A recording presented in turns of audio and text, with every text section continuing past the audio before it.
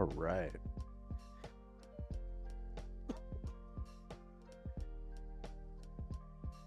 Alrighty. How's everybody doing? Welcome in.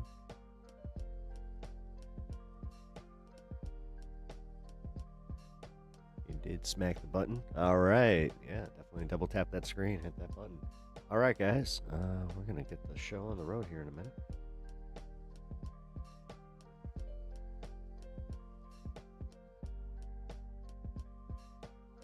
Alrighty. Let's do it. Who the heck is Pep Talks? I'm not gay, but I fantasize about Marco Rubio. Pep Talks. Pep Talks. Pep Talks. Let's eradicate the Kung Flu. I'm literally coming. Pep Talks. Pep Talks. Who the heck is Pep Talk? They want our women. They want our children. Pep Talk. Sometimes no means yes. Grab them by the pep talk. Grab them by the Marco Rubio. Obama is a racist. Pep Talks.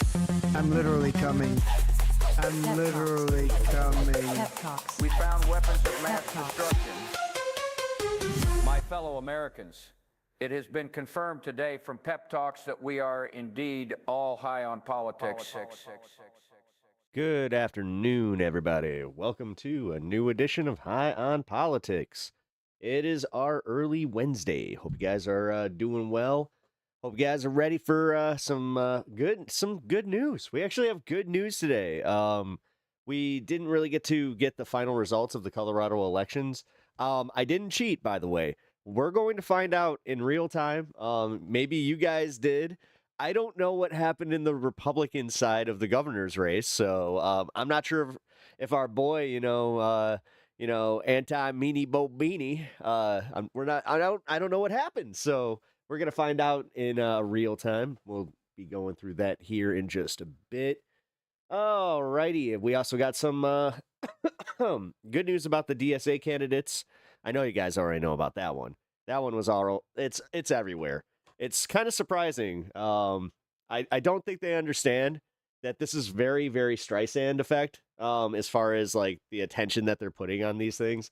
So yeah, hey, let it happen. Pep, you're the conduit through which the news flows. Hey, I appreciate that. It's because they were mean. Yes, I mean, yeah, guys, thank you for man, you already took care of like hit the like, do all that stuff. Natch, Etch, how's it going? Mitch, how's it going? Hermit, how's it going? Hermit, you got two. I see that you're over on Twitch. Also appreciate that. Ken, how's it going, man? Hope you're doing well. Hi, it's high time. it's high tide over here in the land of the pep talks. It is. Man, so I'm doing all right today. I hope you guys are doing okay. In the Discord, I did kind of go through just kind of what's been going on. So if you guys are a little curious, I'm not really going to go into it on stream. So, yeah, you would have to do that. Okay, so oh, great, my chat's doing it again. Alrighty, yay. So my multi-chat is just completely blank. Woohoo! That's not great at all. That probably means I just noticed it's probably not. Is it not showing up on stream either? Uh-oh. Uh-oh. Here. Do a little test here. Everybody do the one trick. Type 1 in chat. I just had to reset everything. Crap. Hold on. I don't think that's gonna work either way. Woo! Let's get these technical glitches out of the way. Yeah, it's not working. Fantastic. Okay. There we go. Yep. I had to go and reset everything. All right, we're good. We're back. Thank you. Appreciate it. Thank you, tech team. You guys are officially tech team today. So, Mitch and Natch, yep, you guys, you're tech team. Um, just read the Discord update.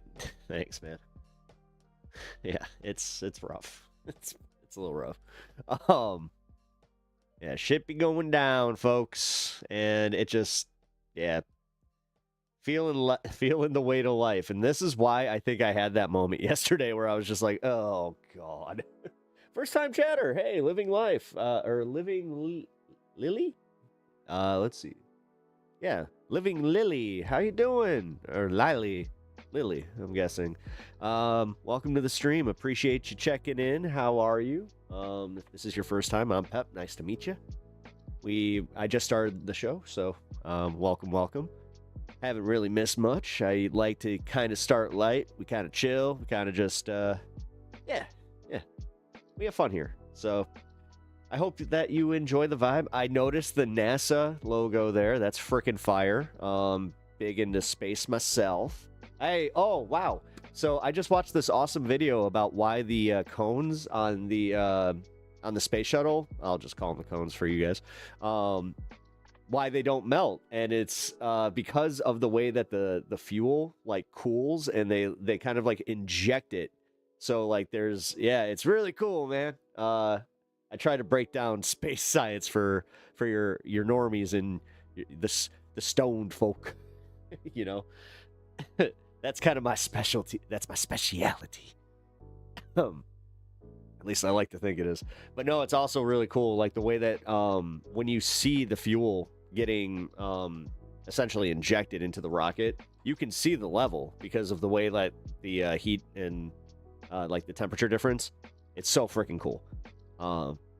Yeah. I was watching like rocket science videos. That was kind of nice. Gonna be honest. Yeah, so like today's news, I really don't know a lot what's going on. I saw the DSA win, so I was like, okay, obviously I'll talk about that. There's this Luigi situation that is weird. So I'll break it down without ruining without spoiling the story, but apparently CEOs are renewing their fears because I guess there's I guess there's some class solidarity again, and I don't know where it's coming from. I'm not sure if this is all on Twitter or what the hell is going on. Apparently, they are afraid that he might have a mistrial declared because they can't find a impartial jury.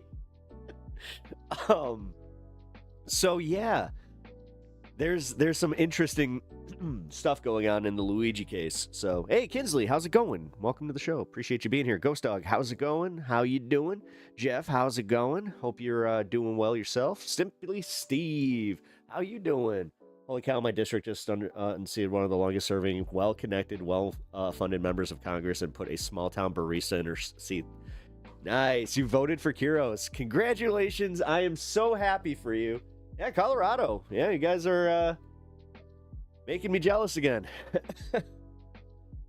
I haven't been this jealous of Colorado since they went and were the first state to really fully legalize. Hey, yeah. Colorado, man, keep looking better and better. I got family there too, but yeah, I'm not looking to get out of here just yet. That says all the public needs to hear.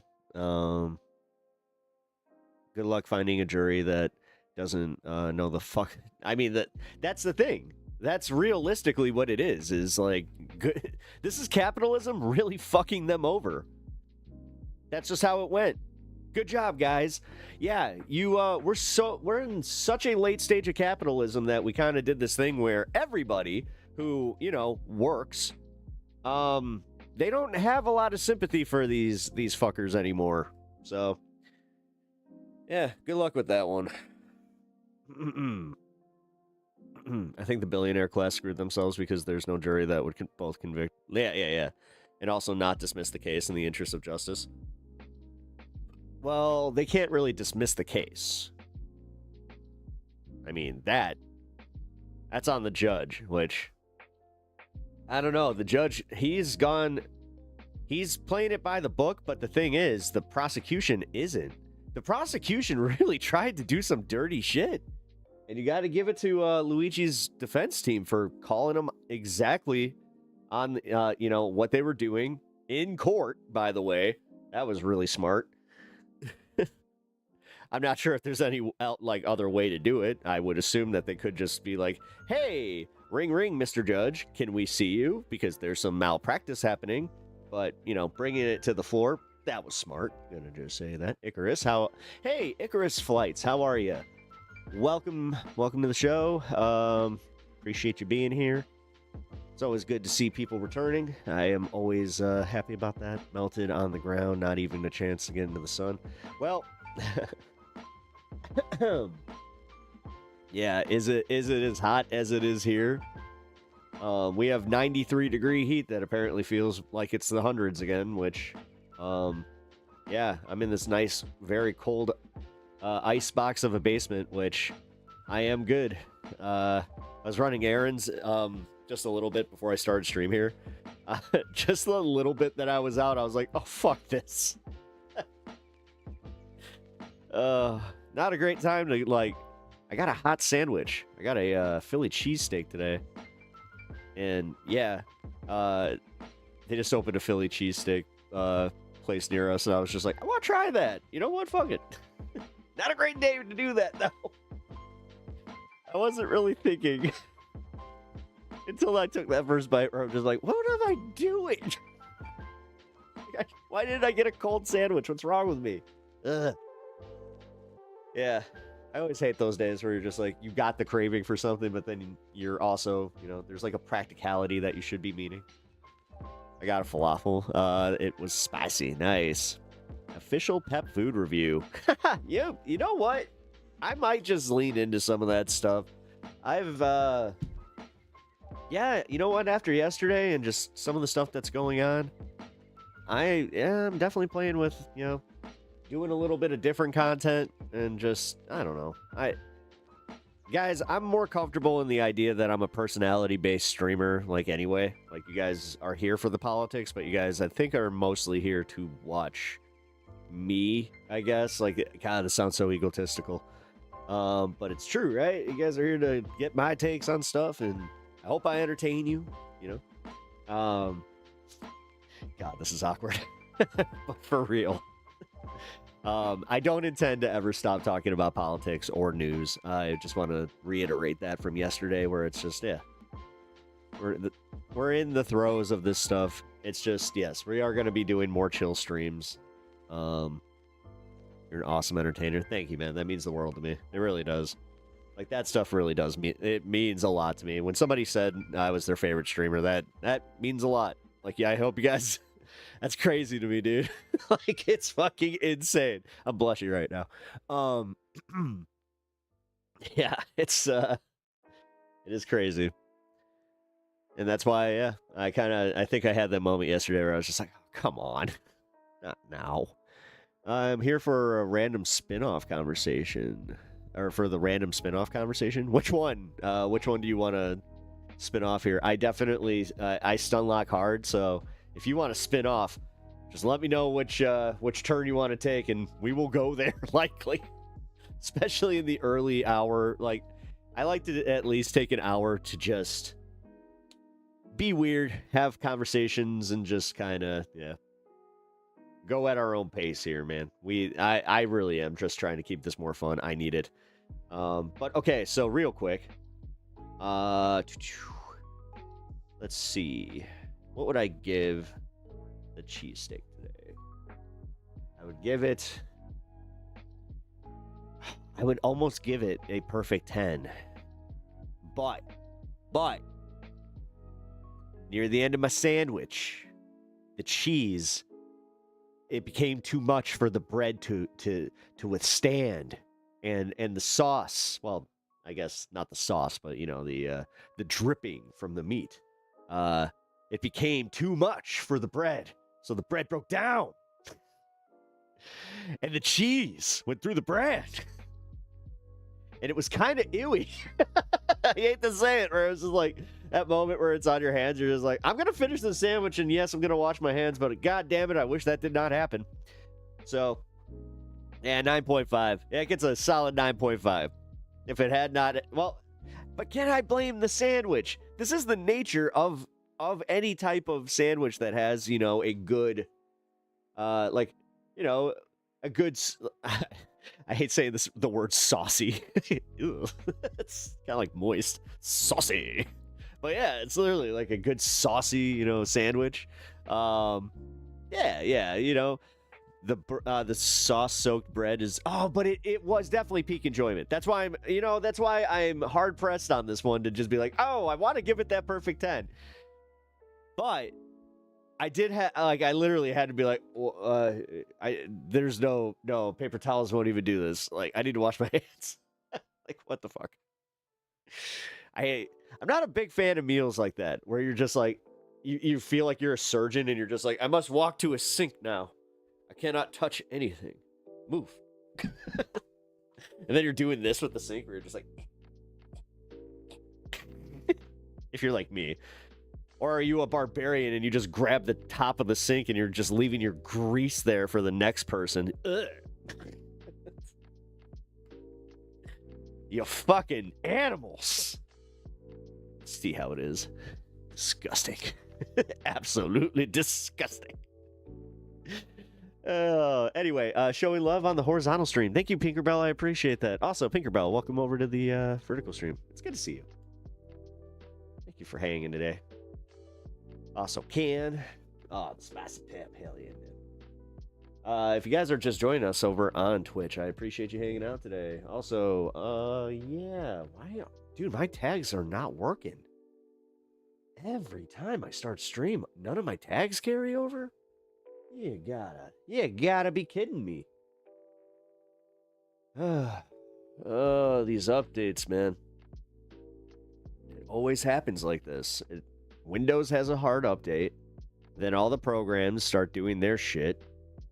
StreamYards and Streamlabs they both did it, and man, it ain't great. It's definitely not working well. I wash my hands and then I clean the hardware. Then I wash my hands again. Yeah. Well, yeah. No. Yeah. No. Wait. You clean the hardware? What do you mean by that? I clean my hands. Anytime I cook. I try to wear like prep gloves though. Like I don't know, man. I've worked in a kitchen before, so once you learn just basic fucking food preps and like safety, it carries over, you know. I wish more people would do it. Although, yeah, it is one of those, you know, it's always the risk you take. You're just like, oh, I hope this person didn't have, like, okay, so I'm gonna just be real. When I see people with nails, right? Like, and they got their nails grown out a little bit, and they're not wearing food prep gloves when they're making food, even if they wash their hands, I'm just like, ooh, I'm not sure if I want to eat that. It's just, it's like you can, I have to assume that you're, like, I saw you wash your hands, but I gotta assume that you do it really, like, you do the, you know, the nail scrubbing, which I don't see that enough to justify not wearing the prep gloves. So you just wash your hands a lot. Yeah, but dude, prep gloves, once you know, like, how to use that prep gloves, there you go.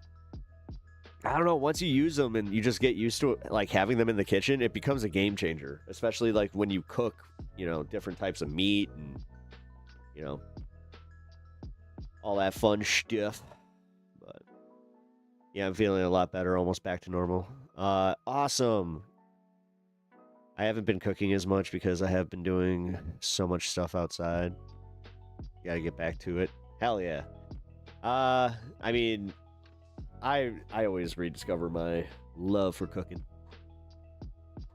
I made a bomb. I think I told you guys about the smoked chicken that I made. Oh, dude. I made the smoked chicken breast that was so fucking good.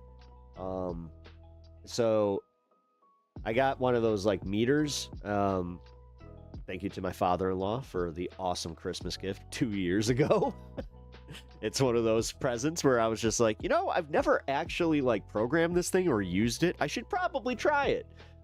Yeah, everybody, like, it's a game changer. I'm not sponsored by them in the slightest, and I will just say that, yeah, if you guys cook a lot of meat, game changer. It's a meat thermometer, just called Meter, spelled like meat, and it's yeah, clever, right? But no, it's really it, dude. It's so cool. It works so fucking well. It's the best meat thermometer I have ever used. That's the bitch about meat thermometers, man. Ugh, some of them are trash. Like, really, just ugh. Especially the ones that you can't leave in there. Like, what's the point? Like, what are you doing? But yeah, man. This was, again, total game changer. Made smoking the meat so easy. So what I did is I took 6 chicken breasts. I put them in like these little tinfoil trays. I put just like a little bit, and I'm talking like just a very like fine line of apple juice in there. Then I rolled the chicken breasts around in that. Then you take your dry rub, which I use a dry rub called Good Shit, which not sponsored by them either. Just saying, it's the one that I use, and I really, really like it. It is very, very good. I'm not sure if they sell it nationally. I got it at like a little craft fair. But yeah, man. Use that stuff. Yeah, craft fair of all things, by the way. But oh wait, what's this notification? Please upload a thumbnail. Oh, it did it again? Okay, so then I inject the chicken breast with some melted butter, and yeah, throw those fuckers in. 225 in the smoke with the cherry. I used a cherry wood, and yeah, it took just about 3 hours, and dude, perfectly cooked. And then I shredded it, and yeah, I have been eating that for the past like 3 days.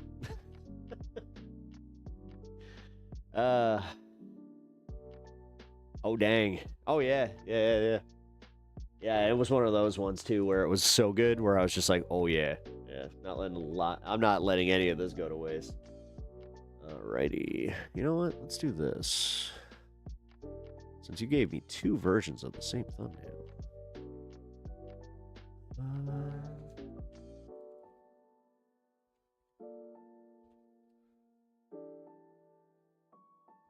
Let's do this. Sorry guys, I gotta change my thumbnail because apparently one did not upload.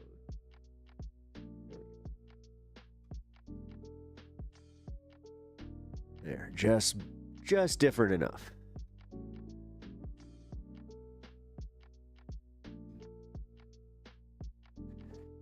Okay.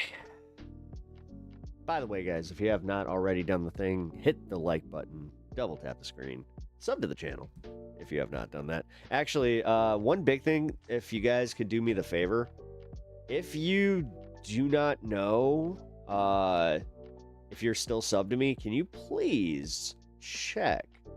Because yeah, I've had more people come through saying that they were like, I'm unsubbed, and I just resubbed. It's like, okay, great. I'm a little concerned. Actually, you know what? Here, I'm gonna just get through this one. Let's do this.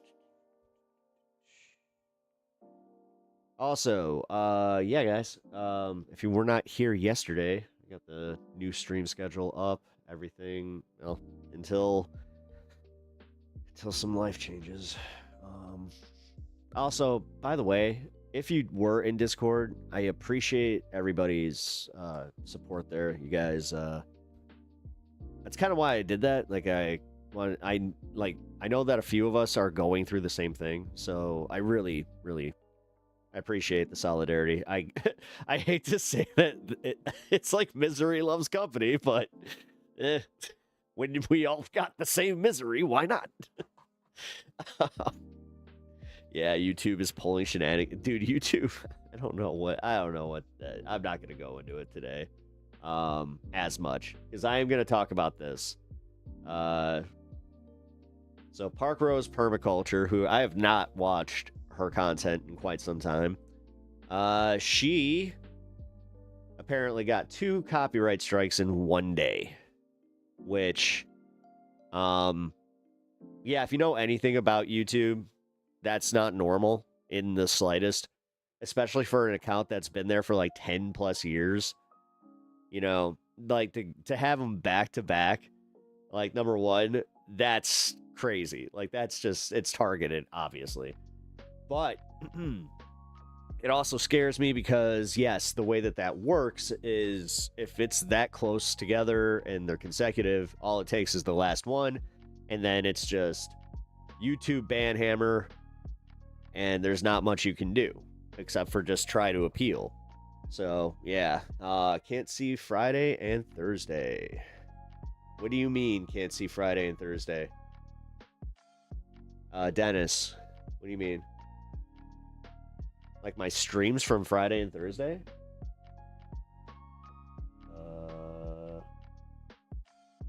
It should be there.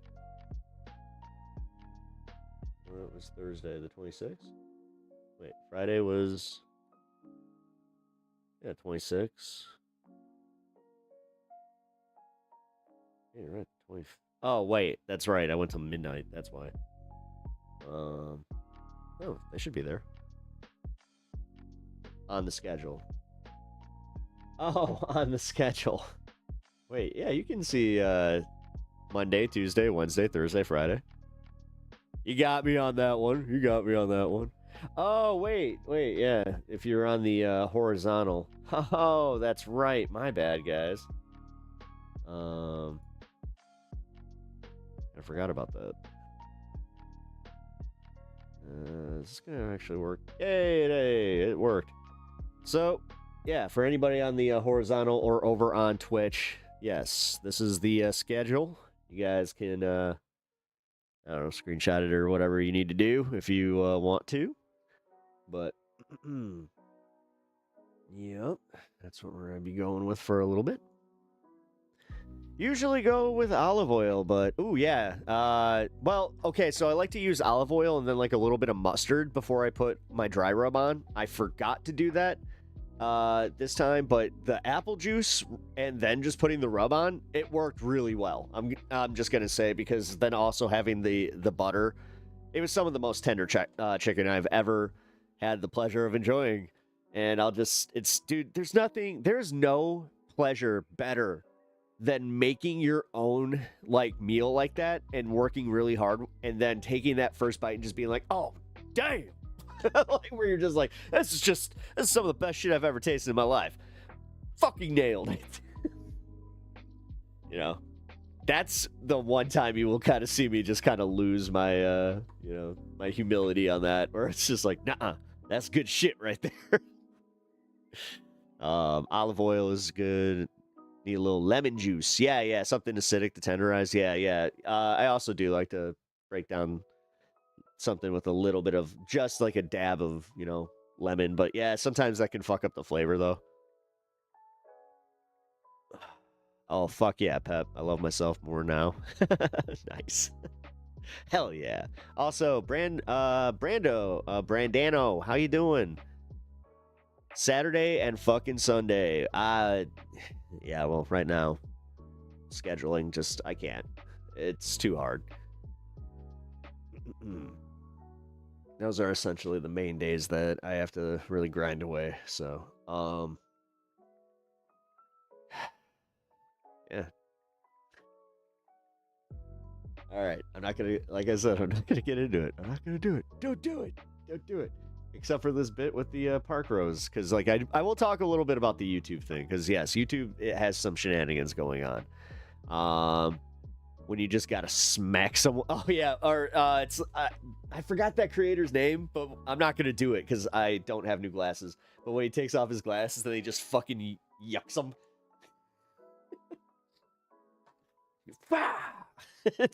How many glasses does that guy have? He has like a box of reading glasses where he just All right, here we go. Oh, that's good. Either that or he has some like indestructible glasses. No, that dude's awesome. I watch most of his stuff when it pops up. So, yeah. All right, so Park Rose Permaculture. Everybody, if you don't already follow her, I'm going to do something that I've never really done for her. I'm going to link her channel, and I'm going to request that you guys go and sub to her, and if something happens, make sure that you are some of the ones that go and say, hey, YouTube, not cool. Like, you need to take care of this, because, yeah, it's kind of a big deal. So it seems like, yeah, her channel's in jeopardy. People are falsely either striking her or going after her. Now, this is the thing that really is weird about it, is that this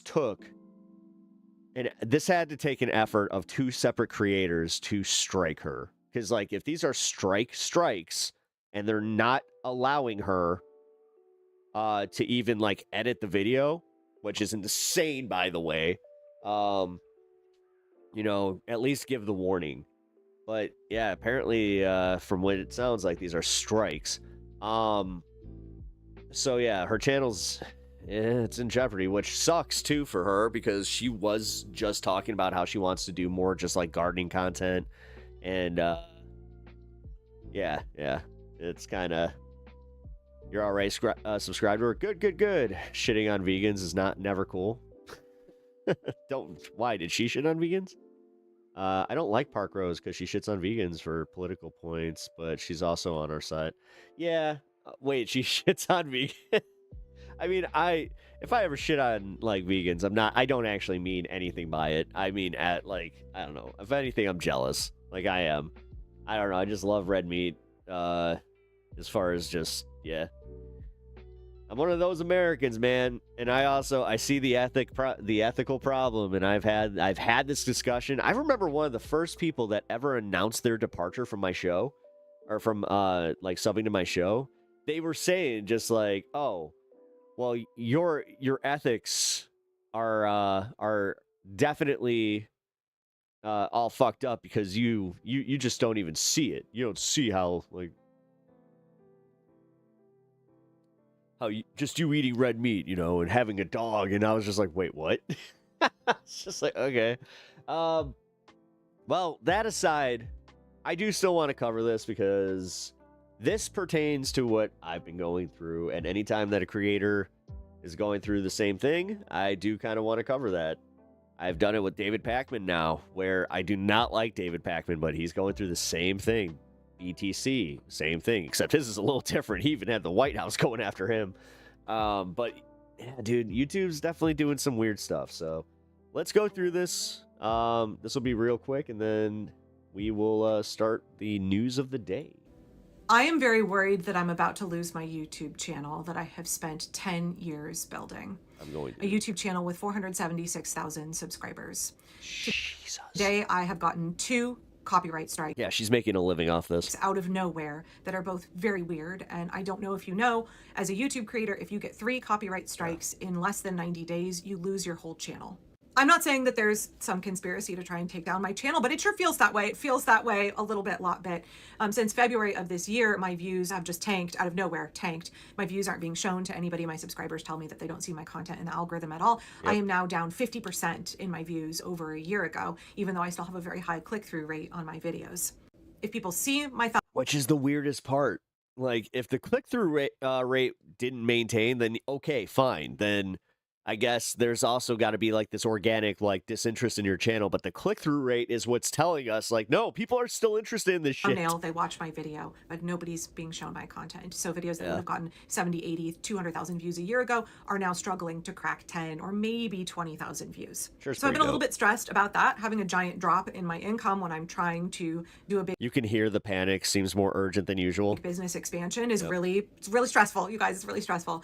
But then out of nowhere, bam, these 2 copyright strikes. Well, yeah, because again, getting just one of these, you have to wait, like, you have to take so much time just to have it resolved. So now, like, dude, she's on the wire. And in the 10-year history of my YouTube channel, previously I only had 3 copyright strikes against my content. And I have contested and won every single copyright strike. Yeah, that's I've why ever her gotten channel on never my got account, affected. because they were all fair use of that material. Being surrounded by small farmers is a blessing in that regard, where I can get locally raised meat and produce, but that's not realistic for most people. Which is allowed under copyright law. So I've never really worried about it because I'm really careful to follow all 4 of YouTube's guidelines for fair use. I'm going to read them to you here. Number 1, purpose and character of the use. Educational uses are more likely to be considered fair use than commercial ones. Adding new expression. This is what sucks, is now we're getting to that point where a lot more creators are likely going to have to, like, take this to court, because they're going to have to start proving, like, you are going after channels for following TOS. It's like, no, and it's obvious when all this happened, when they instituted the fucking AI. Can we just, like, they can't get over themselves. They're like, nope, this is going to work. This is better than you think it is. Trust us. It's like, no, it's not. Meaning to the original material is more likely. You getting rid of everybody was fucking detrimental to the actual, like the use of the platform, and just in general, like, everybody fucking noticed it. To be considered fair use than merely copying the original material. So I like to post clips as context and information, and then provide commentary on them. That is an educational fair use. Well, I mean, it's also the fact that they're not going after other channels for the same thing. To take an idea that is presented by another creator and expand on it, extrapolate on that idea. Fair use. Number 2, nature of the copyrighted work. Using material from primarily factual works is more likely to be considered fair use than using purely fictional works. I use clips from other people's podcasts, or from news broadcasts, or We do the same thing here. footage out in documentary footage out in the real world. I'll clip This another is why I have to, like, do this, what I'm doing right now. This is also why I paused, by the way. creator and react to what they're saying. Somebody was like, literally, oh, well, you post so much. It's just like, or okay, expand here. upon what they're I'm saying. trying That to get all better falls about under fair also use. just linking I'm not things where it's like, posting if you just clips want of to watch TV this, shows go or ahead. movies. I'm not using copyrighted music in my videos Yeah. at all. If you ever hear Yeah. background music in my videos, I use the free music that's available, that's licensed to YouTube creators, or I use the free music that's available through iMovie that has a Creative Commons license. Oh, shit. Okay, that could actually be where these are coming from then. Because the iMovie stuff doesn't always actually translate through YouTube. Actually, fucking YouTube's own stuff gets flagged. Number 3, amount and sustainability. Because what ends up happening is you have, like, I think that we went through this, and if you guys, actually, you know what? A lot of you might not have been with us at the time that this happened.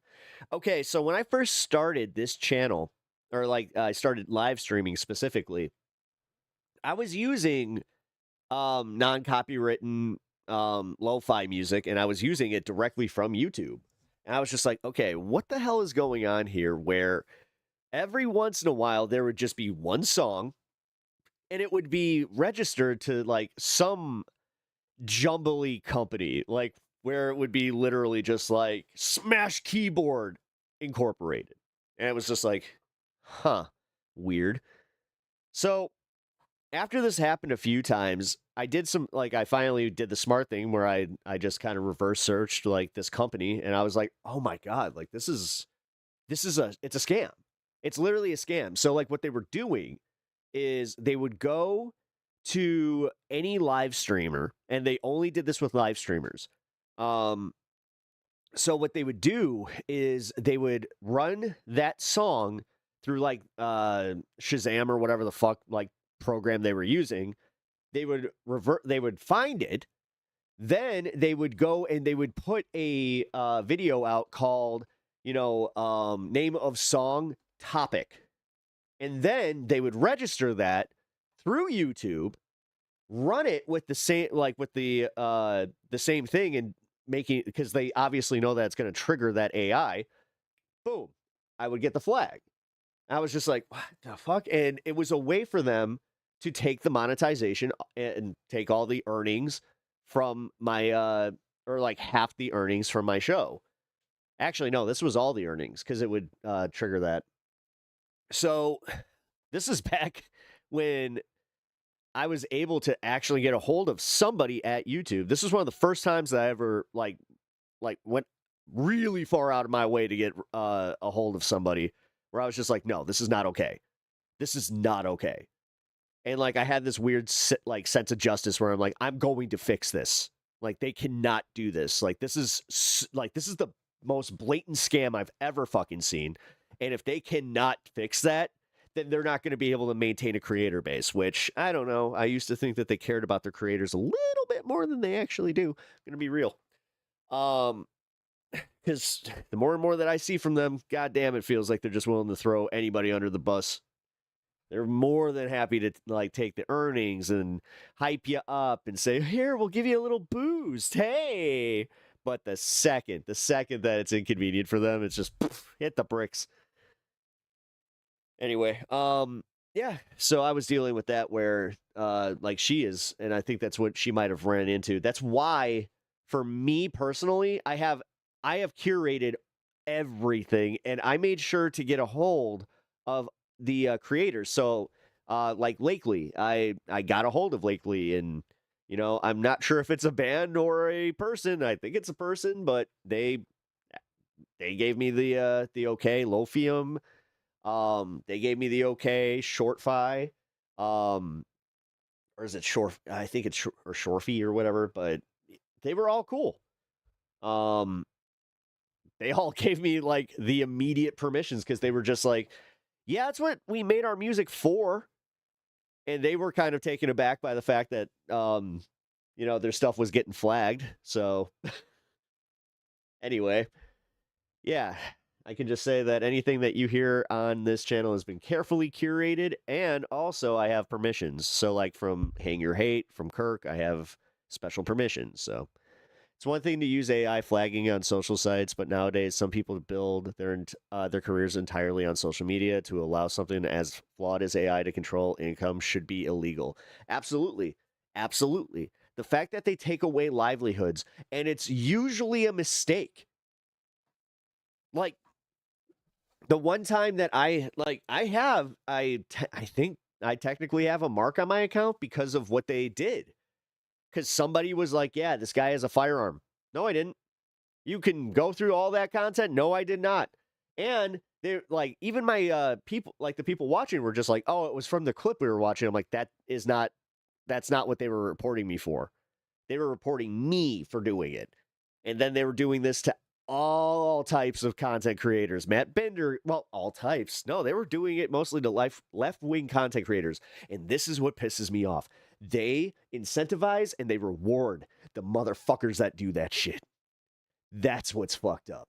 This is where I do have to say it, where it's like, it kind of feels fucked up, where I put a lot of time and give a lot of time to YouTube, and a lot of that does translate into money and ad revenue for them. Also, they've gotten a little shady with the way that they're like, no, you have to activate your ad rev, or you can only do a certain amount of live streaming. I'm like, what? So yeah, guys, it's another thing. I'll just be very open with this. This is the reason you're going to see some more ad breaks, is because YouTube is kind of making you do it. So YouTube talks to you like they aren't the ones creating the incentives. Yeah. Oh yeah, dude. They're acting like we just popped out of like nowhere, and we're just like, why do you have expectations? It's just like, wait, what? Oh yeah. And the kids content with the yeah, exactly. No, like dude, and that's the thing. They incentivize that bullshit until they get fucking called out by a larger by a larger content creator. Like, thank God for that, by the way. Thank God he did that that long piece on those, those scam streams. That's what they are, because it's just blatant fucking TOS violations, which, again, dude, if they're going to pick and choose which TOS violations they're going to enforce on certain creators, yeah, you can't do that. Like, this is where, like, you already have a bunch of creators talking like in the language of just like, okay, so do we need unions? Do we need to start talking about unions here? Because this is getting to that point. There's a reason that Hollywood has the unions that they have, and they the more and more I sit and think about it, dude, I am definitely I'm specifically where I'm at with YouTube. They make enough money from me and then also just are like, nah, we make enough from you, but we don't need to really help you out that much because technically you're also problematic. Pep Online Creator Union. I mean, I wouldn't doubt just talking about this. You streamers should band together. See, I'm not even gonna read that comment right now. But yeah, I don't know, man. I'm not even sure. Like, there's a lot of proof that we would have to go through, and we would have to have a lot of like logged stuff with this one. I'm just gonna say this personally. I just hope that YouTube reviews where they're at with this AI stuff, and they start bringing more creator protections. That's what needs to happen. They need to definitely put a layer on the whole, getting reported and then taking like channels down. Yeah, that should not be AI moderated in the slightest at all. If they are going to do that, then it needs to be first step gets flagged by the AI, then it immediately goes to a team. This needs to be done. This isn't even an ask. This needs to be fucking done. YouTube is such a complete monopoly. No one else has their resources. No, that's kind of part. Like, this is the problem with monopolies, dude. Like, this is the part of late stage capitalism that we all kind of knew about. AI is affecting so many careers. My own career, education, side job of art, but the effect is not talked about enough. Yep. Valentine sketch. Yep. I mean that's. Yeah, I'm not gonna go there. I'll just say in some industries, AI is definitely making it where certain people feel a lot more comfortable saying, "Hey, pay cuts," or or find a new job. Whatever. Alabama anarchist. What's up? Welcome to the stream. Appreciate it. Using AI is completely fine. The issue comes when AI has any power to actually change things instead of just flagging. Exactly. Alabama, like, that's kind of where I'm at. Like, yeah, if they're going to use it, fine. But there has to be, like I said, a human element where you're making these decisions that, like, I mean, dude, you want to talk about, like, responsibility and all that kind of stuff? I don't know how that's going to look where they're just like, the computer did it. It's like, I don't think a lot of people are going to buy into that, but that statement pisses me off so much. What kind of fucking choice is that? Oh, by the way, what up, Charlie? Good to see you, man. What up, Colonel? All right, so let's get through this. Sorry. Ability of the portion used. Borrowing small bits of material from an original work is more likely to be considered fair use than borrowing large portions.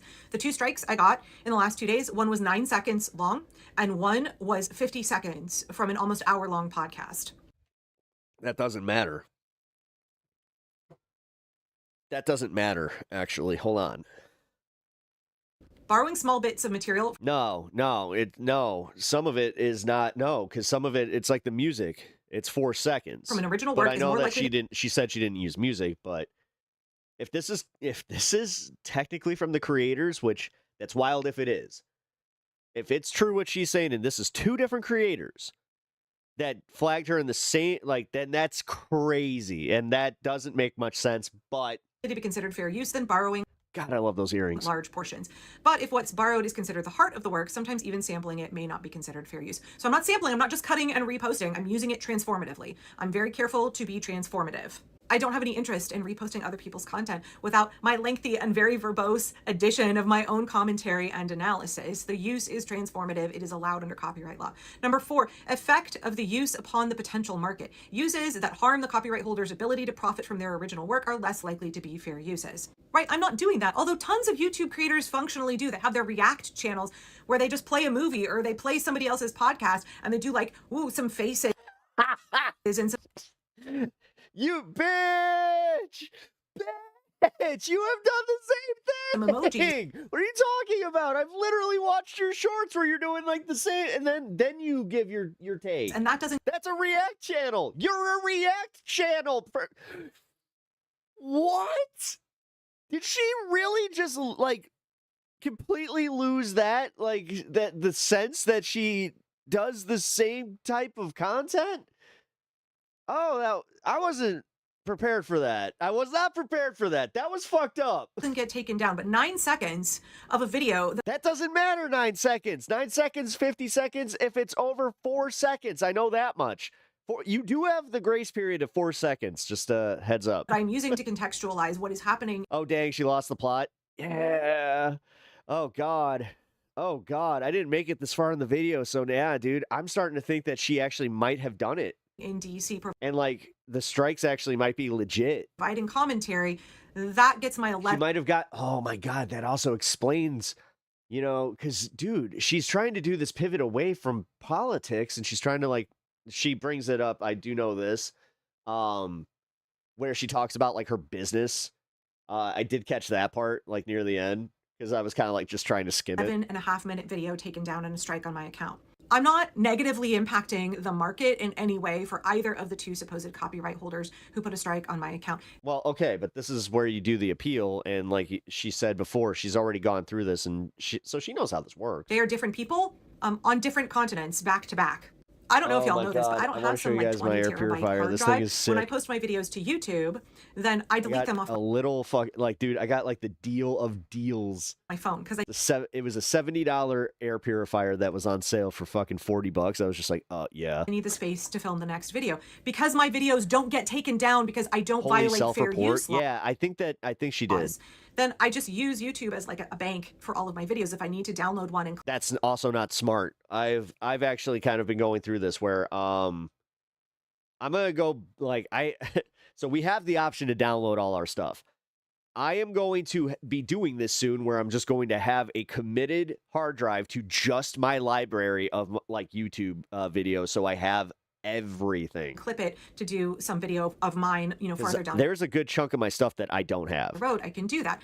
So I was 'Cause not I did the same anticipating both thing. of these videos have been immediately deleted off of YouTube. I don't have other copies of them. So it's to the best of my memory That what sucks. That does suck. Dude, lost content sucks. clips they're even referencing. I can't even go back and watch my own video. Yeah. The I first bet that. one was a video that I put out earlier this month about Donald Trump's 250th, birthday Back bash that shit up, Pep. with the I know, motorcycles I know. jumping I have to. and the UFC. And I have the time, like, I technically have the time now. Like, I can pay attention to it. I don't, like, we have less medical appointments, even though, oh, shh. Fighters, what have you. And again, an 11.5-minute long video, 9 seconds of it. This person, That's tomorrow. I don't know their whole name. It's all Thought in today was Thursday. I was like, oh my God, did we miss an appointment? Cyrillic, which I don't read. I did email them and ask them to take down their copyright strike. They're claiming 9 seconds of this video means that they get all of the money that I made from that video, and then I Yeah. get a strike on my account and the video gets taken down. So I've emailed them, I've contested, I've asked them to withdraw their strike. I filed a claim with YouTube saying this falls under fair use and this person did not have a right to copyright strike me. But that takes at least 10 days to process. Sometimes it can take longer. So the last time I had Wait, so did she get, wait, because you can get a copyright strike without having a channel strike. Did she get a channel strike from this or not? to do this, some bro in the UK Huh. put a strike. One thing that always makes me crazy is people who play the victim are actually just as much of an aggressor. I met someone yesterday who was too focused on playing the victim to try to find common ground with anything and even change the subject. Holthran, welcome to the show. What were you discussing? On my video. It immediately got taken down. I filed Oh, dang, it's Wednesday. I know. a counterclaim I just had that moment. saying, nope, this falls under fair use. I'm allowed to do Oh no, dude, I'm so old. At that point in my life, like, oh fuck, it's Wednesday. this. I'm allowed to use this short little clip in my video. And then they send that to the copyright owner and he reads it and decides whether he's going to withdraw his claim or not. This guy doubled down. So I filed Well, an at least I'm appeal not and the said, only no, one. this falls under fair use. Thank you, Televani, for the 2 jewels and awesome thumbnails, by the way. Televani, I'm not sure if you noticed, but I ended up using both of them because since we had 2 different, like with subtle differences, why not? And you absolutely, YouTube need to put my video back up and remove my strike. He lost his claim, I won my appeal, so he Yeah. got a strike on his account, and I got my video. Dude, I had that. Okay, so I did have that happen with one of the lo-fi ones where I won. Oh, dude, when YouTube tells you that they got the strike on their account and now it was actually like a channel strike. Oh, back that felt good. up. But it took weeks. I think about 3 weeks total to go through that. It takes about a month. Process. But YouTube says if you get 1, 2, 3 strikes and you're out, 3 active copyright strikes on your YouTube account, you will lose your whole channel. Yeah. And I've seen other creators go through this, and it's been quick and well, no, it's no. I think you have this confused, Park Rose. Like, I don't know why I'm talking like I'm talking to her, but I think she has this confused because technically, if you have copyright strikes, it's like more of a warning thing where you get the chance to either appeal or remove the segment. But if she actually like had a strike on the entire video, then they take the video down, and then wait, no, she's confusing this because the video gets taken down, so there's no sharing monetization. At that point, you just appeal. That's where I'm confused about this. Decisive. I've spent 10 years building this channel for some guy to strike my video that has 9 seconds of his material that I am using transformatively, and then less than a day later, some podcaster who is claiming that the 50 seconds I use transformatively, where he's interviewing he's not even in it. It's the guest. I'm using the thing that she said. That doesn't matter. It's still their content. I got this feeling that it's Theo Vaughn though. I had the exact same thing happen with Theo Vaughn, and I was like, I thought I could win the appeal, so I was just like, oh no, they'll let me use it, and yeah, not the case. Says to expand upon the greater theme of my video. It is transformative. It is fair use. He put a strike on my account. Pep, what should I paint? Chat opinions are well, are you just painting like a painting? Again, I have reached out via email to both of those men, and I paint some peppers like a pepper tree. Have contested both of those strikes. It can take a while to work through the process. I am confident that she is not trying everything to I did argue fell this under shit fair like use, this. and therefore the copyright claims No, will. Unfortunately, this is not a great, okay, so I'm in an awkward position here because I did literally the same thing yesterday. I sympathize with her on this one. I'm not going to be a jerk. It is scary when you put so much work into doing this and you have that as a threat, and you feel like it can all be taken away from you. Yeah, I see where she's at, but also I hope she's right in what she's saying here, because if it is what she's saying, then her channel got struck twice. That means that they removed the video, like I said, and they just said, you can appeal this, but there's no guarantee. And if you do appeal this and you lose, then that's also the weird part. I thought that technically channel strikes. Yeah, because they're like immediate. Huh.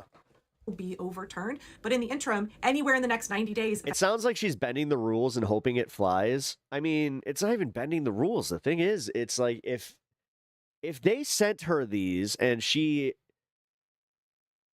I don't know what I can say here because I don't want to give too much away on this, because realistically, when you become a content creator on YouTube, you're only allowed to say so much, specifically about how things work. But if I get another strike before I kind of feel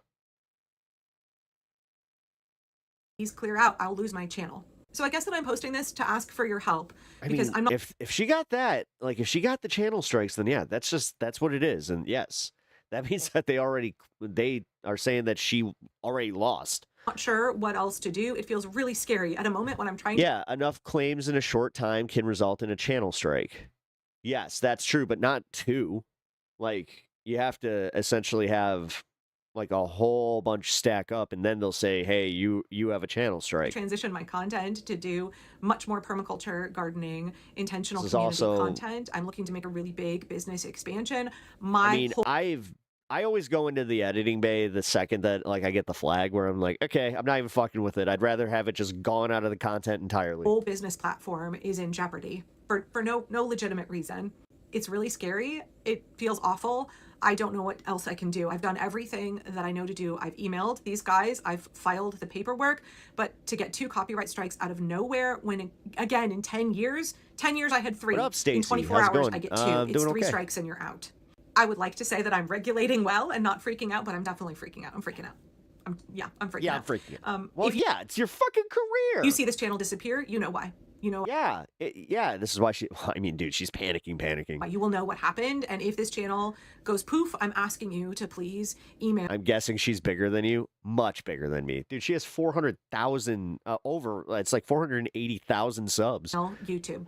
Please reach out to YouTube support and demand that my channel be put back up. Hopefully it will not come to that. Yeah, she is The other thing definitely- that you can do I is you mean, can go subscribe I don't know. Again, freaking out over losing your livelihood is not that ain't no pussy shit. Dude, I've watched fucking dudes crash out for way less. to my side channel. I've watched fucking grown men contractors fucking have crash outs like that. Park Rose And it's over shit that they did. Resistance. What up, Unlisted World? Good to see you. Nice to see you, bud. Oh my god, what the fuck? What happened to her? She got 2 copyright strikes consecutively, and apparently it resulted in a channel strike, which it sounds like she got 2 channel strikes. Like, this is what's confusing to me. You don't get 2 copyright hits and then immediately get those like they don't immediately equal strikes. That's why I think she might be confused about this. I don't know. Again, this is why you don't make a career off YouTube or TikTok. You are way too expendable. I mean, I would argue, no, that's not true. You can totally make a career off it because, again, realistically, if you do have enough of a like a fan base, you can go to like Kick or you can go to an alternate platform. That is like content. That's bullshit. Like, that's saying content creation isn't fucking work. That's bullshit. That's honestly like, anytime I hear somebody say that, that's some jealousy bullshit, dude. Like, we get it. You're afraid to do anything creative and take a chance. We fucking get it. Like, it's okay because you would theoretically be in the same position. Like, you could lose your career tomorrow. Anything could happen. If you're a contractor, you could get in a car accident, you could get hurt, you could get denied disability, and then you're fucked. Like, I'm just gonna say this, like, careful with that type of shit. There's 100. That's 100% true. Who the hell follows a creator towards other platforms? A lot. Fuck, dude, a lot. I work in healthcare. I'll always have a job. That's also not true. The thing is, what if something happens to you where you can no longer provide the healthcare to somebody? You can no longer walk around and be on your feet. No. And what if your disability fucking isn't, as clear cut? Like, God forbid something happens to you. I don't know. I'll be real. You kind of suck. Like,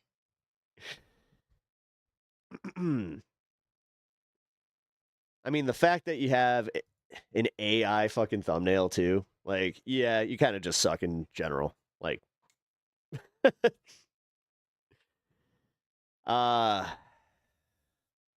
if my mom was a bicycle?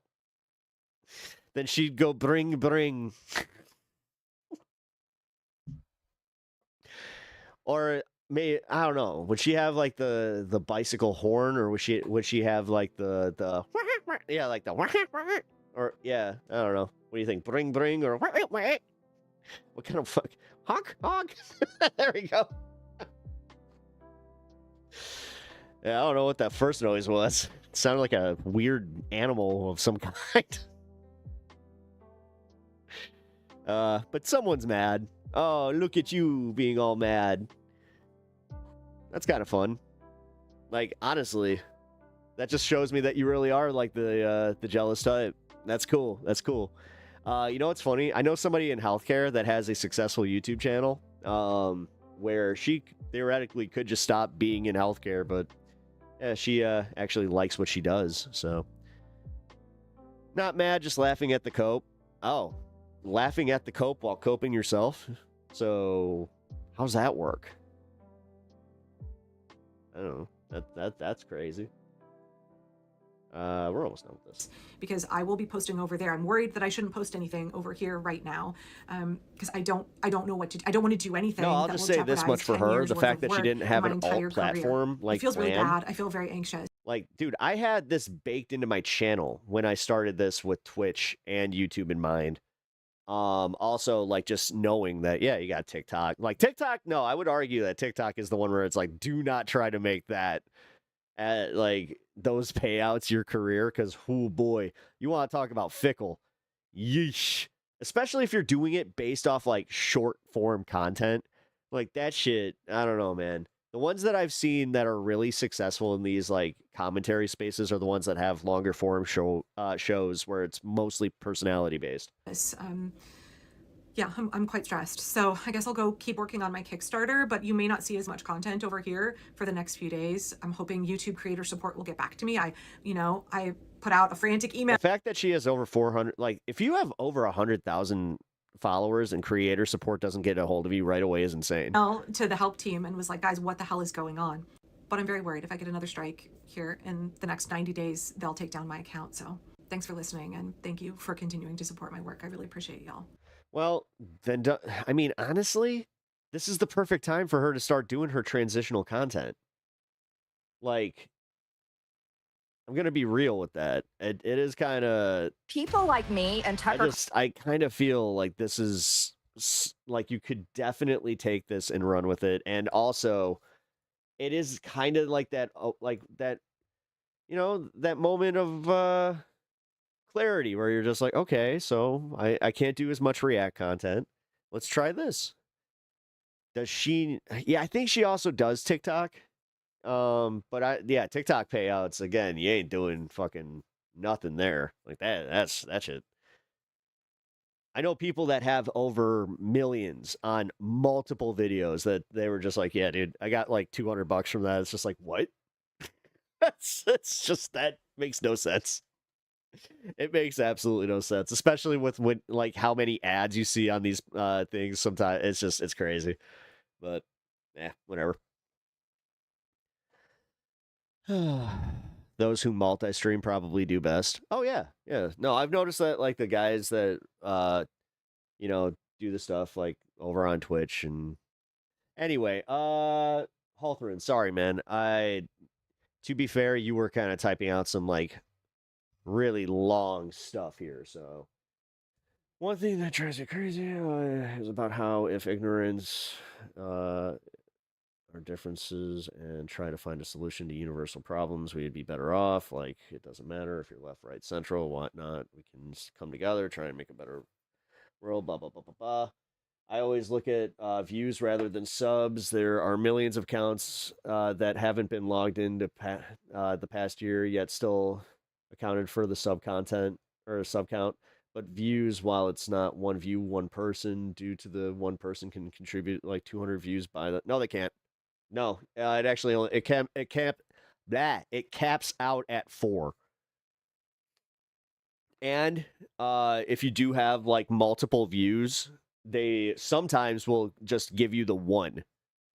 But yeah, no, I know for a fact that like YouTube started capping that shit. So, and creators, you can't do that shit. Like, so for me, if I watch one of my videos, it won't count as a view. So, you can't like view bot your own shit.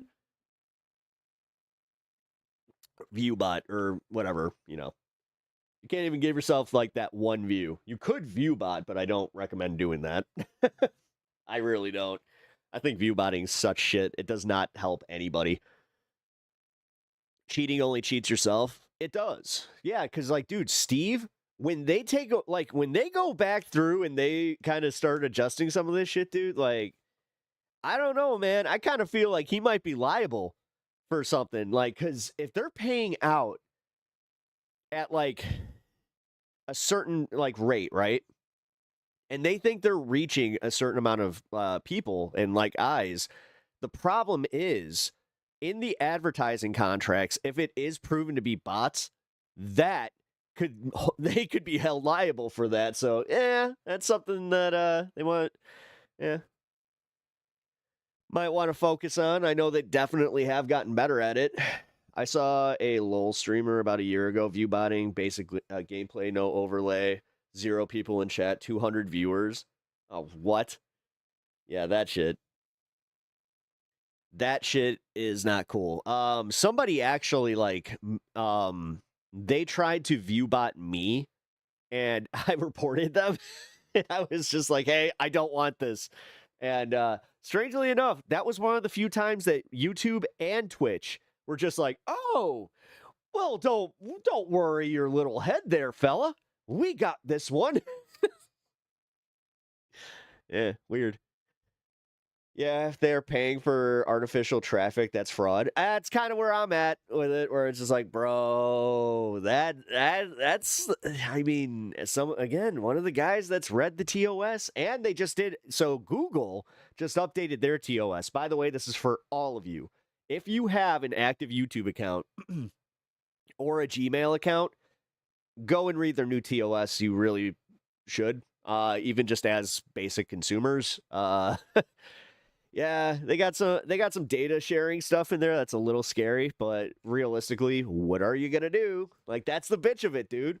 Like, we're at that point where just you have so many people. Like, it's the classic joke of, are you actually reading this? Yeah, I'm that guy. Do you know how many times I have not played a video game because they had like really long terms of service where I was just like, no. It's like that's not, yeah. That's not okay. So yeah, I'll click no, and then it'll just be like, okay, bye. It's like, well, tough titties. No game for you. It's just like, yeah, well, no info for you. It's like, what are you guys sharing? Like, do you know how many times you guys have signed a contract where they just like are sharing your information and you signed on the dotted line? Like, yeah. F yeah, my membership payment went through. Hell yeah, Natch. Thank you, dude. Natch, thank you so much, man. I appreciate that. Thank you so much, everybody, for subscribing, for liking the streams. And then if you guys are paid contributors, you don't know like what that means to me. Like, you guys are fucking awesome.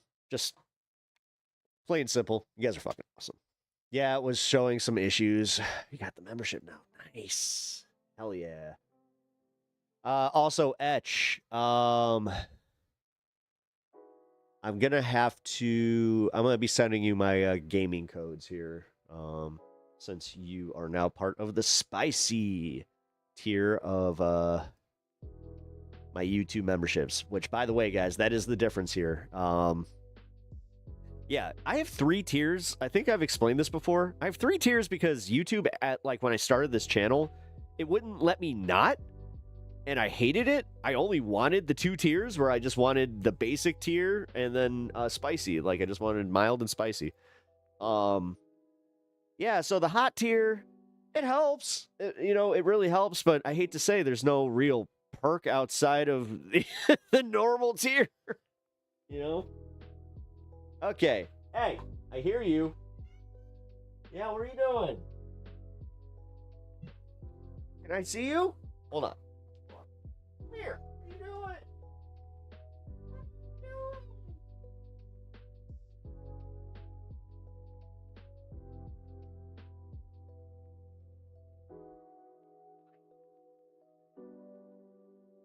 Don't let me love you. Sorry, my other cat's being kind of... He's almost down here. Like, here. Can you hear him? Hey, buddy. What are you doing? I just saw I go with the honka honka one. The honka honka. All the sneechies.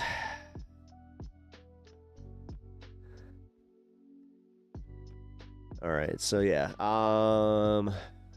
Yeah, I still have the 3 tiers. Damn it. Oh, I thought I got rid of that.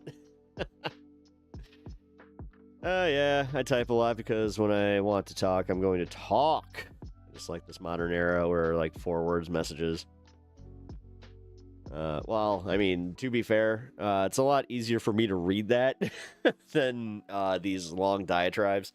So, while I do agree with you that yes, conversation is important and learning to conversate is important, and this is definitely a space to do so. I mean, yeah, it's also don't make things long and winded just to make things long and winded. That you know, self-editing is good. Short and sweet is usually good. You know, I am definitely of the mind of less is more. I've really come to terms with that too. Like, man, starting to become a little bit of a minimalist. Like one of these days, it's just gonna be fucking. It's like, what happened to all the stuff, Pep? It's like, you know, I think I caught on that this is just a lot. I'm gonna make a few changes in here, actually. Nothing too crazy. Funny enough, I'm gonna be adding something to that back wall over Godzilla. I got a awesome freaking piece of artwork that's just been sitting there waiting because I need to get or I'm gonna make a frame for it. Because yeah, custom frames are too expensive when I could just do it myself. Oh, I don't try to. I just type because I have a bad habit of when I try to shorten what I mean, you get heavily misunderstood. Oh, well, yeah, you get lost. Things get lost in context. You know, it does happen. It definitely happens. And there's something I try to work on. Where's my other cat? I just realized, where's Leto? We have no Leto today. My other cat, Big Brother's up there, being a little turd. Hey, actually, do any of you guys have any advice on clipping the nails of a cat that will shred you to bits if you try to even pick him up? I could use a little advice on that one, because he took his banishment seriously. He was mad. Ooh, he was mad last night. Yeah, he definitely did. He was, gave me the little stare down this morning, too, just like, But he got over it. He came and cuddled. Diazepam. Oh, really? All right. Well, I guess I'll do that. Wrap them in a towel like a baby. Well, the thing is, I can't even get him to do that. He's strong, number one. I'm not doing that one unlisted. No, don't do that. That's bad advice. Don't do that. Honestly, don't do that. Cats, they have a different way of processing stuff. So no, don't do that. Bad. What are you doing? No. I would love for everybody to get to meet you, but yeah, we got Stan in here, he snuck in here at some point. It was, man. Oh. Well, what's up? Can you come here? All right. You know what I'm gonna do? I'm gonna give. Oh wait, if I pop that thing, then no. That will be a whole thing. He is just standing at the top of the stairs, just meowing at me, though. He's so talkative. Oh, speaking of talkative cats, check this out. Look at this cutie here. Latte, how are you, my girl? My little loaf. Hello. I had a kitty that sounded just like her. How are you, my girl? Latte. Oh, Swedish girl. Take her home. Look at you. Sleepy. Oh, she even got a little nip in her ear. My sweet girl. You have a very beautiful voice. Oh, Very beautiful. You could be a singer. I would listen to your songs all the time. Yeah. Not to sing your songs all the time. Ooh. Latte. Latte. Oh, latte. Uy, with goal. Whoa, take her home. That's a baby that loves you. She's always here. You have Yes. an old cat, Louis? Yes. Luis? One thing about like stray cats in Istanbul, like they rarely leave their spots. Like every cat has like kind of territory. If something like traumatic doesn't happen, this is they in will Istanbul. Okay. live their lives in that spot entirely. Not And Constantinople. also if they're not like if they are fixed. If they're not fixed, yeah, they could leave to mate. But if not, they're always here. I know for 2 years. Yes, let me talk. No, She's so she cute. won't let me talk. She's so cute. I love her. Yeah, I had a cat that sounded exactly like that. Like when I heard that meow, I was just like, "Oh, wow! I haven't heard that in forever." So that was cat's so nice. I know. Okay. Yep. Pep's going Crusader mode for the kitties. Wait, you're crusading for cats? Yes, for the cats. Meow to victory. We want liberation. Meow. That's highbrow humor right there.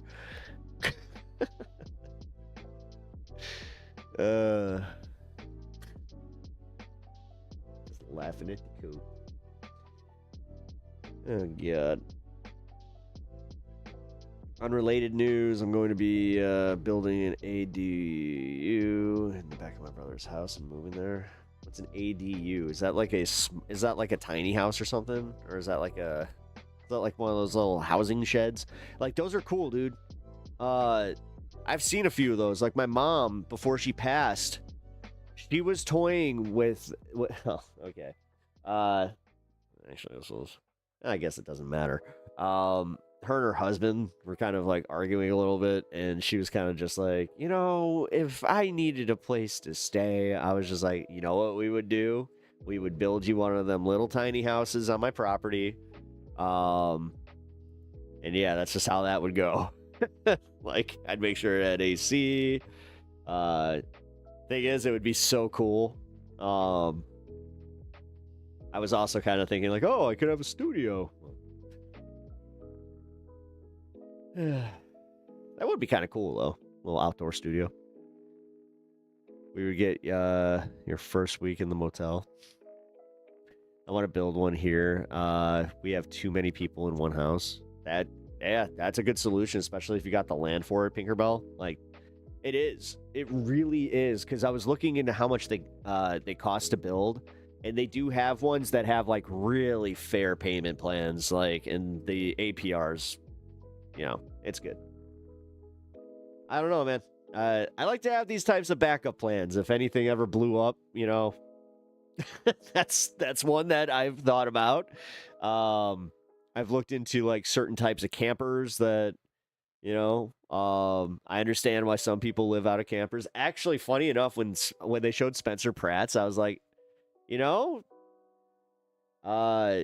got a nice one. He's got, what is it? Not the Airbus. The it's one of the classic ones. It's just like a big metal ones. Those are freaking, dude. Those are nice, especially if you do have an AC unit. Like, yeah, those are nice. But anyway, we should get to the politics because, man, I got a lot to get to. Okay, so let's get to this first story. This was crazy. So the Airstream. Thank you, the Airstream. Yeah, Airstreams are cool. Hate your neighbors, fill the tank and move. Exactly. Those are real. They're super cool. Like, and the thing is, I think I would be okay. Wait, reason why I'm moving is my brother's property. You're autistic and have ADHD, so like just everyday life. Oh man, I'm sorry, man. Yeah, you're a minimalist at heart, where I think unused space is wasted space. So, little studio is perfect for you. Yeah, no, honestly, I get that. I totally get it. I'm one of those kind of guys where either I need like space for my shit, which is essentially just what a house is. It's just space for your shit. Or I'm like I could just be totally minimalist, live out of a fucking bag, just me and the dog and a camper and just that and the wife and well, see that's the thing. This is if I was single. Cuz I couldn't do that to my wife. Like I couldn't. Also, I think that she would probably go completely crazy a lot in a van life like that. Yeah, she would. She'd be like, "This is great for a weekend." It's like, "No, we're doing this permanently." She'd be like, "Excuse me." So yes, in the apocalypse, where it would just be me and my dog. Why you in politics? Because I talk politics. That's what I Deltoid. What up, Deltoid? Why you in politics? I should ask you that. Why are you in the politics tab? Huh? What you politicsing? I'm talking like, some dude you climbed the spire on the Empire State Building, which I'm just going to go out on a limb and say that the Empire State Building is not as big as Trump was saying it is. Am I a leftist? Yes, I'm a leftist. Why? Do I look like a leftist? I always love when people are like, "You look like you're a lefty." It's like, wouldn't that be a bitch if I was a right winger?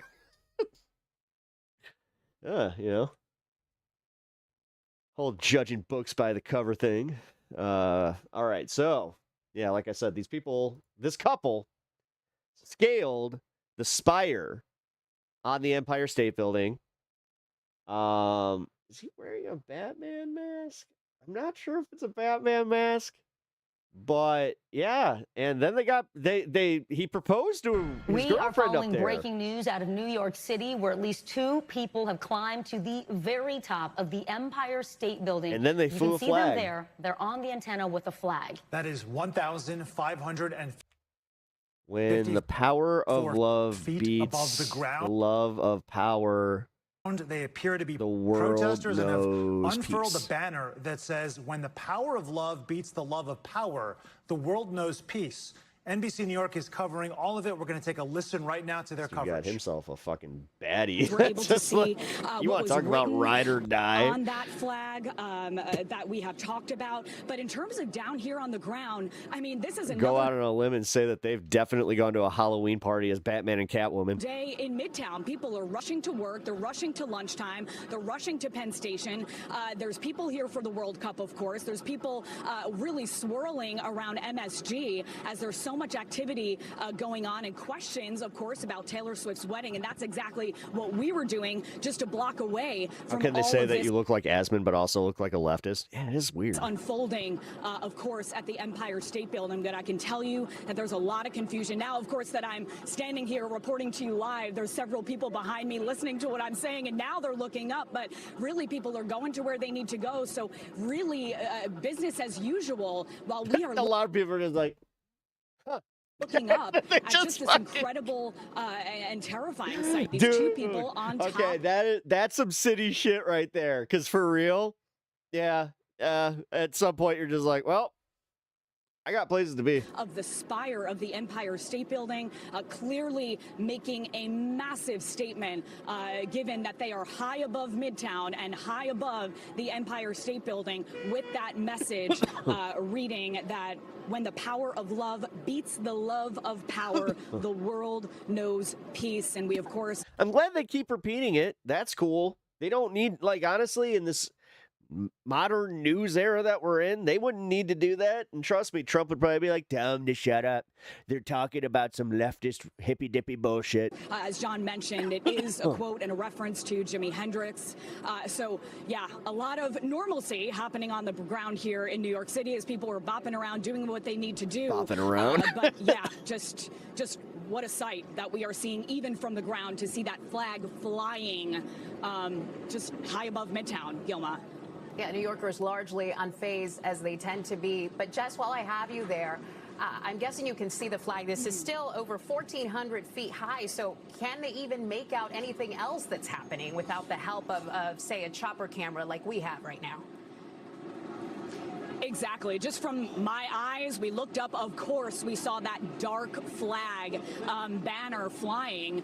But no, I could not. I was like, wow, what does it say? And of course, it took our reporting from our Chopper 4 journalist up there who was able to give us that clear vantage point and a closer look at the actual text. So people down on the ground, yes, they are seeing that black thing that is flying off of the spire. I mean, you really, with the naked eye, unless we're zooming in on our actual camera here, I wasn't even able to see at first if those two people were still up there. And then, of course, as we zoomed all the way in from our broadcast camera here, we were able to see their bodies still standing there, which is just so wild to see. Two human beings still up there, all the way up there. But down on the ground, Gilma, as you mentioned, you really can't see the specifics, but you can absolutely see that banner. Yeah, very precarious situation. Jessica Cunnington, thank you for sharing what you can see from your vantage point. Right now, you're taking a live look at our sky camera that is on the Empire State Building. It's offering a different perspective here. You can see what doesn't change, though, is that you can see these two people hanging on precariously. They've unfurled this banner here for the better precariously. That's not precariously. No, they know what they're doing. They're experts at this. Part of 30 minutes now. Joining us on the phone is Terrence Monahan, former NYPD Chief of Department and NBC4 contributor.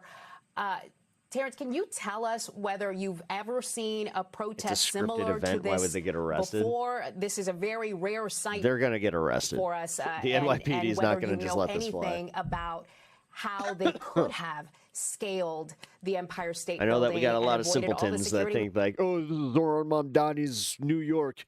This is what happens. These commies. See, they just allow everybody to go do this. And you find out that it's like, no, they don't. Empire State Building crime is actually down in New York. Okay. That's usually very, just ignore all the actual facts just to fit your fee wings. Like this on a building. The size of the Empire State Building. You know, we've seen this quite often. People climbing towers of bridges to hang signs, and we've gone there. We made arrests. I know PD's responding there now, working with the security over at the Empire State Building to get these individuals into custody. And because this is still ongoing.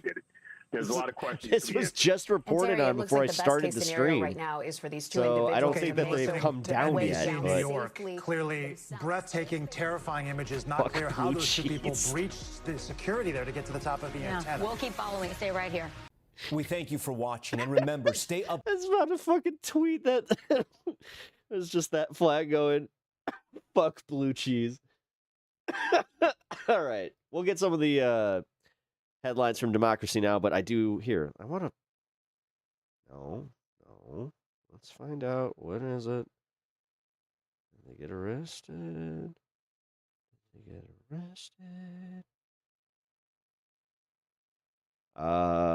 The couple has been arrested and has been identified as Angela Nicolau and Ivan Berkrus.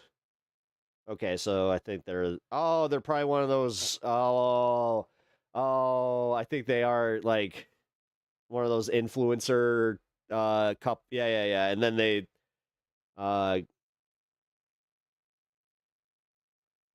he kneels down. He proposes to her. Yeah, they've been arrested. Well, interesting. Let's see if they get charged. Let's see.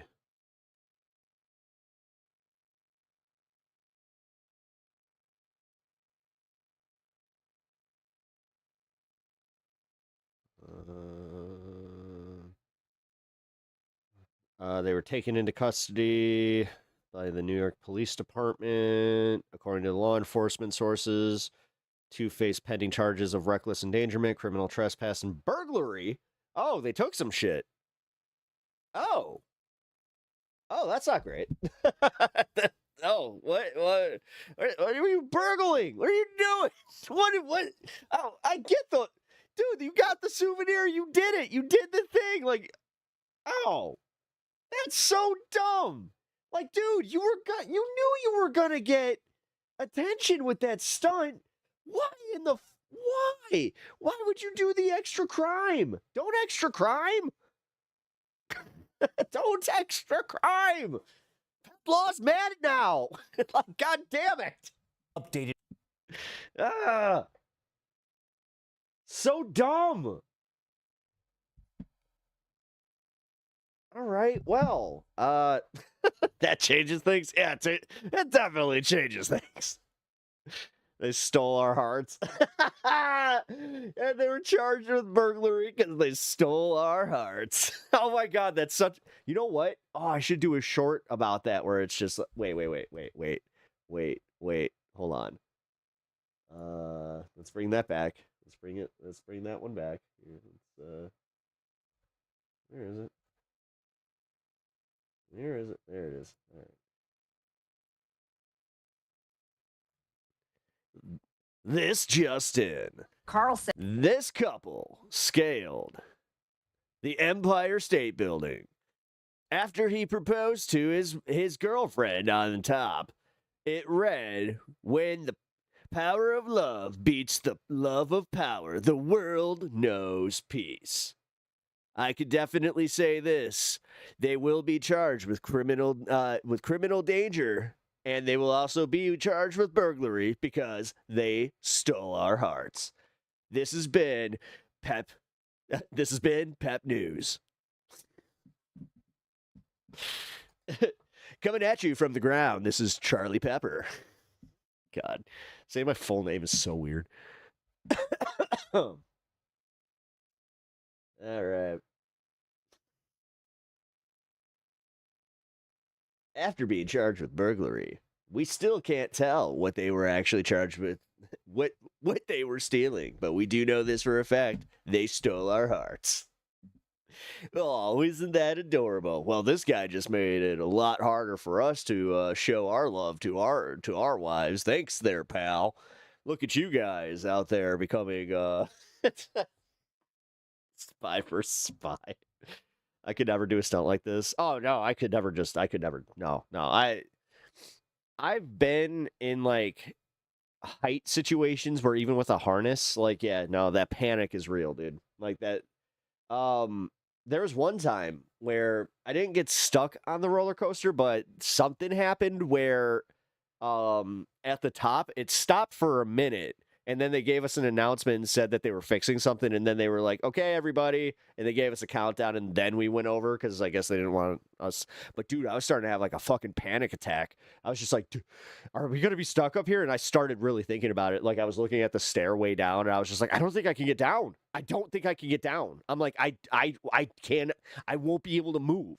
Like I was just fucking. It was LOL, part of the ride. No, this was not part of the ride. I had ridden because this happened on the Iron Wolf in Six Flags, and I had ridden the Iron Wolf so many times where I was just like, this is not part of it. And you're standing. It was one of the standing coasters, and you're just like, what the fuck, man? That shit was scary.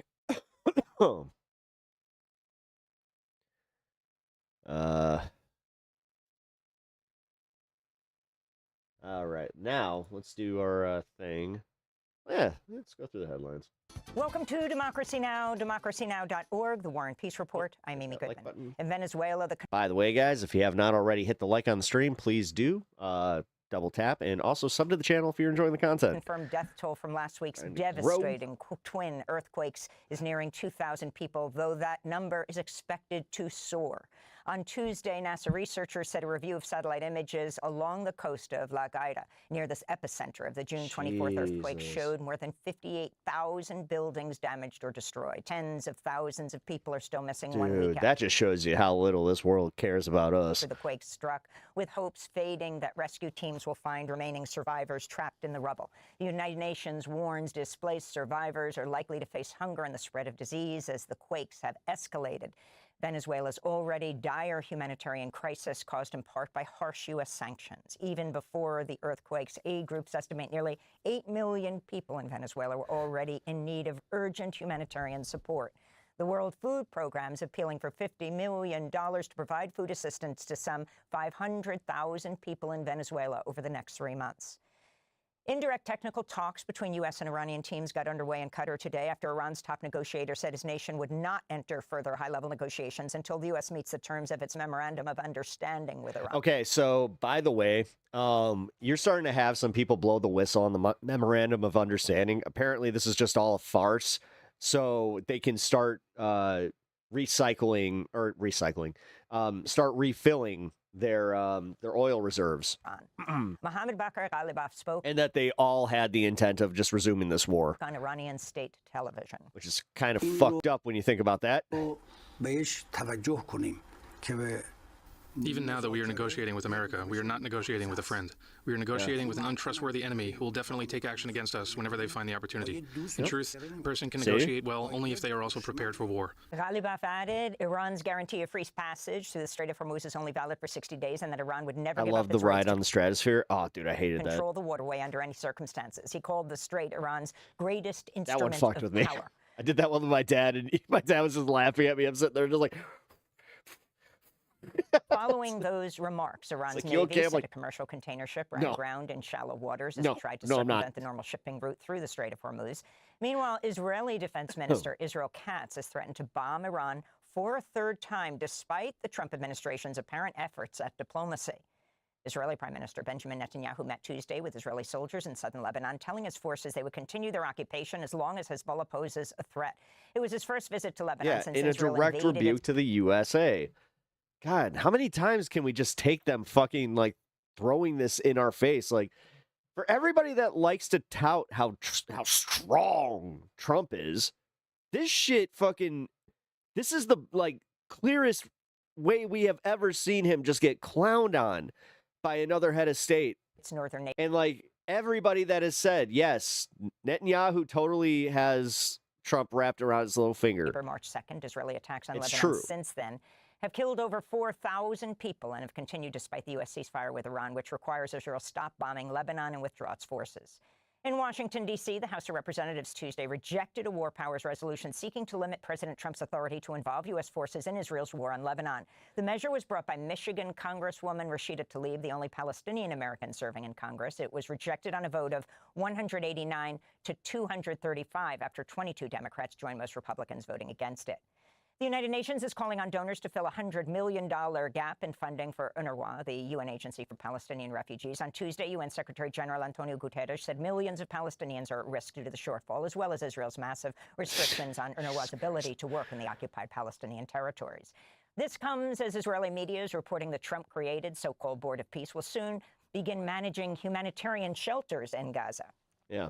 The newspaper Israel Yeah, and giving themselves blanket immunity to do whatever the fuck they want. Hayom reports the first site will open near Rafah. I hate being right about this. I really hate the fact that I was right about what was happening in Gaza and how it was just like, guys, I don't think you understand. Like they're not freeing Palestine does not like that doesn't have any reality in the way that like Trump and like these business interests in these other countries were approaching it, where it's like, no, dude, yeah, they're gonna free it from them. Like they're definitely but that's the thing. They're going to then be employees, like on the strip, and like that's kind of the thing. This isn't to give them, a good life. This is to have, a slave class on newly built resorts. Like realistically, this is some of the most evil shit I've ever seen in my life. And we were just like, yeah. And you know what's really fucked up?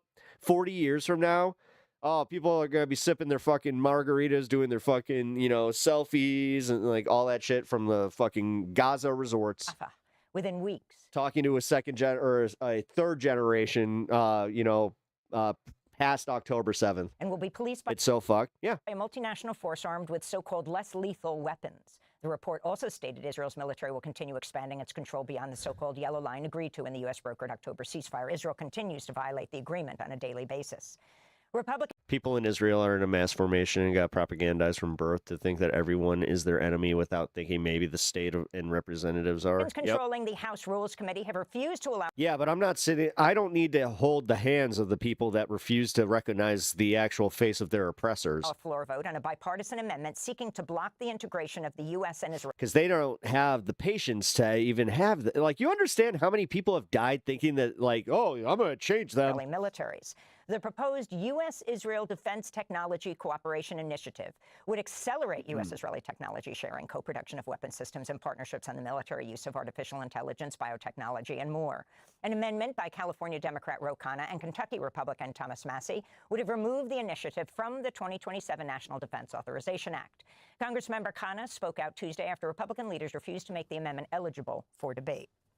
This is unconscionable. They're not even giving us a vote on the amendment. Thomas and I will continue to fight to make sure we don't compromise American sovereignty.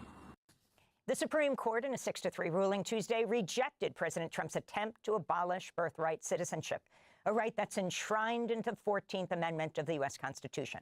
Trump signed an executive order on his first day back in office that declared children born in the U.S. to undocumented people or immigrant parents without permanent status would no longer be granted U.S. citizenship. Conservative Justices John Roberts, Amy Coney That baby has a very unfortunate fucking Vegeta-esque widow's peak. What the and Brett Kavanaugh joined the three liberal justices in kick her out, opposing Trump. Chief Justice Roberts wrote in the decision, quote, citizenship, then and now, was the right to have rights to freely participate in our political community. The framers of the 14th Amendment extended that promise to every freeborn person in this land. We keep that promise today, unquote.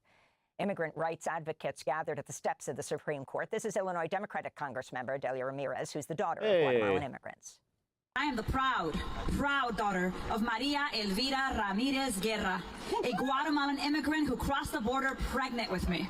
I am a citizen by birthright. I am an American, and every single person in this country, if you're born here, you're an American, period, punto, no exceptions. Am I right? We'll have more on this story after headlines with Columbia University professor, historian May Nye, also a birthright citizen. In another major Supreme Court decision, justices ruled states can prohibit transgender student athletes from competing in women's and girls' sports teams, upholding bans in Idaho and West Virginia. Justices ruled unanimously that the state bans do not violate Title IX, the federal law against sex discrimination in education. They split 6-3 over whether the trans athlete bans are unconstitutional, with the conservative majority finding they do not run afoul of the 14th Amendment's Equal Protection Clause. The ruling was lauded by President Trump, who said on social media, "Big win." Senior counsel for ACLU's LGBTQ and HIV Rights Project, Joshua Block, said in a statement, quote, "This is a heartbreaking ruling. The reality is that the equality of transgender women and girls takes nothing away from, in fact, promotes the equality of all women and girls." We'll have more on this story with the ACLU's Chase Strangio. In a major ruling on campaign finance, the Supreme Court has struck down a federal law that limited the amount of money that political parties can spend in coordination with a candidate for office in their 6-3 Honestly, this just kind of makes like intramural sports even more important. ruling. The court's conservative justices wrote that coordinated expenditure limits violate the We can't all have flowing locks like you, my First boy. Amendment. In a dissenting opinion, Justice Elena Kagan wrote, quote, I the court still need a ushers haircut, back man. in the same opportunities for quid pro quo corruption that the contribution limits were meant to check, she wrote. This comes as a new report by Public Citizen finds cryptocurrency. Oh, Danny, artificial if they ban trans, then you won't have anything to jerk off to. intelligence, big tech, and online betting corporations have collectively spent $294 million to influence federal elections in this election cycle. That's more than half the record $517 million that corporations have reported spending so far. In Colorado, 29-year-old Democratic socialist and first-time congressional candidate Milad Quiros has defeated 15-term incumbent Congresswoman Diana DeGette in the 1st Congressional District primary. Quiros appears to have carried more than half of all votes in the three-way race to represent the Denver-based district. She won despite a flood of dark money spent to quash her campaign while supporting DeGette's re-election. That included funds indirectly funneled by the super PAC operated by the American Israel Public Affairs Committee into outside spending groups, including pro-choice Majority Action. Milad Quiros spoke to his supporters at a raucous victory party Tuesday evening. Dude, Hassan was so awkward the entire time. I kept him in like one of my mini screens just to kind of see like when she was going to go on. He just stood at the bathroom, you know, taking photos with fans and shit. But man, there were a few times where I was just like, he looks very out of his element there. Donald Trump and the oligarchy. Kudos to him. We will not wait. We will not wait That can't be easy. ICE and pass Medicare for all. We will not wait to put an end to the politics of the past, to get big money out What of are the results on Steven Seagal? And no, all I do is win, win, win, no matter what. We will not wait to end the genocide in Palestine. Also on Tuesday, Colorado Democratic Senator John Hickenlooper Everybody's survived a hands strong go up. DSA in the house, and they stay there, and they stay there. primary challenge from progressive state Senator Julie Gonzalez, who was backed by the Democratic Socialists of The America. thing is, I'm probably In not immigration too news, far off hundreds where of they thousands actually of immigrant children facing deportation orders are I having to did represent themselves play in that. court. How That's can you according to not? the Bureau Sometimes you Institute need of Justice and Dropsite News, which looked at federal immigration data that showed more than 400,000 immigrant children have been forced to appear in court without legal representation. In related news, a federal court in Denver, Colorado, is the latest to oppose the Trump administration's efforts to indefinitely imprison immigrants, most of whom have no criminal records without access to a bond hearing. This is at least the fourth time a federal court has rejected Trump's mass detention policy. Advocacy groups have filed a complaint on behalf of dozens of immigrants who were deported from the United States to Ghana and then returned to their countries of origin despite their fears they could face We torture. live in like how do we live in a society that can watch what they were just doing right there and be okay with that? The complaint was filed with West Africa's top human rights court, accusing Ghana's government of complicity with the Trump. All just from the idea like, well, they were here illegal. Like, get fucked, you xenophobic assholes. Like, administration seriously. and deporting the immigrants, some to the Well, countries. you want open borders. You guys are just no. You guys are just racists. That's what it is. You're just racists. You can't acknowledge the ones that actually fucking pay their taxes, the ones that you benefit from. Like that. That's what I can't stand. Is just the disingenuous way that they like go about it, and then they get mad. So you know what? Cope. You're a racist, and just admit it. Like, just own it. You live in this fucking 2026 that Trump has cultivated. Just own it. They had fled to, and others left stranded in third countries to which they had Clutching your pearls. no ties. The complaint involves 27 of at least 60 immigrants who've been deported Get used to your fucking white Mexican food, because oh my god, to dude. Ghana since September under Trump's so-called. There's nobody that makes me more angry than some fucking schmuck that is like just blatantly racist, but then they're taking advantage, you know. Oh, I love me some Chinese food, love me some Mexican food. Third country. I'm going to one of them Indian restaurants, you know, I like some tikka masala. Agreements. And thousands of people rallied in different regions of South Africa for another round of anti-immigrant demonstrations Tuesday. Vigilante violence against African immigrants has soared across South Africa in recent months, driving many people to flee in fear. Thousands of immigrants, most from Zimbabwe and Malawi, have requested consular support to evacuate South Africa as they're living in constant fear of violent harassment on the streets and attacks on their businesses by xenophobic groups. Among their targets is Princess Ajay, who grew up in South Africa since moving from Ghana as a toddler. She's been sleeping on the streets outside a government office in Durban since May when an anti-immigrant mob broke into her hair and beauty salon and looted it. Always awake because we don't know when they're going to attack us again.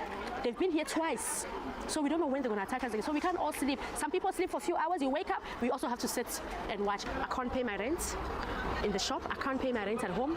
I can't feed my child. I can't feed my family. Everything just went zero. My whole life just went zero. And those are some of the headlines. This Yeah. is Democracy Now!, Democracy Now! Yeah, but meanwhile, you got to think of the, you know, fat, white fucking, you know, immigrants that are getting pushed out of South Africa because, you know, they totally didn't do anything fucked up.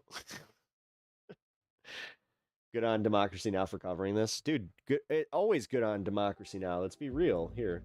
Everybody go and follow Democracy Now! If you do not already, you really need to. I think that is ridiculous if you watch this show and do not already support them. But also, yeah. All right, so we're gonna move on to the next thing here. Oh yeah, we get it. His fucking Bitcoin. Like, the thing is, I keep seeing this thing about like it turns out that Trump, you know, has $2 billion from like Bitcoin investments, and just in general, he's profited $2 billion, and you got, you know, the only people that are acting shocked are the news. His own supporters are okay with this, and then you have all of us that were just like, and what? It's like, yeah. You know, but he gave up his presidential salary. And then he gave a contract to his kids, his kids invest into a fucking firm that has tasers, and then that's the one that gets the government contract. Yeah, totally. Yeah, you know what? Hunter Biden. Nah, Trump Jr., dude. Trump Jr. is one of the fucking most corrupt people on the planet. Fucking Donald Trump and his family, they really are some of the most corrupt people on the fucking planet. This is the most corrupt administration ever. They are just blatantly corrupt. And the thing is, you guys are too dumb to fucking realize it. You know, this is why it is kind of funny to me. Anytime that I hear a Republican or some dipshit like Trump supporter always talking about like, oh, the fraud, the Somali fraud. Get fucked, you stupid assholes. You really care about fraud. You care about the money. It's kind of like I said, just admit you're a racist. Just admit it. Just admit it, dude. Why? Why can't you guys just own it? Fuck. According to some, I've heard that, like, hey, you know what? You might even get accepted if you just own it.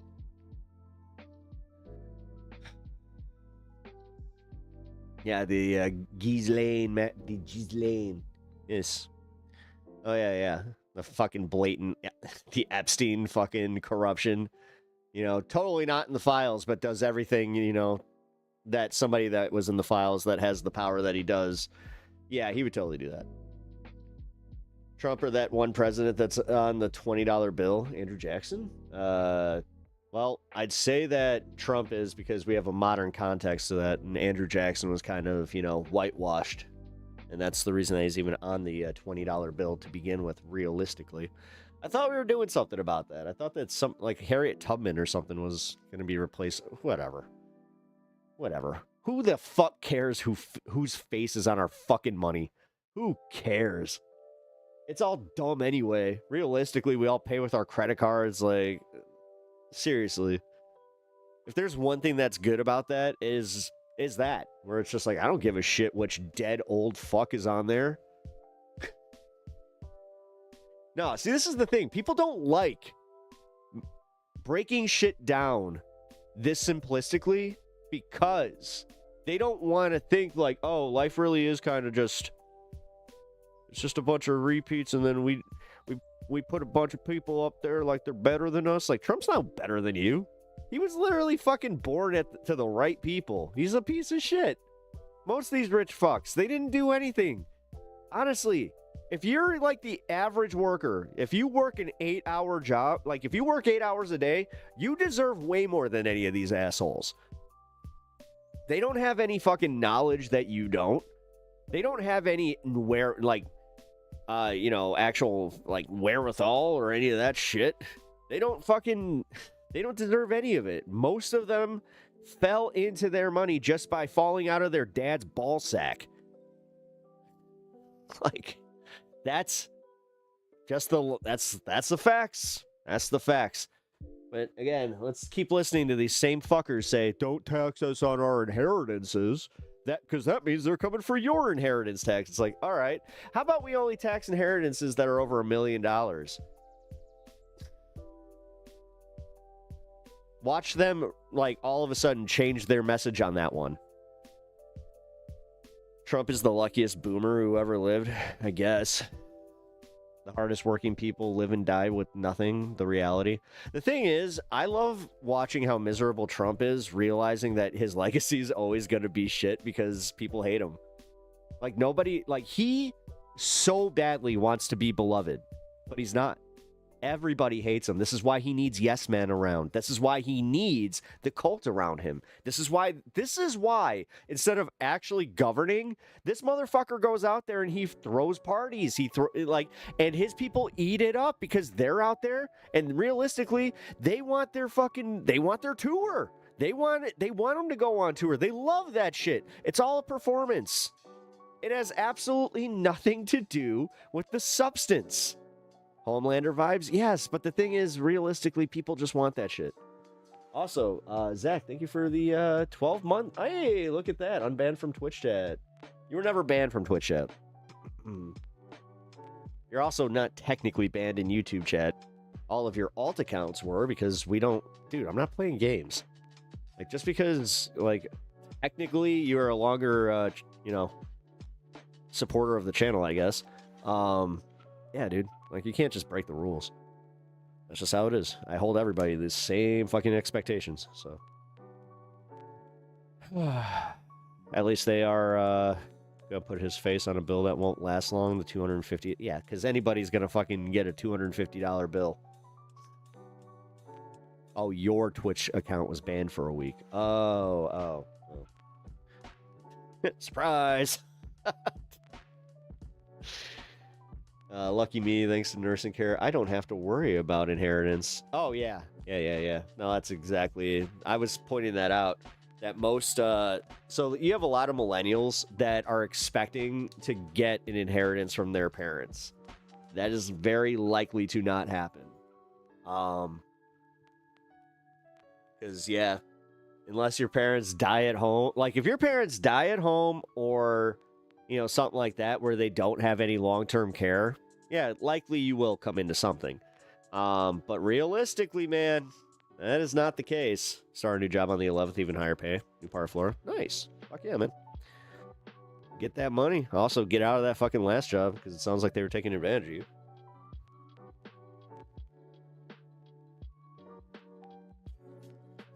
But realistically, I'm probably not the best one to, go at this. Because, yeah.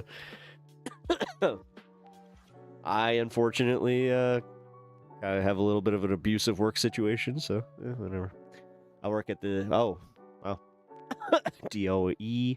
Guess who's sending 3,000 plus new ICE agents to New York in August? This is why Republicans will win again in 2028. What? That's fucking moron. So you're just saying, oh, so through voter intimidation, they're going to win? God, this is why it is so hard to not use the R word sometimes. It's because from idiots like this guy. Uh-huh. Also, that's not how this works. But whatever, man. Also, why would you tell me you work for the DOE? What does that have to do with anything? Fucking A. Okay. Going from 60 a berry to 75 a berry. Nice. You think people will lie down and take it? No. No, especially New York. Yeah, okay. Play that game. Zohran Mamdani is very, very popular. His programs are pretty popular. People are starting to kind of feel pretty good there, man. But, yeah. Luigi's cooked. How? They're talking about a mistrial, dude. Like, they're talking constant mistrials. You got prosecutorial misconduct. Like, dude, I don't know, man. There's a very good possibility that he could get off. And do you understand what that would do to the ruling class? Like, yeah, I'm pretty sure that no, he's not. He's technically an alleged murderer. This is where you guys are fucking dumb as shit. And I get it. You guys, like, all the brains cannot be shared. So, we do pity you, unfortunately, for not getting your share, but yeah.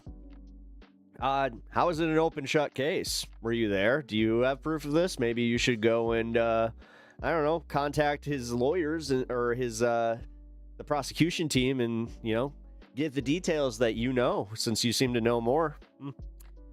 Trump is guiltier than Luigi. That must be the current admin's Department of...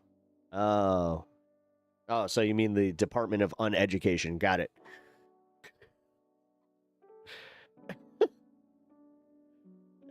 Fun times. All MAGA share one brain. That kind of explains it. They realistically are some of the dumbest fucking people I've ever met in my life. And ever seen on YouTube. Like, holy crap.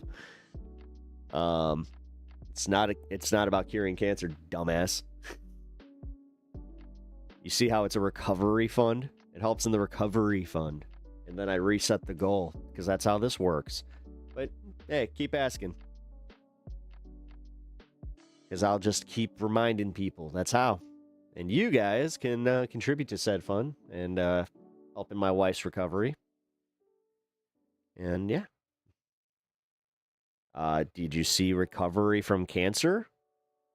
She had surgery to get the cancer out. And we have lots of bills because we had to get the cancer out. Because we live in America.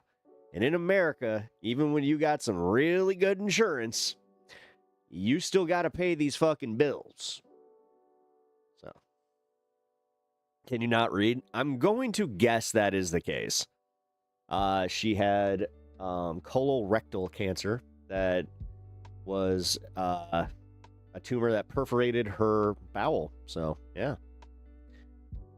She's going through it, man. Since you're so nosy and you want to know. I'm assuming that you want to know because you're genuinely curious, and you're also one of those guys that it's going to feel kind of bad where it's just like, oh, shit, Jesus. Insurance must not be that great. No, it is, actually. We have, like, the blue plan. Like, we're good. Like, the thing is, even with the insurance being what it is, her treatment costs so much that we owe close to hundreds of thousands of dollars for all the stuff that the insurance didn't cover. Or even the stuff that it did. Yeah, because it's only a percentage. That's how that works. Otherwise, hey, JRS, how much is your insurance plan per month? What do you pay? No, seriously. Or what does your work pay if you're on Cobra? So, no, since you want to be an asshole about this, then you know what? I'm going to call you out. What is the great insurance that you have that you would not go through this? So, explain now. Otherwise, you're getting banned. If the next thing you say is not what insurance plan you have, you're out. Who wants to do the honors with this one if he doesn't say his insurance plan? I'll let my mods have fun with you. I'll let them toy with you. Because I have a feeling you're not going to say anything. And I definitely know you ain't going to fucking donate. Like, he ain't one of those guys. And likely, probably have no money. So, let's be real. Let's be fucking real. I doubt he has insurance. I saved a video of a creator browbeating the insurance company for charging over $1 million for an ICU stay, over $84K to the parents for 89-day stay. Whoa, 84K for 89 days. Jesus, that's crazy. He probably has Medicaid. Oh, he's either on Medicaid or he doesn't have insurance. Like, I'm going to go with those two guesses. Yep. Your pay stub? Yeah, you don't even know. You dumb motherfucker. You have the same exact, like, it's a Cobra plan, you dumb cunt. Like, get out of here. God damn. You really don't get it, do you? Cool. Yeah, see, this is the perfect example of someone I have zero tolerance for. Somebody that has like the balls to come in here and talk like they know what they're talking about when it comes to insurance and, why I would be trying to raise money for cancer recovery. It's a Cobra plan that they pay for, numbnuts. They pay that side. Then this is what happens. You have to go on disability for anything. You have to make that up. That's how that works. You fucking retard. I can't with you. I can't do this with these fucking assholes. Get them out of here.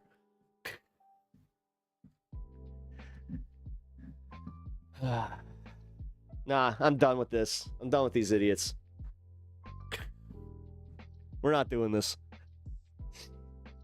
No, it's for oh my god, dude. Like I said, no. I meant like this. Okay, there we go. Bye, JRS. High deductible health plans have been all the rage for a while. Yeah.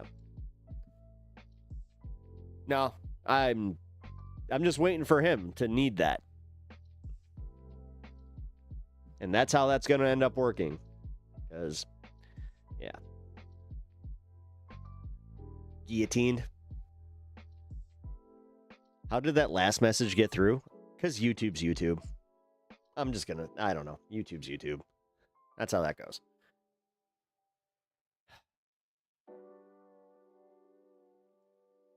Sitting here acting like they're never going to go through it themselves. These are the people where I just say it, guys. Like, I hope they do. I'm not that good of a person. I genuinely kind of hope, like, bad things happen to them because they really do deserve it. They're the people out here acting like it could never happen to them. Hey, Sophie, how's it going? Stopping by to say hello. Well, just stopping by. Well, I'm glad that you're here. Thanks for never going to the doctor. My insurance is great. Oh, thanks to never going to the doctor. The power of Thanos Snap is should be one power no one should have. Oh, so you're saying that content creators shouldn't be able to ban people? That's one of the dumbest takes I've ever heard. If that's what you mean by that. No, actually, I love that power. I don't have to tolerate idiots. I don't have to. I just do. Because I actually have more of a tolerance than most creators. I don't just ban because people disagree with me. I usually have to have a good reason. That guy, that was a very good reason. Can't convince me that American healthcare insurance isn't a scam. It is. Dude, it's literally to keep us employed.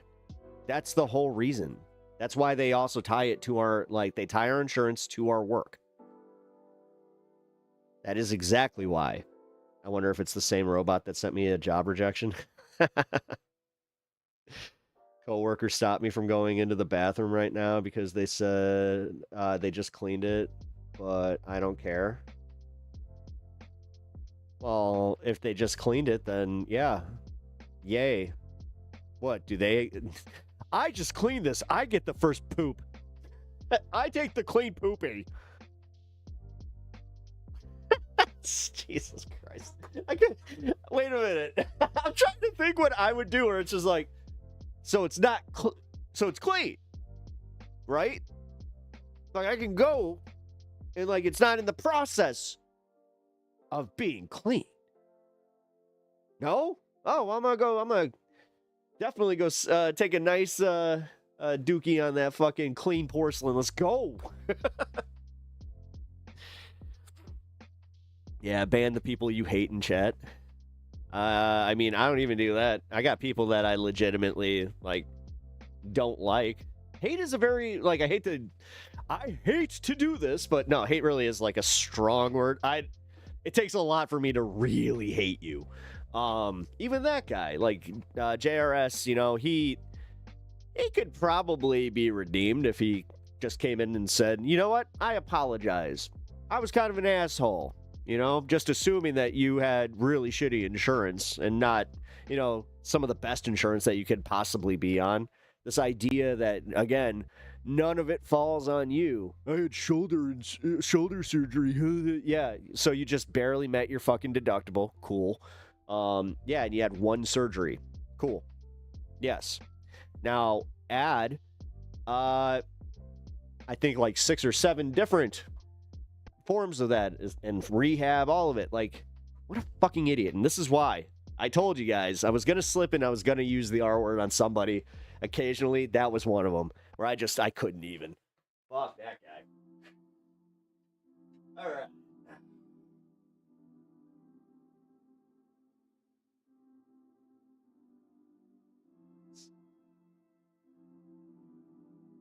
One of these days, I will go a long time, and I mean, like, more than just a few days without saying it. Like, hey, I'm getting better, okay? I'm working on it. Latino Mafune is correct. Not just to keep us employed, but to give employers leverage over workers. Yeah, absolutely. Yeah. Yeah, it's literally, yeah. It's the system. It's the fucking system.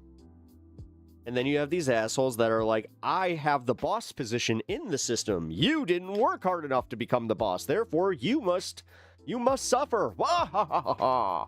Even though we need your labor. And we do not pay you fair wages for your labor. Oh, you're withholding your labor and now I can't make any profits? Oh, no. God damn, dude. You know how many times, like, I watched, like, a bad boss or a bad manager make a decision where you're just like, you do understand that just cost this company way more money. Because they would just, oh, it's our policy, miss. We don't do, no. Like, and I've worked for other companies where you would argue they go almost too far in like, giving refunds, but they want to maintain having their customer base. They understand that having a $20 fucking payout on something that, you know, oh, okay, so we lost a few dollars here, you know, if they don't do that, that could translate into them losing thousands of dollars from that potential customer. I know, this is the bitch about capitalism, and realistically, this is what really fucking pisses me off, is how many people that are bad at it, that just, like, don't recognize that don't recognize the basics, and they somehow succeed. I hate that shit.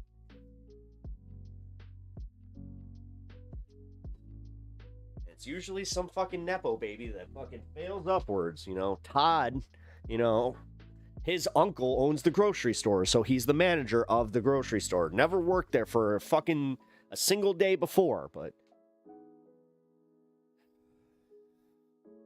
you know why Todd gets that position? Because he protects the interests of his uncle and the company, not the employees. Why would he do that? Capitalists generally aren't good at business. Yeah, they really aren't, actually. It's kind of funny. My dad, I could argue the same thing, where it's just like, yeah, you know what? He really wasn't that great. He did, like, he obviously did some things that made him successful, but some of that shit was shady as fuck that did come back to bite him in the ass, where it's just like, all right, that short-term win kind of turned into a long-term L, but okay. Capitalists are good at stealing wealth. Yeah, you could argue that they're just thieves. But yay. Okay, actually, you know what? Let's find out the results of this Colorado election. Now, we're going to do it. Holy shit. There's still no call. So Barb and Victor, our boy Vic, we'll just call him our boy Vic, you know, Meanie Bobini Barb. Yeah, so the meanie Barb, or actually I think she was mean too. She is up by 0.2 percentage points. Our guy, Vic, 39.7, she's at 39.9.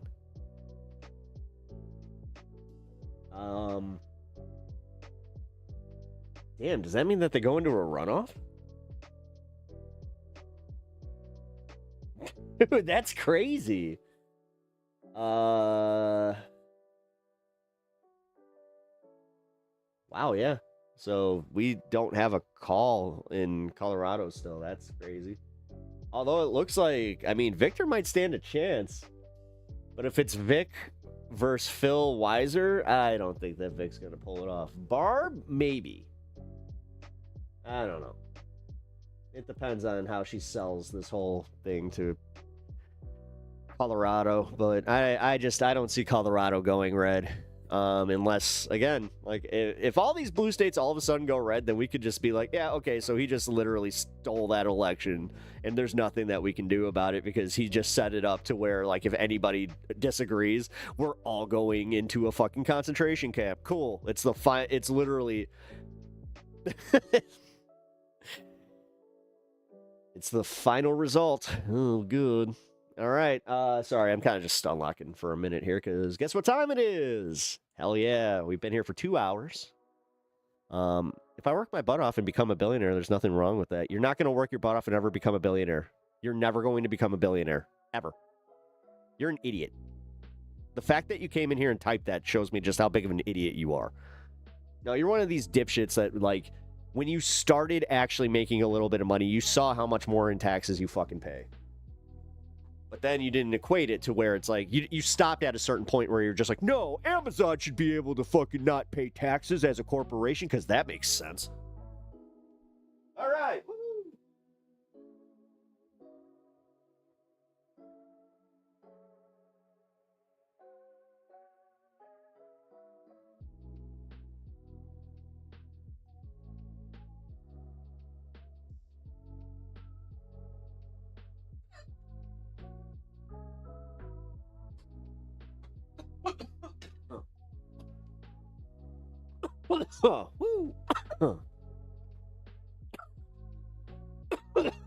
No, you can't.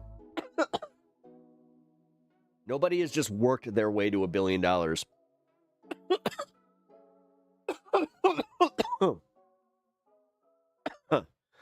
Acquisitions, all of it, but whatever, dude. You're an idiot.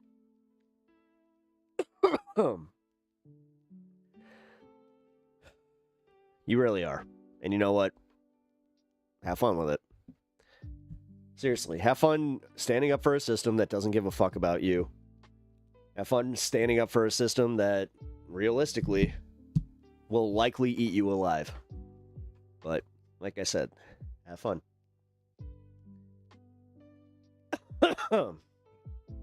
Yup. Yep, dandy. That is it. No, it's not about lazy and ignorance. It's about knowing. I do not know or have not seen, and I have worked in an industry where I got to meet a lot of billionaires. Not one have I met that was self-made. It was all like, 3-4 times the generational wealth, Most of them, it was about having investments and maintaining those investments. No, it's literally like, dude, if you don't have enough money to invest in all the stocks that are going to make, the current billionaires more money, then you're never going to be a billionaire. You want to talk about ignorance? You're the fucking idiot that doesn't understand it. You're the fucking idiot you're sitting here praying that one day you're going to get there. Oh, not even praying. You're probably one of these morons that genuinely thinks you're going to get there. Like, you really think you're going to be a billionaire. That's funny. That is really funny. Oh, it's not that I'm mad that you have a different opinion than me. It's that your opinion is just such shit that it's making you a class traitor. So I have literal zero tolerance for class traitors. For anybody that's in here not recognizing that you could lose everything just by having just one bad thing happen to you in America, that is where I just say, no, you're a fucking moron. And it does explain why, like, there is this huge difference between liberals and conservatives. Conservatives, they live in a world they don't recognize that. Like, conservatives genuinely have the attitude of, I don't need insurance because I'm young. Nothing bad can happen to me, because they can't conceptualize it. They can't conceptualize a car accident. They can't, we got to get a kid in here that rides a fucking motorcycle, and trust me, he hasn't conceptualized the fact that, oh yeah, that's likely going to contribute to his demise or significant injury. Thus, that would contribute to him not being able to work, and then, well, that would just mean he's a failure, right? I remember that exact argument we had. But, yeah. Dude, the only one that cares about trans people in sports is you. Genuinely. Hot take? I don't care. Make intramural fucking sports a thing. I played fucking co-ed intramurals, and it was just fine.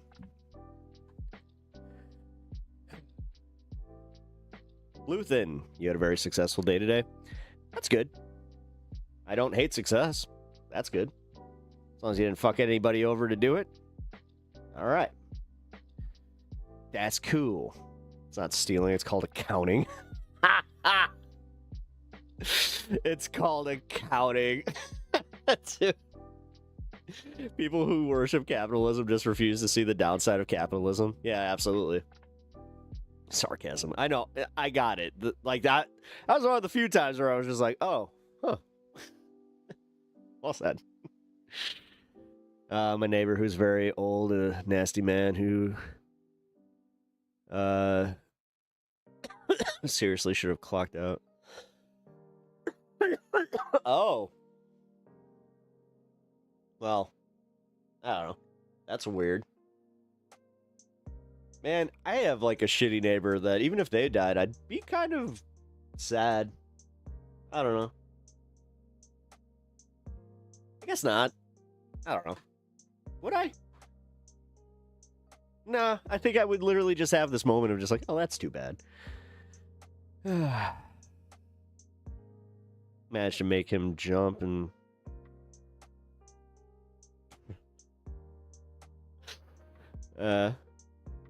my neighbors don't like to wave. My neighbors don't like to wave either. I have some. Like, we have, like, actually, we have a pretty decent amount of people that do wave. But, I don't know, man. We got a mixed block because, yeah. Some of them kind of suck. Whatever. If I died, wouldn't you be sad? I mean, I guess, Jerry, but I don't think your kids would, you know, assuming you have them, and that they actually still talk to you. I'm assuming your kids wouldn't be like, hey, random YouTuber that my dad used to go and frequent to try to, you know, troll and just, I don't know. You spend a lot of time here for someone that does not like me. Gonna say. It's kind of odd. But, all right. I think you guys might understand that TDS a little bit more than you guys are letting on with how much hate watching you guys do. You got that PDS. Hey. I realized capitalism sucked when my parents needed multiple jobs. Things were still expensive. Like, okay, this shit's rigged. Yep. Yeah, I had it when, again, I went into the jobs market and, like, my dad did not prepare me for that shit. I was just like, oh, man. Like, this really is crazy. Like,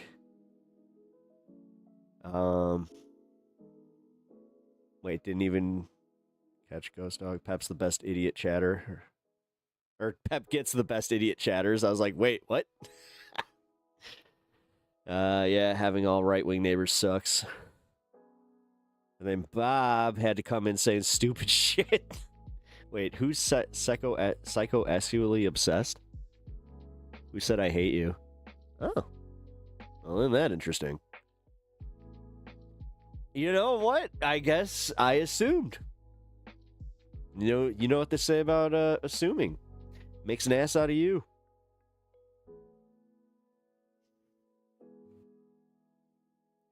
Right, because everyone who works hard gets everything they want. Yeah, exactly. That's my whole point, man. Like, dude, seriously. Like, that's what pisses me off, is the fact that they just can't conceptualize it. They're just like, oh, wait. So, my neighbors are mostly nice. I'm gay and you have a boy. Oh. Well, okay. Yeah, okay, so it was like the bigoted old man that was kind of being an asshole. All right. I'm sorry you gotta deal with that shit, man. It sucks.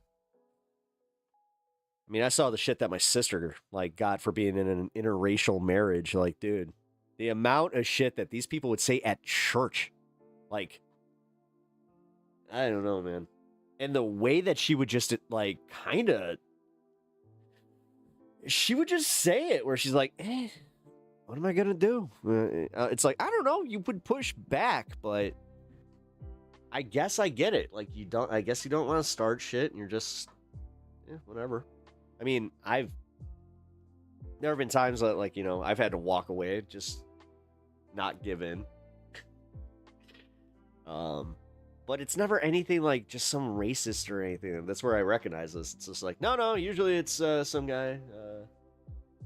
Usually me being in the position to go and, you know, check somebody because of somebody else. Or, yeah. Like, this is why with the trans shit, I'm just like, shut the fuck up, you idiots. Jesus Christ. These are the same assholes that are just like, I wouldn't love my kid if they came out as gay. It's like, yeah, we know, man. I coming in with my different opinion to harass you, all in good fun. I like harassing you. It's all good fun for me. Yeah, I was about to say, well, okay, if you don't there is a larger problem there, Bob. But I don't think he gets it. I'm gonna go out on a limb. I don't think he gets it. I need help on how to handle my awful neighbor. Just ignore him. Realistically, just ignore him. The best way to deal with it is if he's actually harassing you, let the cops know. Also, just be like, dude, okay, like, this guy sucks, all right? But that's the difference, is like, you need to figure out if he's actually like dangerous. Because if he is, you've considered a water cannon, you will get arrested for multiple things if you do that. Especially if he's on you're on your property. Ooh, but he's gay. Oh, so he's just an asshole? Oh no, then just leave him alone. Leave him alone. And no, don't use a water cannon. You think he's jealous? Probably. Yeah, he probably is. He either wants you or your boyfriend. Like, yeah, dude, that's usually how this goes. Like, it usually stems from like a place of jealousy or some shit like that, or inadequacy or whatever the fuck. You know, dudes be weird. Like, dudes be weird as shit. In the gay community and in the straight community, just straight community. Even saying that made me go. Yes, because we have such a community. God, being straight and white, it's just like, yeah. It's definitely, it's like milk toast. It's just, I almost feel like I had to work extra hard. It's like, no, I at least got personality. I got some spice. That's why I got my last name, Otherwise, yeah, I'd probably just be like very boring white dude, Pap, remember those old super soakers that would peel up skin? Yeah, dude. Yeah, no, I do. Yeah, the ones that had the freaking the adjustable jet stream, and then you put so much pressure into it that yeah, dude. Oh yeah, those were the days. Those were the days. Good, he's back in town. Would love to catch up.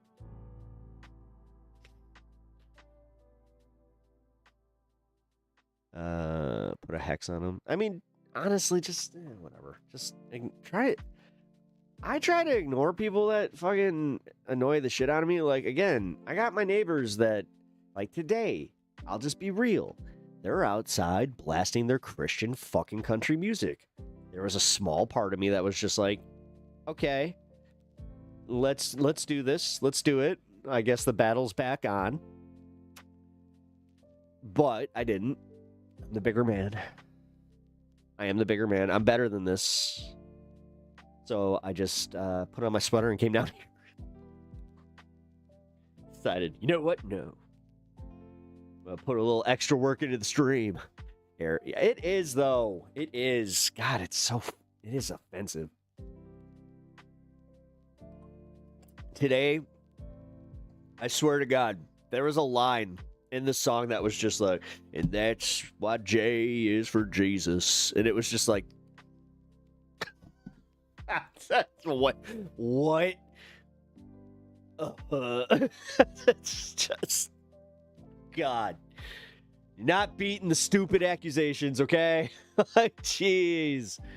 And I'm sorry, man. Like, does anybody who actually likes country music ever, like, hear something like that and just be like, oh, that's why people make fun of us? Okay. Rebecca, what's up? Good to see you. Welcome to the stream. I really appreciate having you here. I hope you had a fantastic morning. I hope you had a fantastic day yesterday. I hope your pal, I can say it, chronic. Yeah. I hope your dog's good. I had to freeze for a moment. I was like, I think I can say that on YouTube. Yeah. Why would that be a problem? Christians really don't help themselves with how they market their religion in their communities. It's not even about the marketing. It's about how they act. Funny enough, like that's the weirdest part because like they're always about like it's not about what you say, it's what you do that matters. And yeah, you know that feller Jesus, he's all about that. He's all about that, you know, do unto others, blah blah blah, and you know they love to be like, yeah, but he was also, you know, you need to believe in him. If you don't believe in him, then we're better than you. It's like nowhere in the Bible does that. Does it say that? I'm sorry, it just doesn't. Fuck, you guys misinterpreted the whole like going to heaven thing too, and what heaven actually is. There are multiple accounts that make heaven sound a lot scarier than you want to acknowledge. And also, I don't know, we don't talk a lot about the dragon in the Bible. We should talk more about the dragon. Yeah, if you guys don't know, there was a dragon in the Bible. The Nephilim, you know, they just started talking about the Nephilim because recently they had that weird UFO release where they had the one that looked like the imagery of the Nephilim, and it was just like, oh my god, it's one of the angels. It's like, so you're telling us that the angels are indeed one of these murderous species that can essentially wipe out entire civilizations? Okay. Huh. And have, according to, you know, lore, but whatever. Nephilim. Or Nephilim, whatever. Don't you hark on my pronunciations, okay? Like, why hark? Hark the herald, the Nephilim sing, glory to Satan. Got the swerve. Hi, bye, bedtime. What the fuck, Kirk? What the hell? You fucking opened the door. Hi, good to see you. Bye. Gotta go to bed. Well, all right. Good night, Kirk. And also, great to see you, man. I hope you're doing well. Fucking A, man. Miss you, bud. For anybody that doesn't know, Mr. Kirk Official Music over there he did my wonderful intro and outro. Also is a bit of a musician himself. You guys should go follow his channel at Kirk Official Music. Busy season and all. I'm assuming that's why you have not been around. You know, people need their HVACs and all that fun stuff. But man, I'm glad that you at least stopped by. We got at least a little fix. Awesome. No, for real, dude. I hope you're doing well. And yeah, hope to hear some more music coming up in the fall, winter here, where you get a little bit more time, and get to see you a little bit more. You were definitely missed, man. We've been having fun here. I don't know. Been going through some shit, but we're still maintaining the fun vibes, man. Still maintaining it all. And yeah, I'm not sure if you saw it, but uni is on the mend here. So we can say cancer-free. Not fully remission, but cancer-free. And yeah. Oh, you have been listening. Oh, cool. Awesome. Well, then I don't need to explain it all, dude. That's awesome.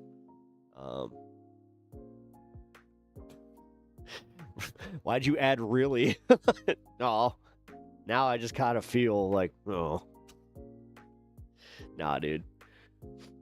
Yeah, I don't blame you. Whatever. You got shit going on. But like I was saying, the big thing is more music. Kirk, actually, you know what? While you're here, this is one of those moments I'm gonna put you on the spot. Uni for real said this shit that your album is one of her favorites to like that helped get her through her bad times here, and I'm not even fucking joking. Like that was, I even told her, I'm like, I'm gonna tell him that. So, yeah, get that blush out there, buddy, because guess what, you're getting some compliments. And yeah, dude, that was awesome. She would put it on a lot, and still does. So, you got a fan there. She does still want that vinyl wherever you do get a chance, if you ever get to press that, because I know that it wasn't working out, but she really does want a physical copy of your album. So Kirk's music is awesome. It is. It's deep. The dude definitely, yeah, I feel bad. That's why. Oh, don't worry about it, man. For real. You know, I'm just happy to have you here. Hey, do you support Palestine? Yes, I do. Yes, I do. Although, I hate the fact that the reality that we're living in means that they're likely not going to have a country. Like, we keep saying, like, two-state solution. It's like, dude, they're not even going to, like, no, they're going to end up literally being, like, employees to their own nation. It's going to be weird, man. Bet. That will be my weekend project. I'll record it. Oh, dude. You don't understand what that means to her. Like, for real. I think she's taking a nap right now. But yeah, man. Thank you, man. It means a lot to me. Because, yeah, man. You definitely got a fan there. And it's also funny. She does, like, promote your music. So you've gotten some listeners. I know that, like, where she worked, she got all of her staff to listen to you, and I know you got some follows out of that one, and yeah. She's just been like, oh, I just want more music. So if you do have any unreleased music, or you got something that you want me to play, just remember, just shoot that to me, man. I'll start the show, or put it on, do the WPEP thing. Ah, man. Yeah. Oh, thank you, Natch. Appreciate that. Yeah, we still promote your stuff too. Also, I hope you're doing well, like in general. Hey, also, man, I'm throwing too much at you. You said you were going to bed. I don't want to fucking overwhelm you. I was going to ask you if you're voting for Plattner, because I was genuinely curious what you think about the guy. And you're like the only Mainer I know. I was like, oh crap. Give you a chance to use that radio voice. Yeah, no, I need to start doing that. No, what I need to do is I need to go back. I need to like go and take those timestamps. I have got to put that together. Cause yeah, Plattner for Prez. Hell yeah, dude. I thought you would like him. I don't know, man. He's got a good vibe. When I saw him wearing like these giant work boots, like talking to these people in like random coffee shops, and just like, you know, his town halls were held at freaking, you know, general stores, I was just like, I think this guy's gonna win. And not just win, but I think people actually are gonna like him. But yeah, they'd be going out of their way to get that guy, you know, a little less popular. But I like Susan too, but I'm just into I'm just into old ladies. Yeah, you know. Oh God. Yeah, that Parkinson's, dude. Hey. Yeah, ew. Fucking A. Sophie said hi. To Rebecca. Ooh. Yeah, ew. Yes, very much ew. Give it the little shake.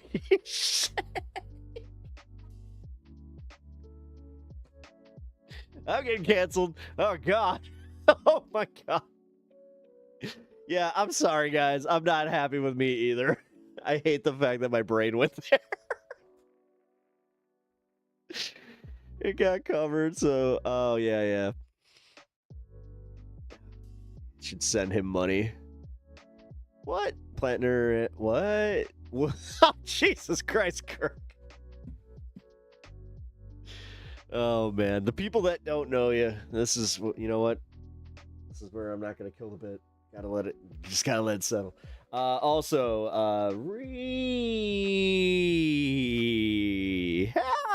hi, how's it going? Yeah, if you guys are chilling over on Twitch, it's good to see you. Hope you are enjoying yourselves. If you haven't already, yeah, consider following. Also, if you got them Bezos subs, you know, he would hate it if you gave that to me. I need to make a commercial about that where it's just like, that's how I'll get those Twitch subs. What's the scoop today so I can add my 2 cents? Oh, hey, name. Good. Welcome back. What was with that? So he got it and didn't know. I mean, I think that him and his squad got they didn't know it was a totem cough. Like, and then maybe they found out later. I don't think they did. That's why he never got it covered until he was running for something and they were like, hey, and he was just like, that's a shit. It is, isn't it? I think that realistically, that's the moment he had where he's just like, oh, crap. Love y'all. I'll stop in soon. Awesome, dude. Resend her updated top 4. And yeah, dude. Unless it might be the same top 4. I'm pretty sure it is, but here, I'll just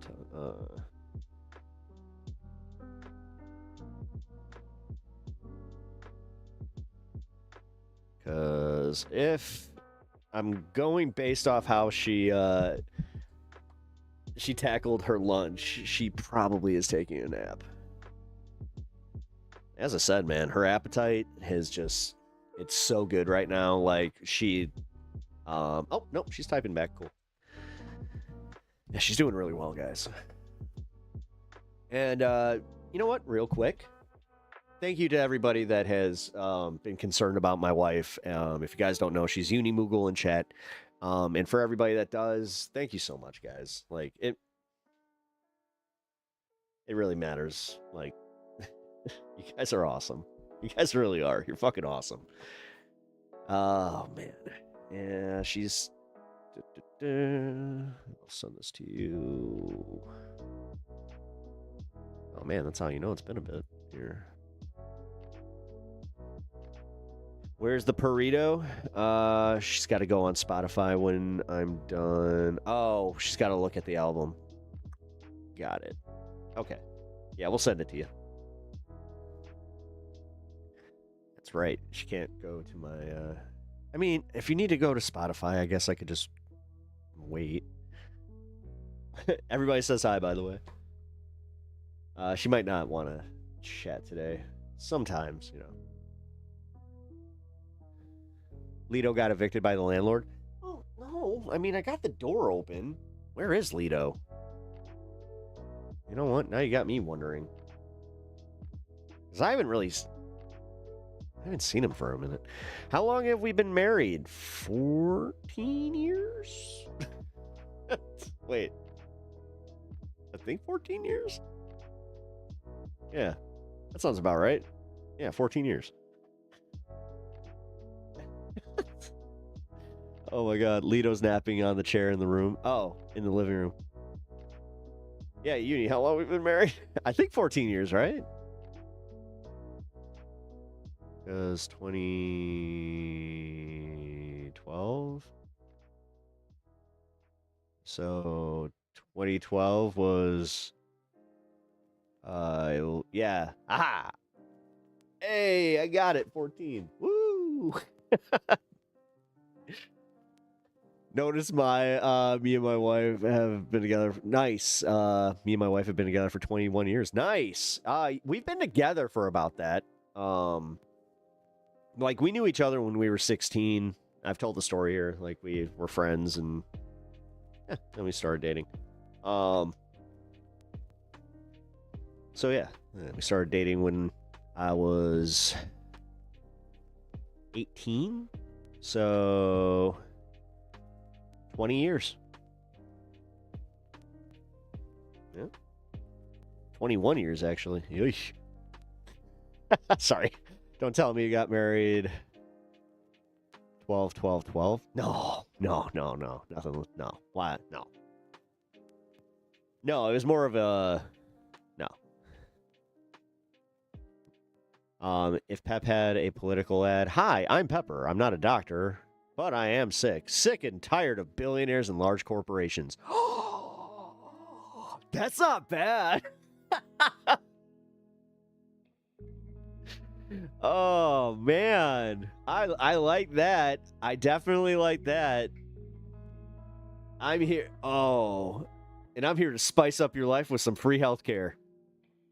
Wait, is that cringe? This is why I shouldn't write my own stuff. What? This is why I shouldn't write my own stuff.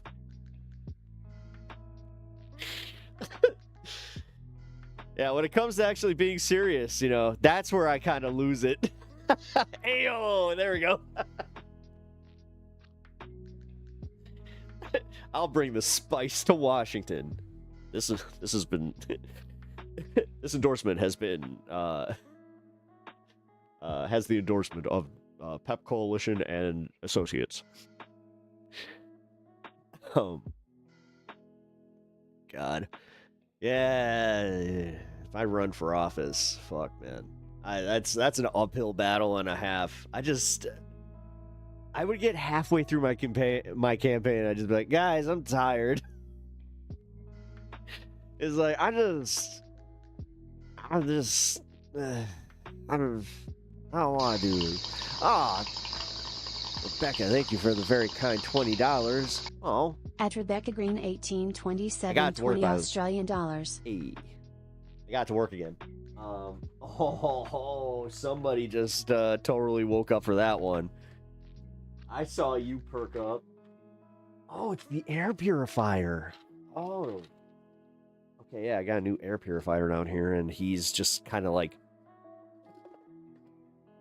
Do you not like it? What's up, Stan? Oh, you're just like... I gotta turn around.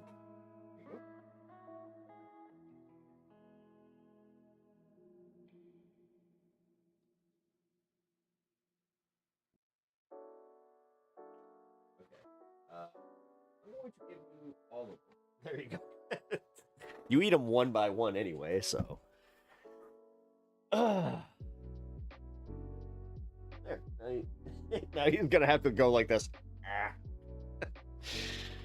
Oh yeah, the smell. Yeah, no, the smells must have changed. That's what it is. No, because I mean, I can tell. This thing rules. I can breathe. Leto for warden of Kitty Arm Jail. As you can see, the criminal has become the warden of the prison. All of a sudden, he just starts talking to me like Sean Connery. Oh, yes. And you thought that you had all the cards. Well, my friend, it turns out that you are now the one in Kitty Arm Jail. Why don't you say this for me? Meow. Pish, pish, pish, pish, pish, pish, pish. He's just... He's got the votes. He's got the accent. Hey, vote for me. Vote for Pep because, why not? Leto is totally... Oh, yeah, no. Wait a minute. I see that you are now the one in the prison. Let me tell you something. He's looking at me like he knows you're talking about him. Leto, you are an intuitive cat. That's all I'll say. He's so cute. I love him. Here, you need to send me a pic. All right, let's see. Oh, look at this little bugger. This is him while I'm talking about him right now. Oh, he is... he is groggy as shit.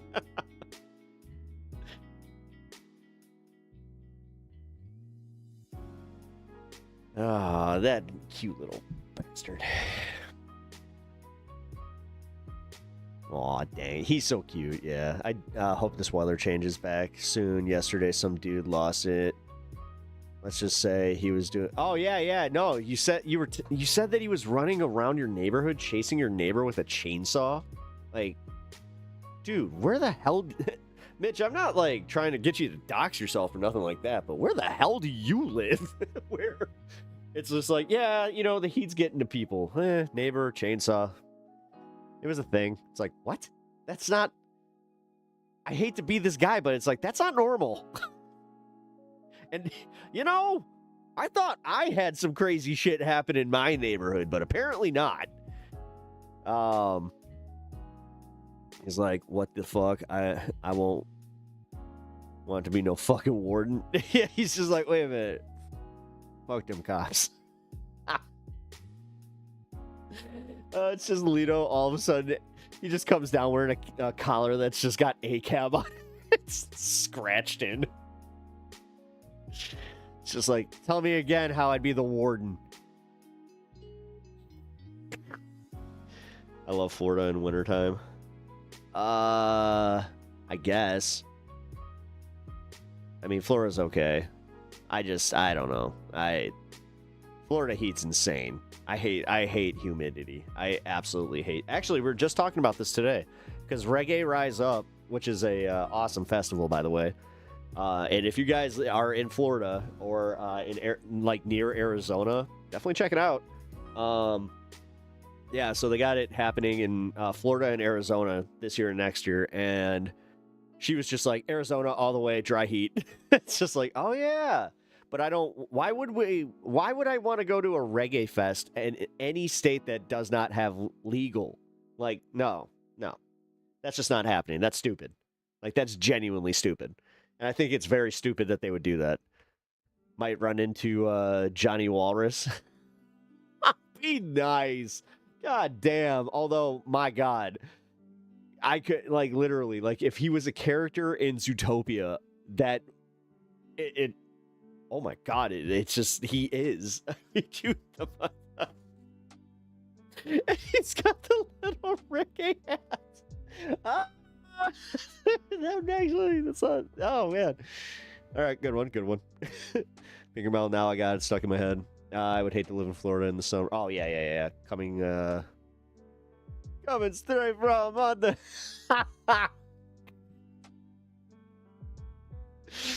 Oh, man. The under meowed. Oh, man. We're making Lito sound badass. God, fucking Johnny Walker Dread, man. That guy's a trip. I gotta reach out to him again. You guys, I don't know. You hurt his feelings. I'm gonna just say it. Like, you guys hurt his feelings. He was definitely a little upset. Yeah, dude, he did actually kind of get like, I kind of felt like you put me on the spot there. It's just like, well, yeah, no. And I did push back against that. I just said, hey, man, no, you put yourself in that position. Like, you know, we were just listening to what you said and then reiterating your statements. That's, you know, whoa, his feelings. He decided to read the chat. I mean, yeah, chat, that was the craziest part where I was just like, oh, he's reading the chat? Oh, no. I was just like, oh, that's not great. Because, yeah. Like, he was reading the chat more than he was actually, like, engaging with me at one point where I was just like, hey, are you here to debate my chat or are you here to debate me? And then I was kind of like, well, he's not really here to debate in the first place, I guess. So, uh-oh. That was weird. I thought we were the snowflakes, though. Isn't that always how it is? Where they always just like, look at these liberal pansies, blah, blah, blah. You're such pansies, liberals. Whatever.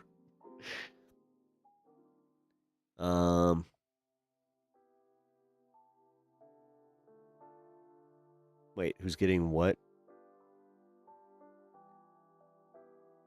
Projecting like they always do. Oh, yeah, yeah. No, they're the best at it. Okay, I just realized what time it is. Okay, so... Oh, shit. I am definitely behind on the stuff I gotta cover. Okay. I really want to cover this election thing. I want to get through this DSA bit. Oh my god, the MK Ultra thing. Oh man, I talked for too long. Let's go. Otherwise, I might have to. A shakeup in Colorado politics. Primary election tomorrow. night gave us some big headlines here in Colorado. Kyle Clark is going to join us live again in just a moment to break down the biggest races and what those results mean for the state. And lightning lit up the sky last night. We know a lightning strike hit a golfer, sending them to the hospital, and another bolt sparked a house fire. Oh my god, the did you guys latest really on both not of these edit stories this down? coming up on 9 News at 7. Plus, wild. Sure, not having very much sleep, but full of election analysis. So, Kyle, can we start with this? What would you say were the three biggest moments or three biggest takeaways from last night? Sure. So big surprises for me last night. And I would say I don't think that there were a ton of surprises, at least not for folks who are following. This is the guy that did the debate. 9 News' political coverage over the last couple of months. The size of Phil Weiser's margin of victory over Michael Bennett in the Democratic race for governor, that surprised me. That he won by 10 points after being down by as many as 25 or 30 points. We certainly thought that him winning was possible, but running up the score like that, that was pretty wild. The fact that Victor Marx and his enormous mountain of money in the governor's primary on the Republican side was unable to overcome Barb Kirkmeyer. That race still close to call. That was another big surprise for me last night. He raised almost. Oh, by the way, I don't know why this just all of a sudden popped in my head, but somebody had pointed out that the reason that Trump wants the voter roll so bad is that he can now cross-reference with all of the data that they've collected with Palantir and all that bullshit, and then see who is technically a left-wing activists, and then they can go and purge the voter rolls theoretically. $1 million. Kirkmeyer had raised about $500,000. Victor Marx was having these Seems big feasible. kind of evangelical revival style events around Colorado, seemed to have a lot of energy around his candidacy. It did not translate electorally, right? Barb Kirkmeyer, who barely had 2 nickels to rub together, was not doing a lot of big events around the state, was just kind of a known name in Colorado politics, has essentially fought him to a draw, and we'll wait to see in the coming days That's embarrassing how the for final him. votes in that race shake out. Those were the That's two not big her. surprises. A lot of people are going to point to what happened in Denver with Democratic wasn't Socialist her. Melat That Kiros wasn't her. beating Wait a Diana minute. DeGette, perhaps beating her by double digits. That's where it looks like it's headed. I would not describe that as a surprise so much unless somebody wasn't paying a lot of attention to where the energy is in Democratic politics these days. Kyle, That you had an intern's just interview like, with no Lauren one's gonna Boebert notice. last night talking about Democratic Socialist Mila Kuros' win in the Democratic primary being a gift to the Republicans. Here's what she had to say. She is a self-proclaimed socialist. And Kyle, I think this is a gift to Republicans who are running on the general ballot in Colorado. So it is certainly an upset. What is your reaction to that, Kyle?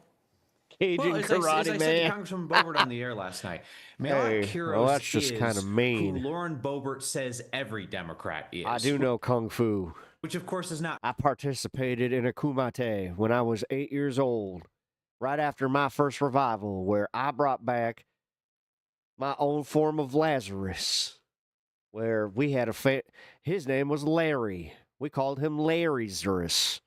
It worked for us, and we dipped him in that holy water, and he came right back after being passed out for a little bit. I mean, let's ignore the fact that I held him under that water a little too long, and then all of a sudden somebody started performing the mouth to mouth on him in the spirit of God, and kept saying, "My mouth to your mouth, my thoughts to your thoughts." Not true, right? And Melat Kiros is a Democratic socialist, right? So that he just all of a sudden starts doing this shit. That's not who Phil Weiser is, or Oh, who this guy's fucking insane. John Hickenlooper is, or who Jared Polis is, or whatever. But I understand why it's advantageous for Republicans to paint Democrats with that broad brush. I mean, he really is not. We're not that far off. I mean, the dude legit said that when he was 8 years old, that he had to participate in the K-ing of somebody. Republicans would not have been stopped from calling all Democrats socialists or communists or whatever else if Melat Kiros didn't win. it's incredibly helpful to them that she did win, because they can say, look, there you go, an actual Democratic socialist in your congressional delegation, likely in your congressional delegation, answer for that. So certainly, like, you know, Republican Gabe Evans, who's running in the 8th Congressional District, north of Denver up to Weld County, he'll have a really tight race in a swing seat come November. He will likely paint his opponent, Manny Rutinel, the Democrat, as a Democratic socialist, just like Melat Kiros. So it is very advantageous for Republicans. All right, Kyle, let's go back to the Democratic side in the race for governor. Phil Weiser again beating Michael Bennet last night. So Michael Bennet goes back to D.C. as a senator. But long term, what does the future hold for Senator Bennet? Not the senator. That is a phenomenal question, Drew. He doesn't like his job. He didn't like his job. He wanted to leave his job. And he said for years how ineffective the Senate is and how frustrated he is there. And Colorado Democrats last night said, hey, bud, don't quit your day job. So he has to go back there. Last night, his colleague, Senator John Hickenlooper, told another media outlet that he's going to try to get Michael Bennet to reinvest himself in the Senate. And I thought that that was an interesting way of describing it. I mean, listen, I don't know. Anybody else who's ever applied for a job that you didn't get, right? It's a bummer. Then you have to go back to your old job.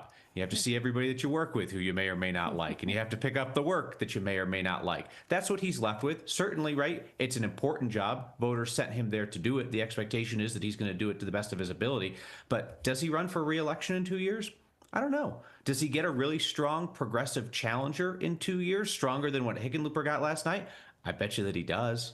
Are Republicans looking at that and saying we need to have a competitive candidate there in case Bennet either retires or gets knocked off by the progressive left? Yeah, Republicans would be they would be well suited to come up with somebody there who would be a serious, credible challenger. So what happens to Michael Bennet? Great question. Wait and see. Maybe when Michael Bennet doesn't even know the answer to at this point.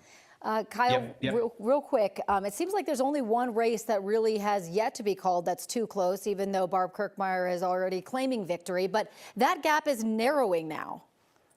The gap is narrowing, yeah, and I think this is one of those things where, like, we want to be careful, like, as we parse words. Like, she said that she's optimistic that she will win. I don't know that she has said that she has won. Victor Marx is also saying that he's optimistic that he will win. The race is too close to call, right? This is the reason why we count the ballots. And the fact is, I would point people to what happened in 2022 when Barb Kirkmeyer ran for Congress in the 8th Congressional District, and she lost to Democrat Yadira Caraveo. It was a very close race. She had every incentive in that race to say, no, keep counting, let's wait. I don't want to concede right now. And she looked at it and she said, no, the votes aren't going to be there for me. They're not outstanding in the right. All right, here, let's go here. All right, good morning and welcome to Breaking Points, another Wednesday, another socialist celebration. We'll get to that in a moment. But first, we do have a newsletter now. Yes. Sign up for it at breakingpoints.com. If you're not... Get to the news, please. We need the news. Is support at supercast.com, right? So Supreme Court said, hey, this thing that has been legal for 200 plus years, birthright citizenship, still legal, caused a huge freak out on the right. The ruling came down after you guys were doing your show yesterday, so we'll talk about that and its fallout and the various crash outs that are resulting from it. And yesterday, as Emily flagged, there was sort of a first of its kind since the church committee, maybe, not exactly as meticulous, but still, we'll take it. MK Ultra came in for a lot of attention on Capitol Hill. Tom O'Neill and Stephen Kinzer testifying, called by Republicans. Tom O'Neill and Stephen Kinzer called by Republicans to testify in MK Ultra. This was the CIA's mind torture program, their hunt for a mind control drug in the 50s and 60s. Yes. And much more. And Stephen Kinzer's seminal book on the subject. 1.25 time. I have to with this. Our own Ryan Grimm here. It's Ryan Grimm and Emily. Like, the second that I saw it was them, I was just like, ugh. Yes, as you noticed, I didn't even realize that. That was very cool. Yes. So we'll dive into that and then also be talking a little bit about what's happening in Israeli politics. Yeah, more evidence that Israel enacted the Hannibal Directive, which they had legally gotten rid of in like 2016, which is a doctrine that says if there is an effort by Palestinians to take Israelis captive to trade them for prisoners, because it is kill crazy all the that Palestinians like and the Israelis while it's happening, so that there's nobody to exchange. It's so gross and inhumane.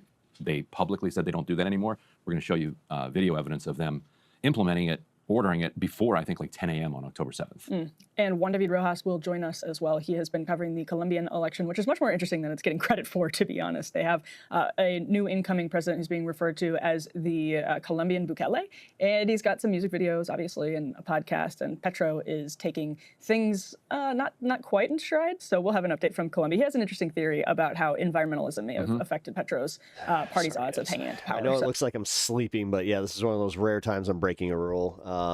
I got a family thing I got to figure out. Juan will be with us, and then Ryan, we have a wild interview to close out the show. Yes, medical researcher Shalenbot will be joining us, and I don't want to give too much away. Oh, I've already talked about going to Tennessee. He has a which is interesting, a big fan of breaking points. B has made a discovery about the human body, and the way that the brain interacts with that body that could revolutionize both our approach to autoimmune disorders. So if you or anybody you know lives with an autoimmune disorder, you want to watch this, but also our understanding of consciousness and spirituality. Right. That part didn't make it into his published papers. We're going to talk to him about that. Yeah, it's going to be absolutely fascinating. So stick around. Make sure you subscribe to the newsletter if you haven't done that yet. Like we said, we have a free version of the newsletter that is available. So if you want to get it, go ahead and head over to breakingpoints.com. Let's get into the show. We'll start with the big socialist takeover in Colorado, Ryan. Yeah, so I had like a right winger at the grocery store just be like, you don't even know who that is. I'm like, who? Bob Marley? And he was just like, oh, that's Bob Marley. Melak Kiros, who you saw this week on Breaking Points, ended up trouncing Diana DeGette, who has been in Congress so you long have an autoimmune disorder? Oh, shit. Yeah, okay, so that sucks. That sucks. Reminding us last night. So, yeah, the big C was no fun for you because, oh, man, me and like my sister. Hey, she's not so bad. She voted against. I got to see just a little bit of what she had to endure. The Iraq War. During. It's like, well, good for pandemic, her. But that was not fun. Then. And also, let me just make one. For everybody, that was just like, I don't need to wear a mask. Blah blah blah blah blah. Just the entire time, I'm just thinking like, wow, these guys just do not care. And my sister would try to explain, and then she finally just got so sick of it, where she's like, whatever. Like for a Democrat in a deep blue seat, I'm just going to stay in my house forever. As a House member, it was actually easy to vote against the Iraq War. Was it AUMF? Do not rewrite this. Was it the AUMF that she voted against? She voted against. Yeah, basically whatever the 2002 vote was to authorize the invasion of Iraq. And something like a third of Democrats did vote with Bush and give him support. But there was a lot of swing district Democrats. Hillary Clinton. There were marches. Hillary Clinton. There were marches across the world at the time, across the United States. It was obvious voting against the Iraq War was the right thing to do for a Democrat. Why are we wasting time talking about this? Melak Kiros. Yeah, it's not good if you get sick. Despite millions of dollars spent in the last couple of weeks to support DeGette. And that tells you kind of what her real record was in Congress. So it's like, yes, she's in the Congressional Progressive Caucus. She's a good liberal. She voted the right way on the Iraq War. But if AIPAC and corporate interests come in at the end of your race with millions of dollars to defend you, that tells you everything about how where they think your position is in the political ecosystem. Well, and it is an ally of theirs. That viral video of Diana DeGette from several months ago was absolutely brutal. Right, where she's asked about the Block the Bombs Act. Yeah. And she's saying that she doesn't like the legislation, and eventually gets really upset. Like if Chase is the activist. Yeah, if that's the only thing you care about, then don't vote for me. And the woman's like, I don't know, and walks away, and DeGette like chases her through the coffee shop. Looks desperate. Yeah. It's very, very strange. And she ended up getting beaten by more than 10 points. Not all the votes aren't counted yet, but it's not even going to be close in the end. Melak is going to wind up with more than 50% of the vote, and DeGette's going to be down around in the low 40s. Let's roll A to B. Here's Melak Kiros from her victory party. I want to tell you something about why this campaign matters, because it matters for what comes next. When I wrote a letter defending students' rights to protest the genocide in Gaza, my law firm told me, take it down or you're fired. Damn. I didn't flinch because I stood by every word, and I always will. But I love the fact that they had a DJ that had the horn. Fuck. Oh, I know that will not be the only moment where those in power will tell me to change my tune, to not rock the boat. That seems to happen a lot in Congress. Rock the boat, but baby. Here in Denver, we go for it at this point. Stand by our values, and we stand with our community. We will not wait Get the fuck out of here. To Donald Trump and the oligarchy. We will not wait. We will not wait to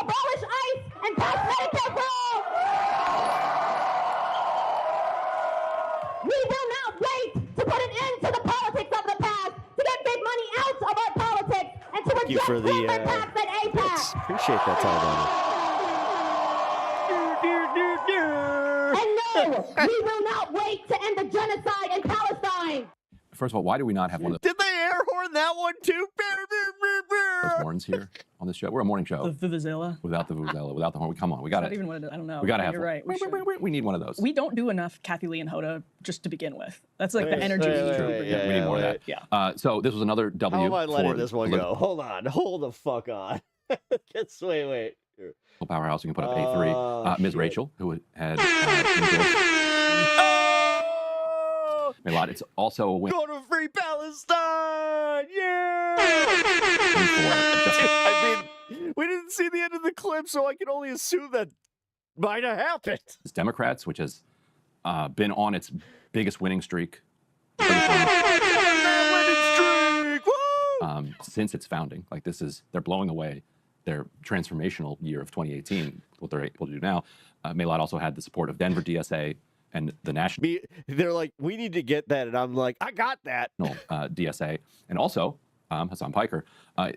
There's a cool video from the stream from Hassan's stream that we'll play for you in a second. This is why the soundboard isn't always up. See in it Chris Rabb, who was the DSA-backed, Justice Democrats-backed candidate in Philadelphia, who traveled to Denver to try to recruit voters for Maylot. You got Hassan Piker, and then you got Linda Sarsour, the New York activist, and they talk a voter into getting to the polls and actually getting 3 of her family to the polls over data centers. Let's roll A2C. You guys look so amazing. What do you guys think about the data center that just popped up over here? We hate it. All right, listen. So Vanity Get this represented this district for 30 years in Congress is saying nothing about the data centers because she's in the pocket of big corporations. Maylot Kuros, on the other hand, is going to fight back on the data center moratorium. She got endorsed by Bernie Sanders, too. They want to put a stop to these data centers being getting propped up left and right. You guys are stuck between a factory, Purina factory, and a data center in between.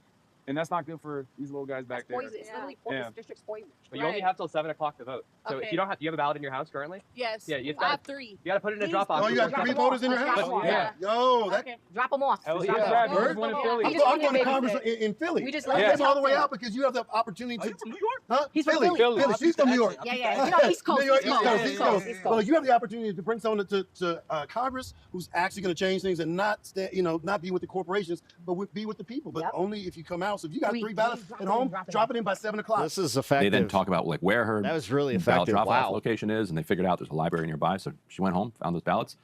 Hulk Hogan is a national treasure. Everybody voted. The data. Tell you something about Hulk Hogan, yeah. Not a great guy, yeah. Heard what he said about Tito Santana. Talking about this thing called ICE. Didn't know what he was talking about then. Now I'm seeing exactly what he meant. Should have heard the things he said about Coco Beware. Yeah. Data centers are driving people absolutely insane. Like driving people completely nuts. We put up A7 because this win was not just limited to Maylot. Julie Gonzalez lost her race, we'll talk about that in a second, to Hickenlooper, who was the incumbent senator. She was kind of running as a ticket with Maylot. It's very difficult to win statewide in a Senate race. But in the state Senate race to replace Julie Gonzalez, the Progressive Populists won that one. There are 2 House races where the progressive movement was challenging incumbents. Those are now too close to call. So they may end up knocking those folks off. It's true. And we put up A6. Phil Weiser. I mean, that would actually genuinely be kind of funny. Weiser is a... oh, wait, this is a side, so let me just tell you. So Phil Weiser is the Attorney General. It's like egg on our faces for just assuming that, because, Terry is definitely also, it's kind of a unisex name. Running against Michael Bennett, who is the incumbent senator who's actually... But I don't know. Your actions in chat kind of speak otherwise. Still in office through 2028. Like when people kind of assume that you're just a dude, I can see why. Very corporate, kind of centrist Democratic senator. A popular, well-known figure for many years in Colorado. Interactions are very... And he was far and away the favorite. In the last couple of weeks, he had to lend his campaign something like $1 million, which is its own little corrupt act, which, if you remember, Ted Cruz kind of legalized this chicanery where you lend yourself money, and then you can raise money as a senator directly to you to pay yourself back. It creates this situation where it's legal for then a rich person to just hand money directly to a person rather than kind of having to go through the whole oh, this is just a campaign contribution. No, that's going in your pocket at this point. So Bennett did that, and then ended up getting beaten by Phil Weiser, who friend of David Sirota's. So that gives you some indication of, I think, where he sits politically. Ran as an kind of anti-corruption crusader, somebody who is kind of in the anti-monopoly wing, wants to get big money out of politics, has ideas for how, without a constitutional amendment, you can restrict big money. So as the same, just as we're getting like the world's first trillionaire, and wealth is increasingly being concentrated, we're seeing some level of pushback against. Oh yeah, which again, it's only going to keep cascading the more and more that people have, this impacting our lives, which it's going to keep happening. The only thing maintaining the stock market right now is AI, which is not great. Because and I'm talking about the AI being not great. Against that, I don't know if it'll be too late if they've locked everything down, but at least there's kind of a rearguard action against these trillionaires. And I was reading this morning, so with Milot-Karos in Congress, that would bring DSA affiliates to 7, right? In Congress, is that where the count is right now? Yeah, and that's without Abdul Al-Sayed. I mean, that's just a gargantuan number compared to nothing. Yeah, that's pretty crazy. And if we actually put the Daniel post up on the screen one more time, this is A7. I just want to dwell on this for a moment because... And this is all the... so the new squad comes in and it's just... We, of course, covered the Dem Tea Party here before. DSA winner. Hey, thank you for following. Appreciate that. You also just helped me reach my my latest goal of 620. Thank you. I officially have 620 followers over on Twitch. Hell yeah. I feel like a lot of the corporate press did. Appreciate that. We would joke about it a bit, but then it became pretty obvious it was very serious. This is the Dem Tea Party. If you're looking at this post from Daniel right now, 3 Congress members, well, basically it says he's counting 15 Dem incumbents who have lost to a challenger to their left. So 3 Congress members, 4 state senators, 8 state House members. locale? That's the Democrat Tea Party. That's yes. it. I'm old. I don't know what that actually fucking means. I thought lolcow was just like, oh, okay, it's just not serious, and they're just there for the, the lols. But what the? Had a stunted I'm not gonna look Tea Party basically in 2017, 2018. I'm gonna be old. When you got the first squad wave, the problem then was that there was not really that was my neck. What the Republican Tea Party had in 09 and 10 was conservative media. Once Eric Cantor got beaten by Brat in Virginia, and once you started to see all of these people coming out to these protests around tax day and then in the summer of 2009, Fox News flipped completely.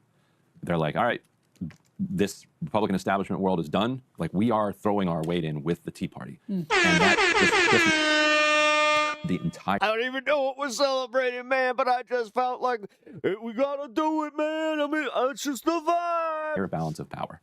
In 2017 and 18, when the Democrats came with their own version of the Tea Party, AOC and the others, the New York Times, CNN and MSNBC stayed very firmly with the Democratic Party establishment and said, no, that way lies ruin. The Democratic establishment is the way to resist Trump. Right. And they elevated resisting Trump and said, the way we're going to do, we need Schumer and Pelosi and these tested fighters. Although they put AOC in magazine covers and that sort of thing. But yes, but she got way. There was a period. They weren't doing that for Dave Brat. Right, and there was a period in but Dave Brat. He's not AOC. There was a period in 2019 where her name, AOC's name recognition, was like triple among conservatives what it was among liberals. Yep. Because Fox was covering her every single day, and you rarely see her mentioned on MSNBC. Like, they just weren't interested in it. And so, after the party establishment was given its shot, they got Joe Biden and Kamala Harris. Now that there's this energy again, you're getting more attention paid in the traditional kind of Democratic press, CNN. So Terry is not a U.S. citizen, not a male. MSNBC, New York Times, to this insurgent wing. But more importantly, there's a media apparatus, like places like this, and the podcast world, and Midas Touch, and like just all of these different ways for these candidates to reach voters that just didn't exist even in 2017, 2018. Well, and The Intercept arguably, is only reaching so many people. Right. Well, yeah. And this has always been part of my theory is that having some built-in sympathy from corporate media, even though, yes, it's true, corporate media is generally more pro-war than the public and more pro tax cuts for the rich than the public. There's like a cultural alignment between a lot of the corporate press and more progressive and center Democrats. Again, this is just on culture. I'm not talking about anything else, but that often hurts Democrats because it makes you think, for example, you can get away with running Joe Biden again until he crashes out in a debate. No, I mean, it is true. And I hope that we're past this, but I don't know, man. seeing how the Democrat establishment and like Hakeem Jeffries, and they're just doing nothing, and they're not saying anything to fucking to give me any hope that they're going to fight back. And this is why the DSA chapters are starting to really like kind of overtake any of these incumbents. And it doesn't matter about the AIPAC money, is because people are fucking done. Do you think that you can anybody that even knows who Chuck Schumer is, they are fucking done with that side of the Democrat establishment. This is why you're getting so many people doing the both sides bullshit too. You run where both sides are the same. Let's say in 20, you can get away with putting Hillary in front of Bernie and the chicanery involved in that. There won't be any mass fallout over the next decade. That it's worth it to just like jam Clinton through and make it really hard for other people to even try to compete with her. And people won't get pissed off about it because we are in control. And it does end up, I think, backfiring. And part of what we're seeing is that. Yeah, I think there's something to that for sure. And the cultural break you're seeing between this May Like Heroes wing of the party and the kind of mainstream MSNBC CNNs is really around Israel. That they are unable to metabolize the criticism of Israel as really anything other than just anti-Semitism and derangement. What does this mean? Whereas normal voters can't understand kind of CNN and the New York Times defense of Israel as anything other than corruption. So it is a very stark divide. And just like with Espaillat last week, and Reynoso also, that their unwillingness to voice real criticism of Israel it became a proxy for weakness and corruption. Which is, yes, I think that's right. That's how Abdul El-Sayed has been framing it. And that's what I think a lot of people have missed. Finally, just want to point out that viral posts of Scott Wiener, the videos of Scott Wiener being shouted out of Pride, that is actually interesting from the perspective. Oh, it's okay. I'm actually genuinely curious. Do you speak he has Polish? referred to what happened in Gaza as a genocide. So did Reynoso, Right. But both of them did it after they were running for Congress. And that's how, I guess, powerful of a test, or that's what this test means Exactly. to People Democratic are voters like, okay, now. I'm glad you're saying it now, but we don't think trust you're, you. we think you're saying it cynically. Yeah. That was really interesting. Hey, if you like that video, hit the like button or leave a comment below. It really helps get the show to more people. And if you'd like to get the full show ad-free and in your inbox. I'm only asking because there's this fucking like business, and I'm 90% sure that it is a like a Polish daycare. It's called Wipska Deski or something like that. I was just wondering, is like, what's the Wupska? Because I would assume that Deski is daycare, but I don't know. I've passed it a few times when I was going into Algonquin to do the protests, and I just, for some reason, that always stuck out with me, where I was just like, huh. And then I tried to look it up, and I could not figure out what it means. So, anyway, Democratic Socialist Milak Kuros upsets 15-term Representative Diana DeGette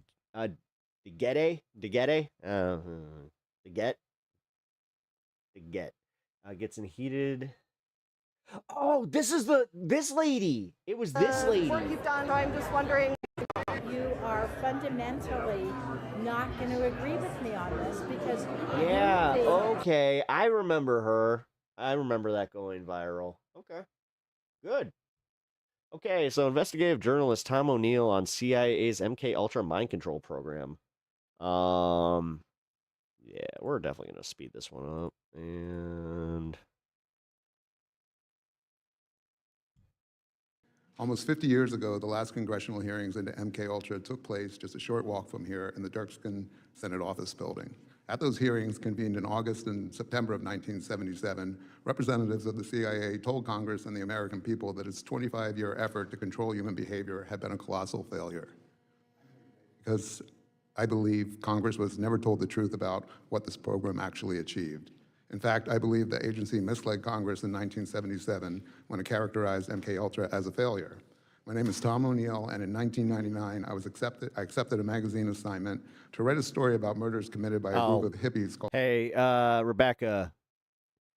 Yeah, that wasn't bannable. I'm gonna just say that wasn't that bad. Called the Manson family. For those unfamiliar with this horrific episode of American history, wasn't spamming. in the summer of 1969, Whatever. 4 young people acting on the orders we of just a know cult he's leader bad, named Terry. Charles Manson Did you just time out, or was that like?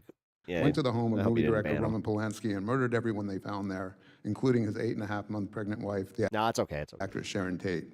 The victims were complete strangers to their killers. So I'm not going to chastise you over it. I just wanted to Manson's followers murdered another chime couple in the MK Ultra. The boomers are clearly finishing up their work on Earth. The same grisly fashion. At the time I accepted the assignment, I'd never heard of MK Ultra, and I wouldn't for another 2 years. Time out. Okay, then After I'd missed countless deadlines, lost the assignment, and fallen No, Terry's not gone. Just time out. down a nightmarish rabbit hole trying to answer the Sometimes question I gotta get put in time I couldn't out. quite That's how it shake. goes. How had Manson, a barely literate ex-con, acquired the ability to persuade ordinary young people to murder complete strangers simply because he had told them to? The pursuit of the answer to that question led me to Dr. Louis Dolian West, known to his friends as Jolly. Okay. West was one of the most influential psychiatrists in America. During his career, he crossed paths with some of the most controversial events of the 20th century, including the Patty Hearst kidnapping case and the aftermath of the John F. Kennedy assassination investigation. In 1977, West was one of 7 academic Wait, so they're still attributing that stuff to MK Ultra? research. Damn, dude, you kind of nailed it with like boomers. They're just like named in a front page just New York wrapping Times it up. story alleging that the Also, CIA what up, Godzilla God had King? used American How you doing, man? universities, hospitals, and prisons as secret laboratories for experiments involving LSD and other drugs on unwitting human subjects. West vigorously denied the allegations. He acknowledged that the agency had approached him, but insisted he had refused. I just can't get over this guy in the hat that's just completely, invested in this MK Ultra thing for totally, Because he said LSD was too dangerous not and not the reason you think. unpredictable to be used on humans. He added that he limited all of his research with LSD to animals. The revelations in the Times led directly to the congressional hearings held later that year. West's denials, however, were effective. He was never investigated, and his name never came up at the hearings. I'll spare you the long and tedious story of how my Manson reporting led me to West, except to say that I eventually learned that in 1967, when Manson transformed into the cult leader we are familiar with today, he and his followers were receiving free medical care at a clinic in San Francisco, where West had established a base of operations for a research project he was conducting nearby. After becoming intrigued by the allegations Who the fuck is this guy? against West, I learned that UCLA, his last academic home, had inherited his paper following his death in 1999. Yeah. Nearly I should've 2 done months some, and more than 200 reading up on this boxes guy before later, I I found started, the but- proverbial needle in a haystack. Correspondence between West and Dr. Sidney Gottlieb, the architect of MK Ultra. The letters begin in 1953, just 2 months after CIA director It seems like he actually has some pretty good accreditations. Like he's not just some whack job. Alan so- Dulles authorized the program. And while West was stationed at the Lackland Air Force Base in San Antonio, Texas, where he was chief psychiatrist at the base hospital. In his first letter to Gottlieb, West proposed conducting experiments on unwitting human subjects, including military personnel, prisoners, and psychiatric patients at the base hospital. He then outlined the experiments themselves in 6 more pages that could have been written by Joseph Mengele. Using LSD in combination with hypnosis, West proposed inducing confusion, amnesia, and specific mental disorders in people who would remember nothing of their interaction with him afterward. He sought to develop techniques to extract true information and implant false information in unwilling subjects and to alter the attitudes and beliefs of, quote, previously loyal individuals. In other words, to completely switch their allegiance from one group or leader to another. But it was another sentence at the end of that letter that stopped me cold. These experiments, he wrote, must eventually be put to test in practical trials in the field. Gottlieb's response could hardly have been more enthusiastic. Damn. My good friend, he wrote, I had been wondering whether your apparent rapid and comprehensive grasp of our problems could possibly be real. You have indeed developed an admirably accurate picture of exactly what we are after. West replied that there was no more vital undertaking conceivable in these times. There was another document in West's papers that had even more significant implications. It was a 14-page report that West wrote in 1956. Trump is definitely doing this to distract from the Epstein scandal, but this wouldn't be out of character for the CIA. The thing is, I had to go find this from C-SPAN. 3 years after he contracted with the CIA. Because I was looking for it from I read like a USA Today article or something about it, and I was just like, how come this isn't bigger news? And then it led me to this. CIA. In the report, West described administering LSD and other drugs. I don't know. If this is to distract from the Epstein files, then I just feel like it would be covered a little bit more. Junction with hypnosis You know what I on mean? unwitting human subjects. And then he made a remarkable claim. 500. He announced that he had learned how to replace true memories with false memories in people without their knowledge.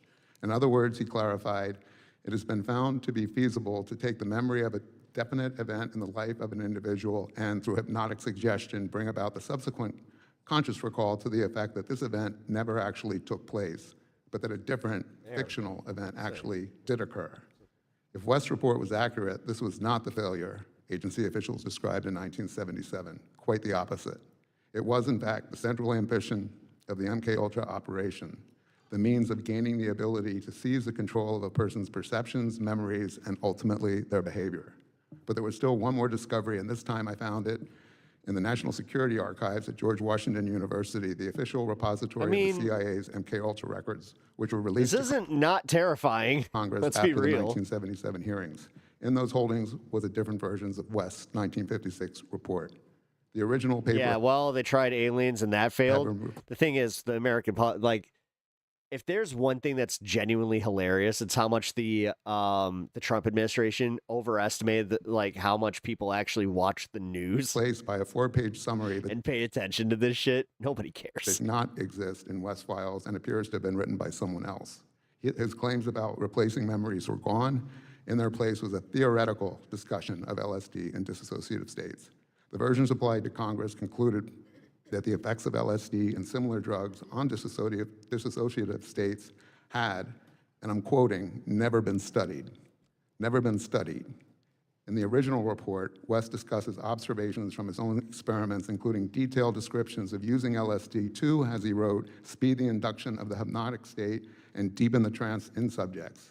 Those passages have been removed in the report turned over to Congress. The discrepancy could not have been more stark. Nearly 50 years ago, another congressional committee believed it had been given the truth about MKUltra. It had not. In conclusion, I respectfully submit that these records, some newly available and others that remained outside the government's disclosure for decades, warrant a thorough reexamination of what the program accomplished, what Congress was told, and what may still remain hidden. I'm happy to provide the documents I've referenced today, and I've provided many additional details in my written testimony. Damn. Like I said, a little bit of a bigger deal than people were giving to that as far as news coverage or any of it. Maybe fake the return of Jesus. Yeah, there you go. Just do a drone show where it's just like, oh, it's a chariot. Oh, wait a minute. Oh, man. I wouldn't put it past them to try. I wish I was joking. All right, guys. Oh, Lito, you're gonna be so upset with me. I have to use the bathrooms. Oh, dude, this is okay. Now I'll save this for the fun half. Although we're kind of there. Fuck.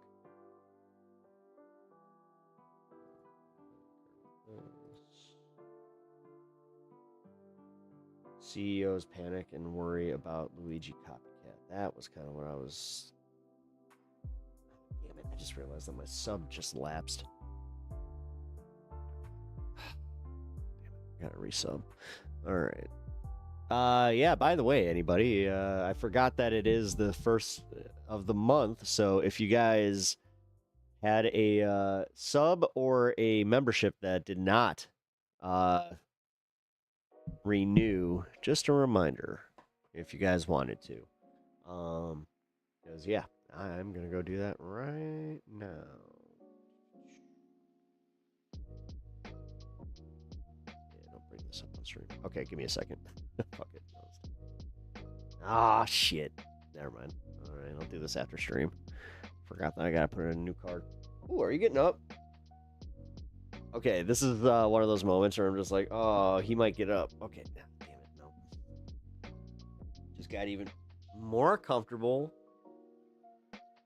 What was that? Are you annoyed with me? Oh my god, guys, he is literally fucking... mad at me.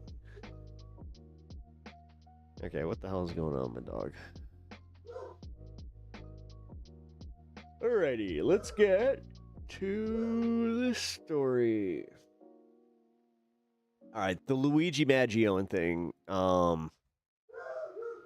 I've been hearing this more and more about how they're expecting a mistrial and how, like, the prosecution is just constantly fucking themselves. So, okay.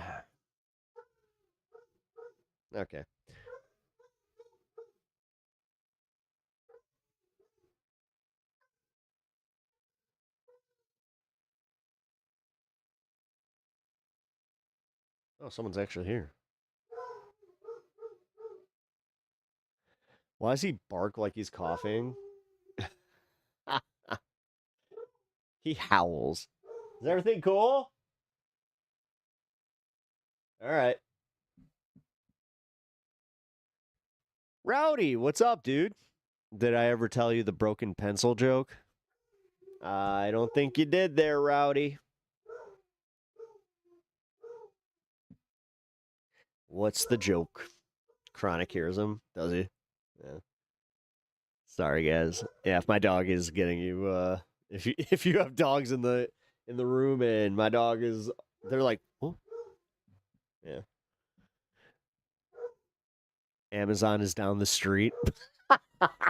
Dude, it is crazy how much he hates Amazon trucks. He absolutely hates Amazon trucks. It's so funny. It's pointless.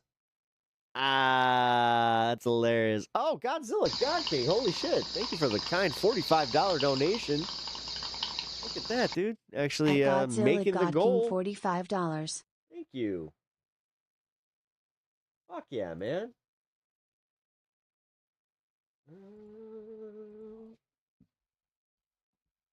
Appreciate that.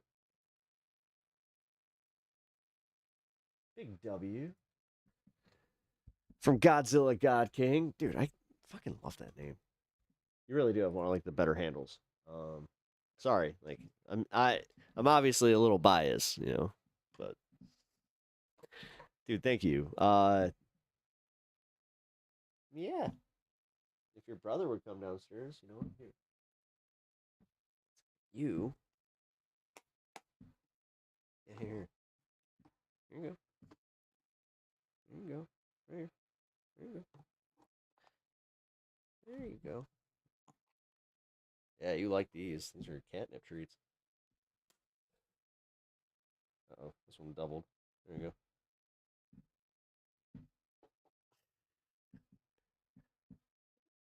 Yeah, there you go.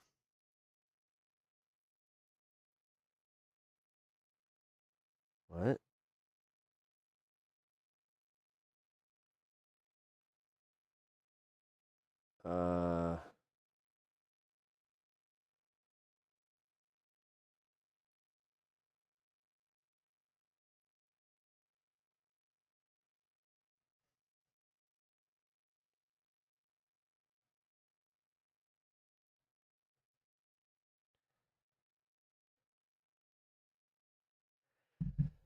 Okay.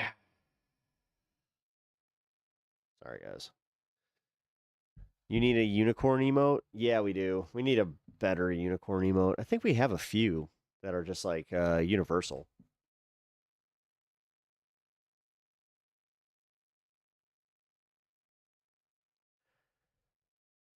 Yeah, I just realized, yeah, I'm gonna have to wrap stream coming up here soon.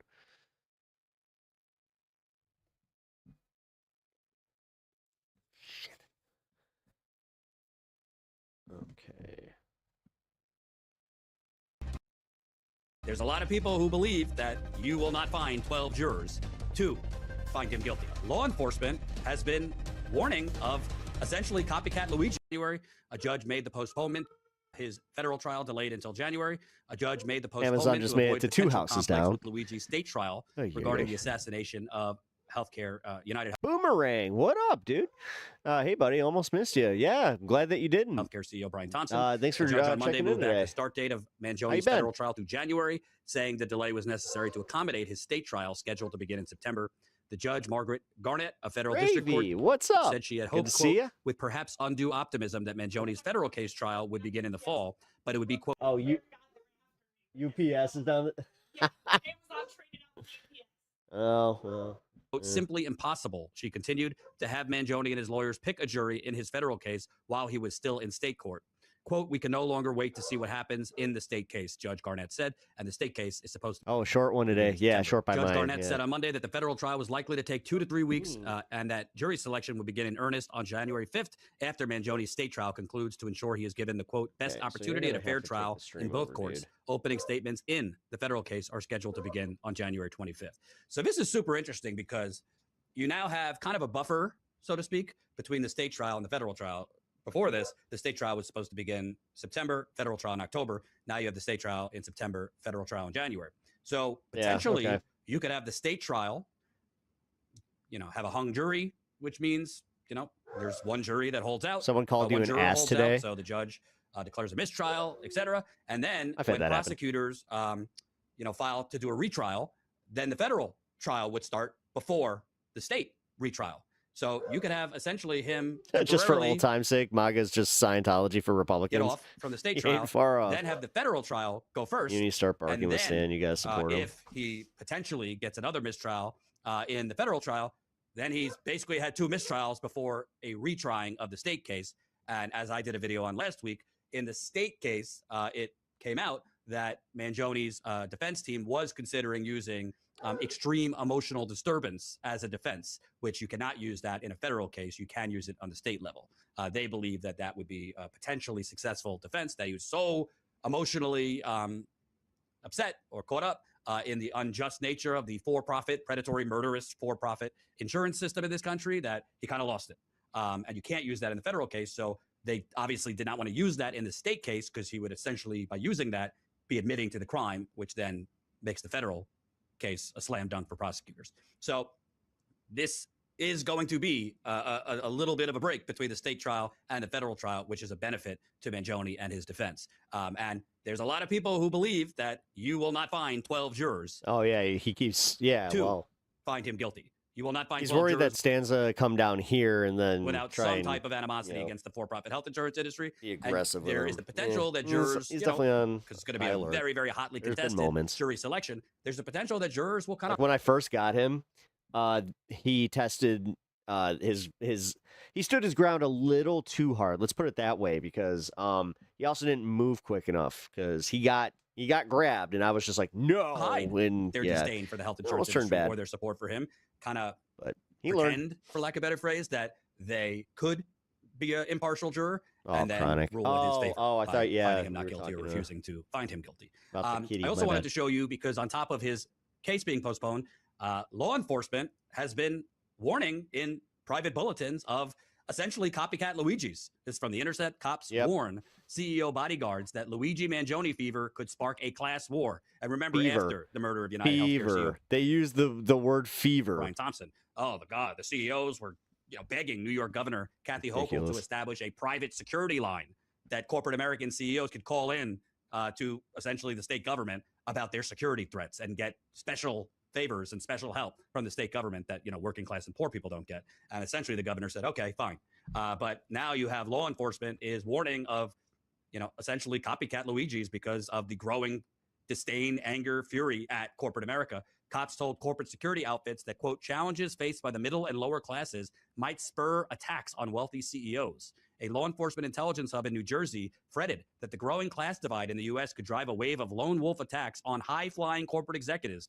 According to a report obtained by The Intercept, the New Jersey Regional Operations and Intelligence Center, one of the so-called fusion centers that serve as intelligence clearinghouses for cops, warned in a bulletin earlier this year that disaffected Americans were increasingly blaming society's ills on rich people and corporate bigwigs. The report specifically cited the killing of United Healthcare CEO Brian Thompson as an expression of anti-fat cat rhetoric. To the analysts at the New Jersey Fusion Center, Thompson's killing hinted at a larger trend. Quote, public discourse increasingly attributes the challenges faced by the middle and lower classes to the actions and influence of wealthy corporate executives. The Fusion Center memo read. Need I not remind you what JFK said in 1962? Those who make peaceful revolution impossible will make violent revolution inevitable. It's not a blessing of violence. It's just a clear observation. Yep. It's literally a historical observation at that point. All right. Who is texting me? What is going on? Jesus Christ. All right. I debate TikTok's most deceitful political commentator, older millennial. All right. I did want to watch this real quick. God damn it. I gotta pee. I'm gonna be on for about another 40 minutes or so. Gonna make it to the 420. Probably gonna call it a day at the 4:30 mark, or the 4:30 mark. The only cure for is mushrooms. Waha! Yeah. Okie dokie. If your Uncle Jack was on his roof and he wanted you to help him down, would you help him?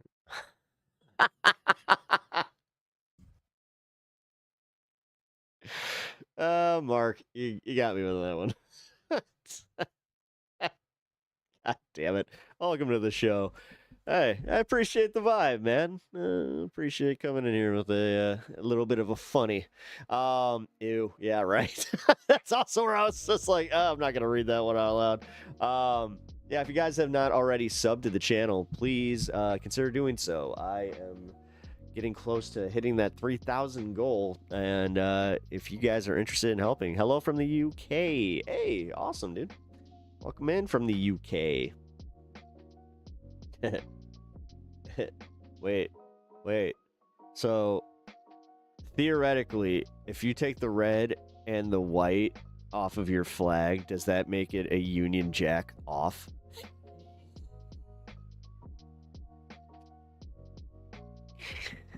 It was a stretch, but you know what? It was worth it. It was worth it. It was actually like a legitimately it was a bad joke. Very bad. Very bad. Shaking my head. All right, you little fucker. You are going to take over the stream here for a second. So let's do this. Let's do the chair. There, you guys get like a double chair stream. And then there. Whoop. Okay.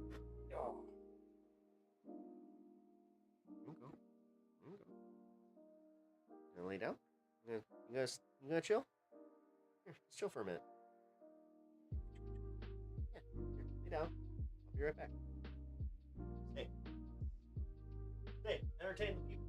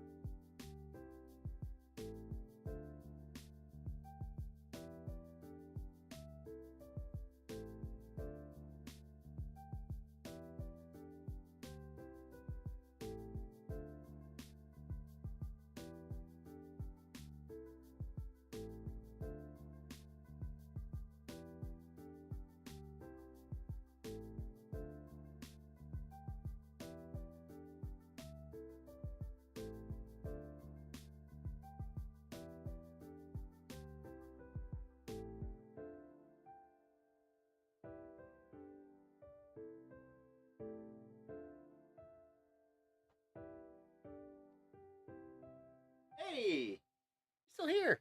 Yay. Isn't he so cute? Can I sit down? All right, we're back. Okay.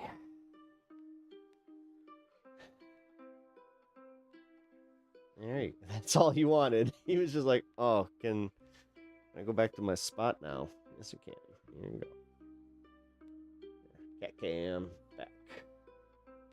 should be. There we go. Look at you being ever the dutiful host. Yeah. Lido has streaming skills. It's the Lido show. Hi, Judge Lido. I mean, that worked out. I was full on expecting him to be upstairs or something. That was adorable. Just walking back in here, he's just like, hi. Oh, dude. This cat's awesome. All right, let's do this. Let's do this bit. So your original premise was that people should have to justify why they voted for something or voted against something.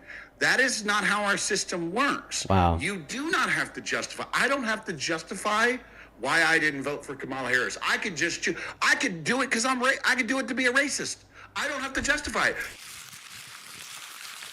Hi, Joe. I'm here to debate you on abortion. I think that abortion should be legal, and abortion is not wrong because fetuses lack the capacity to intellectualize. Wow. That's actually kind of crazy that it could translate that well over the phone. Prior to around 20 through 24 weeks. What's the refutation? I disagree. I think life begins at conception, and all life has a right to human rights, or all human life has a right to human rights, and the most basic of which is the right to life. Why? Because again, human life has human rights. Yeah, I'm asking you, why do you think that our species classification grants us sufficient moral value to instantiate a negative right to life? Because that's my belief. But I'm asking you why you hold that belief. Because if the only explanatory power behind your belief is just simply the fact that you hold it, well, then I could say that I don't hold that belief because I don't hold that belief. And then all of a sudden, both of our positions are just as justified as one another. So, Joe, I'll ask again, what explanatory power can you grant to the view insofar as why every member of the human species should have the right to life? Dean, again, you have the right to say, I believe that, and therefore cannot be moved for my thought process. Yeah, you have the right to do that, Dean. God, these are so stupid. When you say that I have the right to do that, you're just merely describing that I literally can do that. Listen, I'm not saying that you literally, it's metaphysically impossible for you to hold on to a pro-life view. I'm asking you for the good reason that instantiates your belief as being true. Dean, don't tell me what I was saying. You can either go with what I said, but what you're not going to do is what you do on your live, is tell people what they said. We can go off of what I said. Yeah. Where I said I didn't say you can. I say you have a right to have that belief.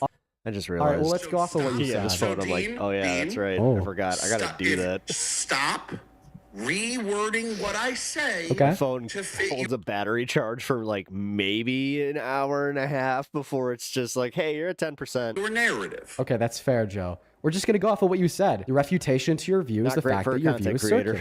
You're saying that X self-implies X. That's not a valid line of reasoning. I asked you why you think...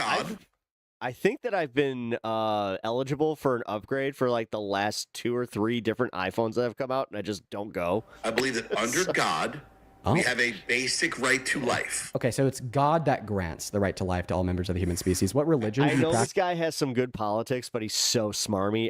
The thing is, this is why I don't watch his content regularly, is because I do think that, yeah, smarmy is a perfect word for him. He is very smarmy. Absolutely. I don't practice any religion. Then how do you know that God grants this right? In order to know, because I have a belief. Because any belief in God has a faith element to it. Sometimes autofocus is just so fucked. Okay. And my faith in God tells me that human life is sacred and therefore deserves protection. Do you mind if I ask you a question? Except in the case of if it's an enemy. You're so, like, this is where they can never conceptualize the fact that what they are saying is dumb. Sure. All right, this question is going to be very simple. So you're telling me that you have faith that some creator exists, and then you're telling me that you have faith that this creator thinks that all humans have the right to live. So what is the difference between you arguing that abortion is impermissible because of a faith in a creator that believes it's wrong, and me arguing that abortion is permissible because of a faith in a creator that thinks it's not wrong? Again, there is no difference. Again, you're arguing from your faith-based perspective. If you believe in a God that thinks killing children is okay, again, you're making a faith-based argument. I have one more question. No, I'm going to finish my answer. That's fine. At that point, he's not. You got it. Again, you are making a claim based on the God you believe in, believing that the murder of children is okay. I am saying the God I believe in doesn't say that's okay. Cool. My second question is, what's the difference between you arguing that you have faith in a creator and then you have faith that that creator thinks that abortion is wrong, and me arguing that I have faith in a creator and I have a faith that this creator thinks that Joe is a dumbass? What's the difference? Okay, again, there is no difference. If your God teaches you that Joe is a dumbass, you can make that claim based on faith. I'm not telling you don't this guy sucks. Get to make that claim. So just to clarify. No, it's not clarifying. What you're trying to do is put restrictions. Oh my God, dude. This is taking me back to high school, because this was literally fucking how all of the like my teachers and all of like the elders in my life would debate this kind of stuff. On what I think God can put on your heart. I don't believe that God can, that restriction is possible. So just to clarify, now that you have explicitly and verbally stated that we have just as much reason to believe that abortion is wrong as we do to believe the proposition that Joe is a dumbass, are you arguing that it's just as likely to be true that abortion is wrong as it is to be true that you are a dumbass? Again, you are making a God argument. You are making an argument as if your faith puts it on it. If you are going to make the claim that God has put it on your heart to believe that Joe is a dumbass, you get to have that belief. All right. Now let's do the jump between belief and voting for legislation, because you're not just merely arguing that you get to hold on to the belief that abortion is morally wrong because of a sense of faith in a creator, then a sense of faith that that creator thinks that abortion is wrong, but also that you could then follow that up by justifiably supporting pro-life legislation that bans access to abortion. Here's the next question. What's the difference? Again, first of all, wait, stop right there.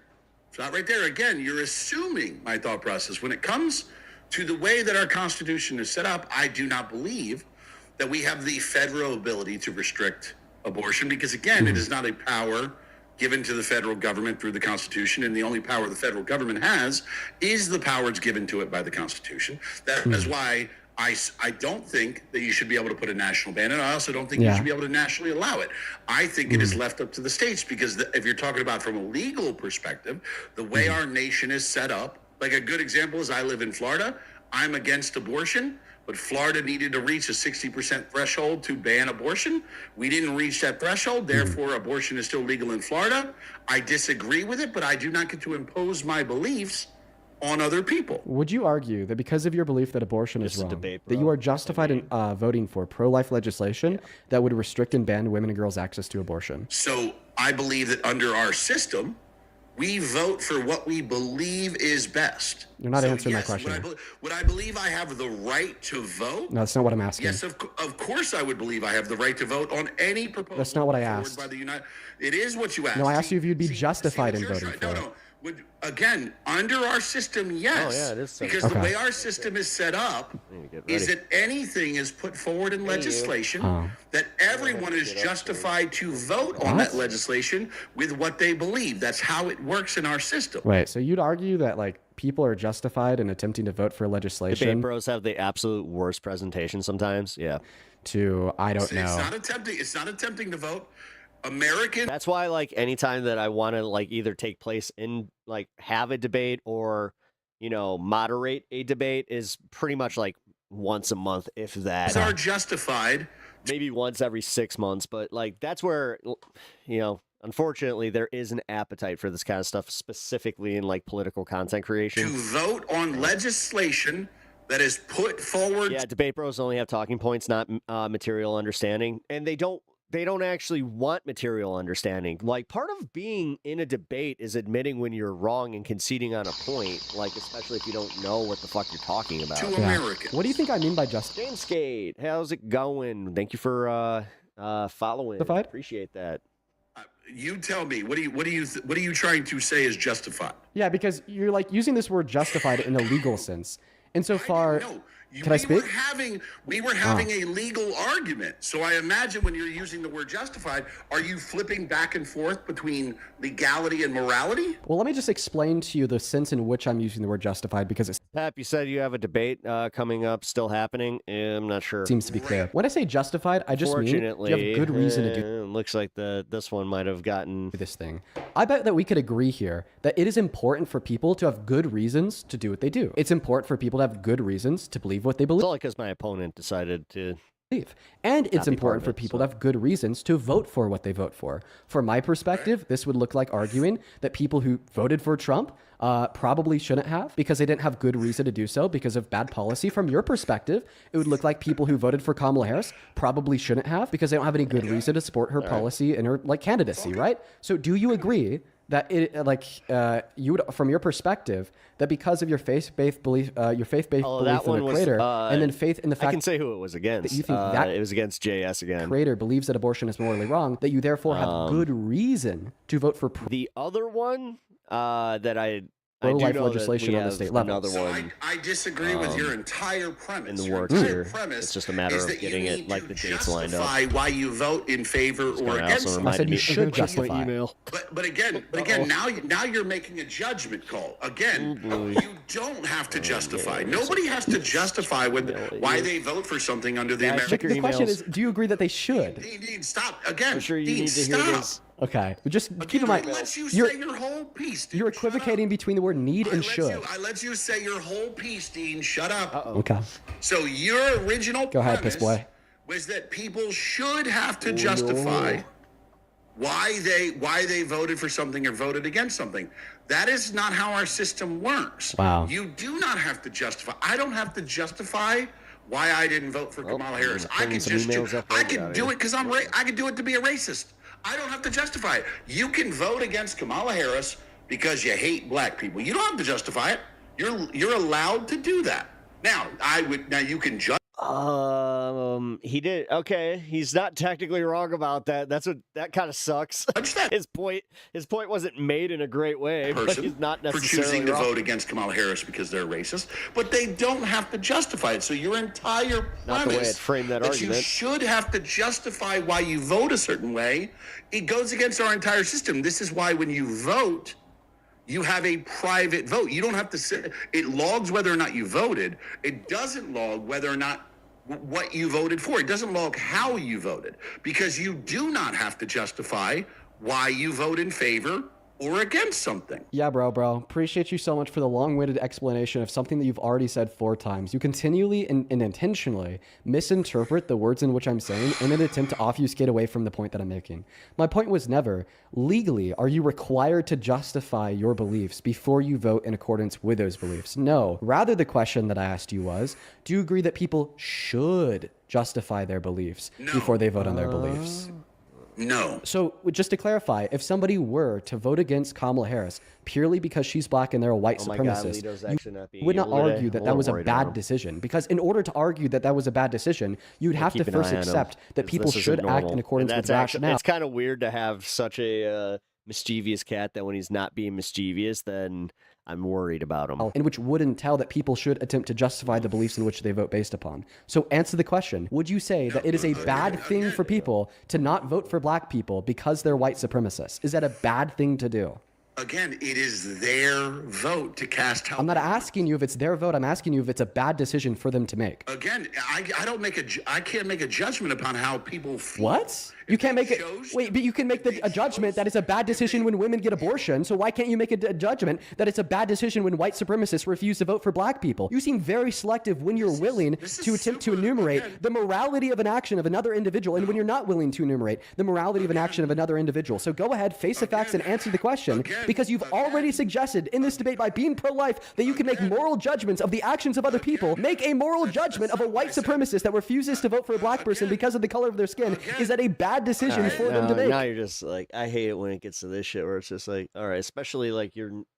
That's the opposite of what I said, because as I pointed out, voting is your right given to you by being a citizen of this country. Bro, snooze fast. Hold on. I'm about to go caveman mode. Moral judgments. You're more than willing, but again, Nobody has to explain their moral judgments nor their vote. Again, see, you live in this fantasy world where you think people have to explain their thought process to you. Like you're gonna grow up one day and you're gonna recognize that people don't owe you an explanation for anything, especially for the exercise of their constitutional rights. Like, what's the point of any of this? These people don't understand each other, and the topic is dumb in general. It is. You live in this debate, bro, mindset where you get to just a pontification contest. Challenge people, and you think they have to tell you everything. Okay, they're both annoying. Yes, and they have a duty to explain things to you. But when you grow up, you'll recognize the world doesn't work that way. All right, Joe. Can we agree that I just allowed you to speak? What do you mean allowed me to speak? Who the? He kicked me! No! Again! Get fucking dog walk, Joe! Get fucking dog walk, Joe! Because you know exactly what was about to come. Let me go ahead and explain to him exactly what I was about to tell him, okay? He was looking for an out that whole time. Precisely what I was about to tell him is that throughout the entirety of the conversation that I was having with him, he was equivocating between the proposition that people should inform themselves before they vote for something and the proposition that people, by nature of law and the Constitution, have an obligation legally to inform. Yeah, they always turn to you're a kid. Themselves before they make a decision in the voting booth. That whole time, I was not arguing that people legally have an obligation to inform themselves before they cast a vote. I was arguing that people should inform themselves before they cast a vote. And he just simply could not engage with that point, because if he were to engage in that point, well, then in accordance with his standard of good reason / sufficient level of being informed in order to cast a vote for pro-life legislation, being bathless face and a creator that he thinks exists and thinks that abortion is wrong, well, then on the flip side, he'd have to say that white supremacists who have faith in a creator that thinks it's okay to rape children and kill black people, that they then have good reason to vote for a rape children, kill black people bill, right? When it's all reducible to that same standard of an unexplainable faith and this random deistic creator not like pertaining to any like major Abrahamic religion, just simply the conceptions of his own mind. Yeah, he got absolutely fucking dog walked again. This time I lasted, let's see here, 13 minutes on his stream. Last time it was 10 minutes, so a little bit longer, but he just got absolutely fucking yo, clipped. that's breaking records, Dean. That's breaking records. I know, dude. And that, by the way, that's like the best that the right has. This guy has 1 million followers on his TikTok account. And this Dean, is he did the same to me. Like, I debated him years ago. He literally just kicks you. I was going to ask you to tell him to bring up, because like he's saying he's pro-life. He wants to restrict people from getting access to abortion because he thinks it's murder. Does he still think that mentally disabled people should be thrown off of a mountain under his view? Oh, it's Parker. Probably. Right, remember he said that? Dude, he's just like straight up a bot, bro. Like, honestly, listen, I'm happy that we could expose the idiocracy on the right. I think that was a net benefit. That is one of the largest talking heads of the right, everybody. So for all of like my apolitical viewers, now this is where I do like the call to action. This is how I make that a good thing. For all of my apolitical viewers, for all of my viewers that are leaning right, for all of like the viewers that maybe even are on the right, please consider this. On social media, you have talking heads from the left, right, and center. Now look at how well me, a talking head from the left, can perform under the stress of what is supposed to be an intellectual conversation in the exchange of beliefs and convictions in comparison to somebody on the right, like the large talking head that OWIM is. That should definitely show you. Well, I mean, not really, because you kind of, this is where I'm going to be critical of you. You do actually obfuscate from, the topic just as bad as they do. And it's kind of the smarmy bits that I think get people, where it's just like, you little shit. That the left is right and the right is wrong. Because if a talking head from the left can absolutely dog walk the fuck out of somebody on the right with over 1 million followers consistently every single time, demonstrate them to be completely fucking lost. I mean, I had that dude in fucking circles spinning, and then I had him kick his me. Own ass. Well, maybe what that tells you is that he's wrong, right? So consider that. very much so up his own ass there. Okay. I debated TikTok's most controversial trans creator. You also asked me why it's wrong. I think I do want to watch that one at least tomorrow. Yeah, and look at you being so cute. Here. You're going to take over the stream again. I'll be right back. I got to run upstairs and get my stuff. Yep. All right. Take over, Lito. I'll be right back.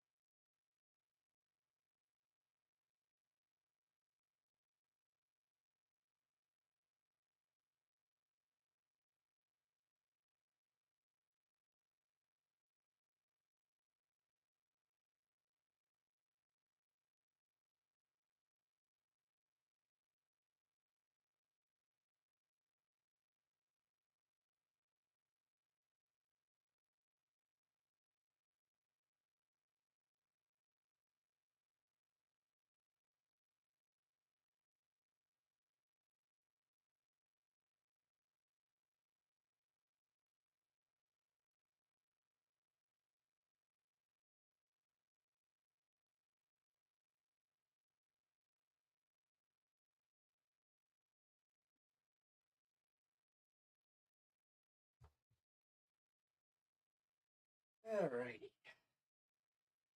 Lito, you did such a good job, bud. Thank you.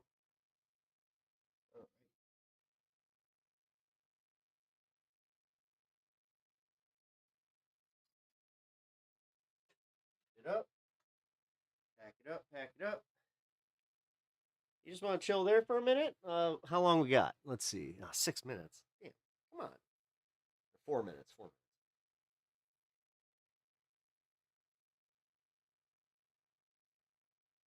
I am a little worried about you. What's going on with you? You're not usually this agreeable. Yeah, you're usually not this agreeable. You usually have a little bit of an evil streak. Oh, my buddy. Oh, and now he's laying down on my lap again. God damn it. Frankly, Dean is just annoying. Yeah. Parker. I would rather watch Parker than Dean if I had to choose between the two. Parker's at least, yeah. He's in a lovey mood, but I don't know. I'm a little worried about him. Because he's not, oh, maybe I don't have to. Yeah.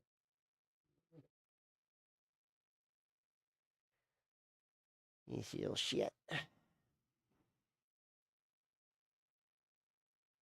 Yeah, usually you do like your little vicious kitty shit. Parker is more tolerable. Yeah. Good take, Derek. Dean and Parker are smart, but young and lack life experience. That is a very good take, actually. Also, Derek, welcome to the show. Appreciate you being here, man. I'm Pep. It is nice to meet you. Also, we are hanging. We're about to celebrate the 420. I've been here for 4 hours and 20 minutes.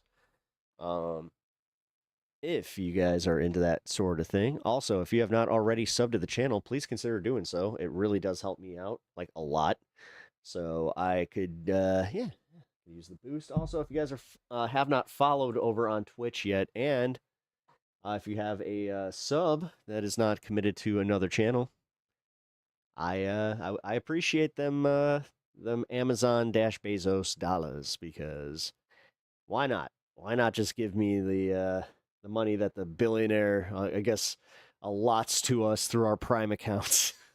God, what a jackass. Me, not him. I'm just kidding.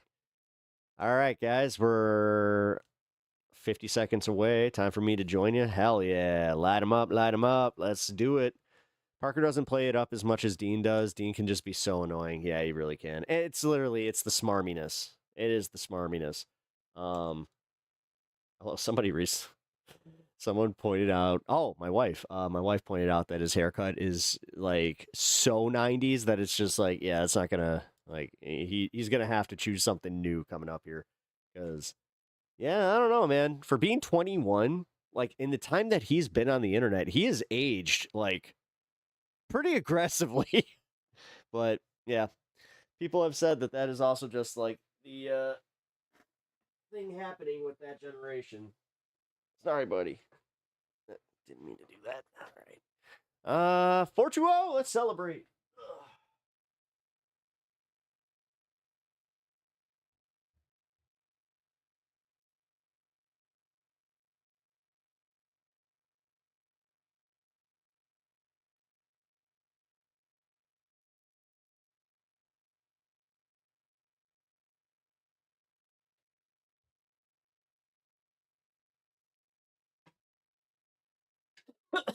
Milito. We're back, dude.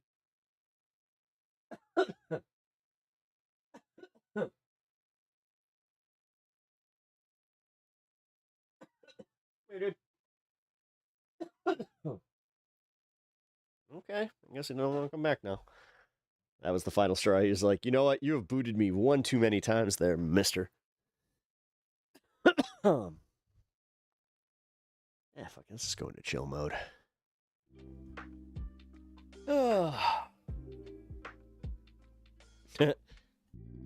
How old is he? I don't know if someone mentioned it. He's 21. He, like, just turned 21. Like, that still fucks with me just a little bit, or it's just like, wait a minute. Like, your political... Like, thinking back, like, just... to 2020, even. It's just like, what? Like, damn, dude, you were just kind of figuring out what politics was at that point, and he's got, like... He's already had a right-wing arc. How long that last? What, a year? Like, fucking A. People that, I don't know, they tried to do that with someone else recently. I forgot who. Where, oh, it was Kat Abu Ghazali, where they were talking about how, you know, she was like part of this conservative newspaper when she was 16. I'm like, ah, yes, because our politics do not change from when we are teenagers, because we definitely know the world at that point. Although we should know a lot more.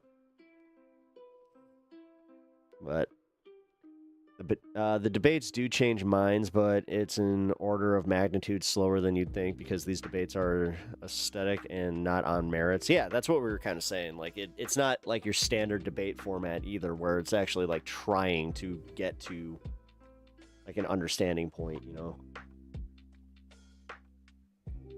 But this is why I don't do exclusively debate content. This is why, honestly, man, like, I'm more interested in doing this, like just chilling and having a good time with y'all. Also, just so you guys know, I will likely not be doing Pepaganda tonight. I'm not 100% sure on what's happening there. I kind of have to like figure this out. So, yes, if there's no Pepaganda, and I don't know, man. I hope Left Past 10 is on. Yeah. Pep, you keep it fresh on the daily. I try. I mean, I really do. I try not to do the same shows, or like, I don't know. I like having fresh stuff to talk about. Talking about my life and all that kind of stuff. But I agree. It's not the most effective. It's really not. It is not. I mean, the most, not the debater's mind, but he changes tons of people's minds throughout the day.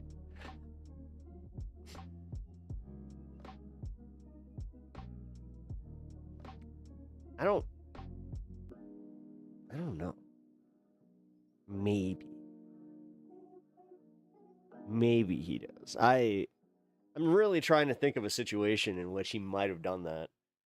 Storming so bad here, trees down, etc. The dogs are scared to eat outside. I have to sit next to one of them. Oh, yeah.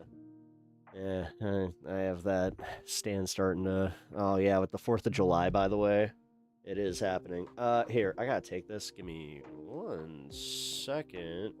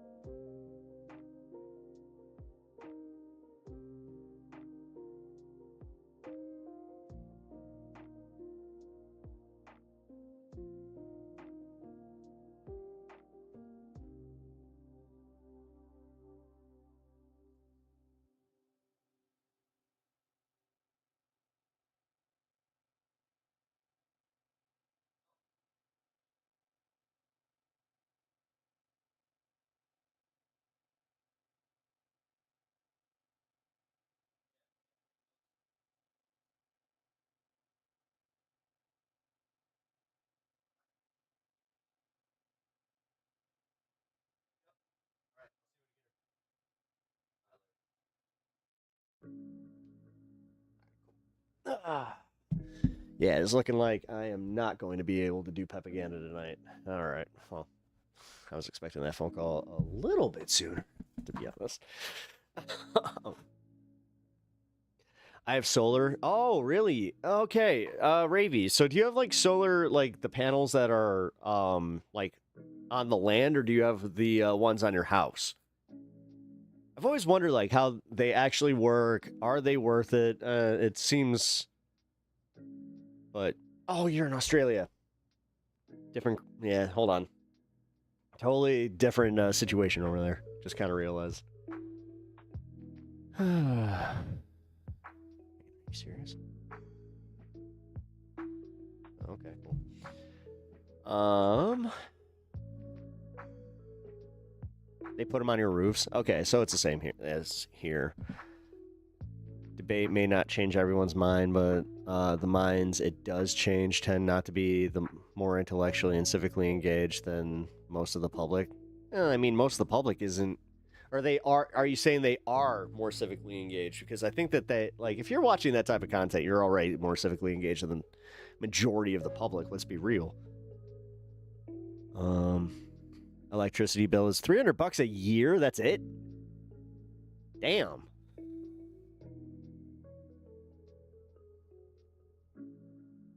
All right. Well, fucking Australia. God. Wow. $300 a year. All right. I don't know. Maybe I don't know. Our state is doing, yeah, that's cheap and dollary dues. That is definitely cheap and dollary dues. Cheer up, take my dollary dues. That was one of my Ravy. I hope you understand that that obviously stuck with me because that was hilarious. Especially because I was being a bit of a crumb bum, so you know. Not so crumb bummy tonight. I'm feeling a little bit better. I am actually. I'm feeling a lot better. I mean, just in general. Unfortunately, yes, the YouTube stuff and the job stuff and just all of it is, it's a little, you know, it is what it is. I'm so glad. You also yelled at me. I know. And I didn't mean, I wasn't trying to yell at you. By the way, that's not me yelling or like that. Like when I get like I get a little pissy. I'm a little, you know, I can be a little pissy pants. I try, you know, not to, but yeah. Sorry. Ray gun hippity hop. You should replace the debate that Pep's no longer going to attend with Pep versus Sylvie. I mean, if you want to. If you want to do a call-in debate, Sylvie, we can book an hour or two to it. I don't care. I know you're just fucking with me, but the thing is, even though you're fucking with me, you ain't wrong. You ain't wrong. I recognize where I was at. Yeah, it's just, yeah. I'm better now. I'm better. No, Mitch, she does not represent Australia. I like how you just had to break that down so matter-of-factly. No, Mitch. You guys are hilarious. What are you doing? Did you get into something or something, man? Like, you are acting all sorts of weird right now.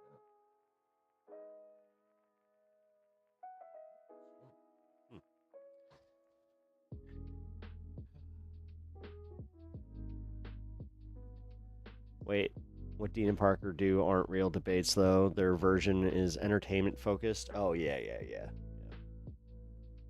We don't talk about Ray Gun. What, you're telling me that Ray Gun doesn't represent the majority of Australia? No way. But the look on the judge's face. Yes, the look on the judge's faces was definitely hilarious. All right, this lit slop thing, fuck it.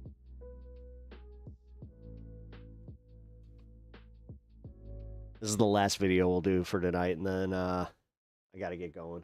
A few weeks ago, Twitter user Based Dostoevsky posted a quote tweet that stirred up a lot of discussion about classic literature, reading, and the nature of slop. We should stop pretending page length is an indicator of how difficult it is to get through a book. Monte Cristo is like 900 pages, but is basically lit slop, so you get through it easily. Lit slop. Soap opera telenovela isn't complex just because it has 500 episoded either. Of course, this take got a lot of pushback, but it got a lot of likes also. So why is this sentiment kind of resonating with people? That's what I want to know first. But also, like, what's going on with this giant ass book? Why? Also, what's going on with this giant ass? Why are people being so weird about the Count of Monte Cristo? This was the typical and strongest reaction to the tweet. Nobody can use real words that have real meaning. And yeah, slop as a term has just become, meaningless. Can a beloved novel from the 1840s be called slop? Is slop just another term for mass-produced garbage? Personally, I don't think we should call any book slop unless the slop in question is preceded by AI. Maybe the strangest discovery in my research for this video is that to many critics of that time period and even some today, they would agree with this tweet's sentiment. Slop is definitely too extreme of a word, but what's funny is that when you pick up pretty much any new edition of this book, the modern introduction kind of apologizes, like, yeah, it's not really a good book, but it's pretty great. This is from Umberto Eco. The Count of Monte Cristo is one of the most exciting novels ever written, and on the other hand is one of the most badly written novels of all time and in any literature. The Count of Monte Cristo was a serialized novel from the 1840s written by Alexandre Dumas, and it has always been insanely popular. Robin Buss, in her translation for the Penguin Classics edition, writes, "Most will derive their idea of the novel not from having read it, but because a kind of abstract of the storyline exists as part of the common culture. Innocent man imprisoned meets fellow prisoner who directs him to a buried fortune, escapes, and plots revenge." This is how Robin Buss begins her introduction to the book. "Ah, a children's novel," a Russian filmmaker remarked when I told her that I was translating The Count of Monte Cristo. The comment was not intended to be disparaging, merely descriptive, and many people in different cultures would tend to agree with the categorization. The Count of Monte Cristo is experiencing a strange boom in popularity. Every book channel I follow on YouTube, TikTok, Instagram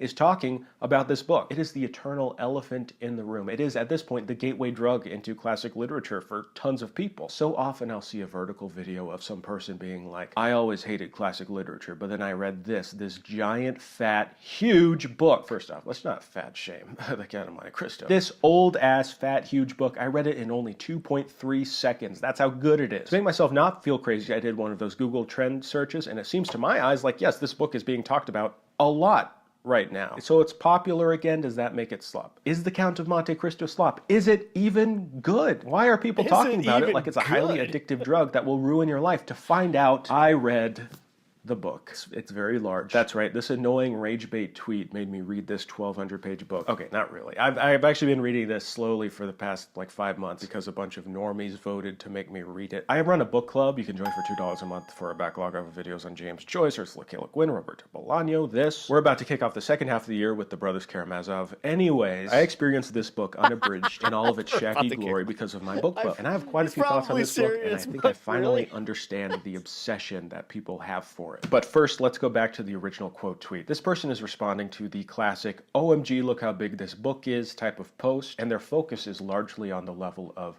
difficulty. They're saying page length isn't an indicator of how difficult a book is, which is true, but most people who enjoy it don't say it's difficult. In fact, they praise it for being fun to read. In this way, The Count is popular because it's a gateway drug to classic literature. There's this assumption that classic books are daunting and impenetrable. Because it's like, I don't know, proto-Batman. But a classic is just something that has preserved through the ages. The fact that it's huge and seems daunting somehow makes it more appealing to new readers of classic literature. That being said, it can fall victim. You say bye for now. Much love. Rebecca, I appreciate you being here. I'm actually not that too far behind. We're going to wrap up right about at the 4:40 mark here. Its own hype too. If it's one of the, I really do appreciate you guys hanging today. And yeah, sorry for the shorter stream. Only and classics you've read. It's easy not being to say able it's to the commit greatest to book you've ever Pepaganda. read. Strangely enough, a lot of the people who love classic thing. literature or challenging books will simply bounce off of The Count of Monte Cristo. How do I know? Once a month for the past 5 months, people in my book club have told me. At times, our Zoom calls on the Patreon feel like therapy sessions. Some of the smartest, most well-read people I've talked to were complaining about the repetitive nature of the story, the long digressions, the unbelievable coincidences, the quality of the prose. The first 300 pages of this book, I think, are the strongest. The characters are cartoonishly good or evil, but it's such a compelling story of a pure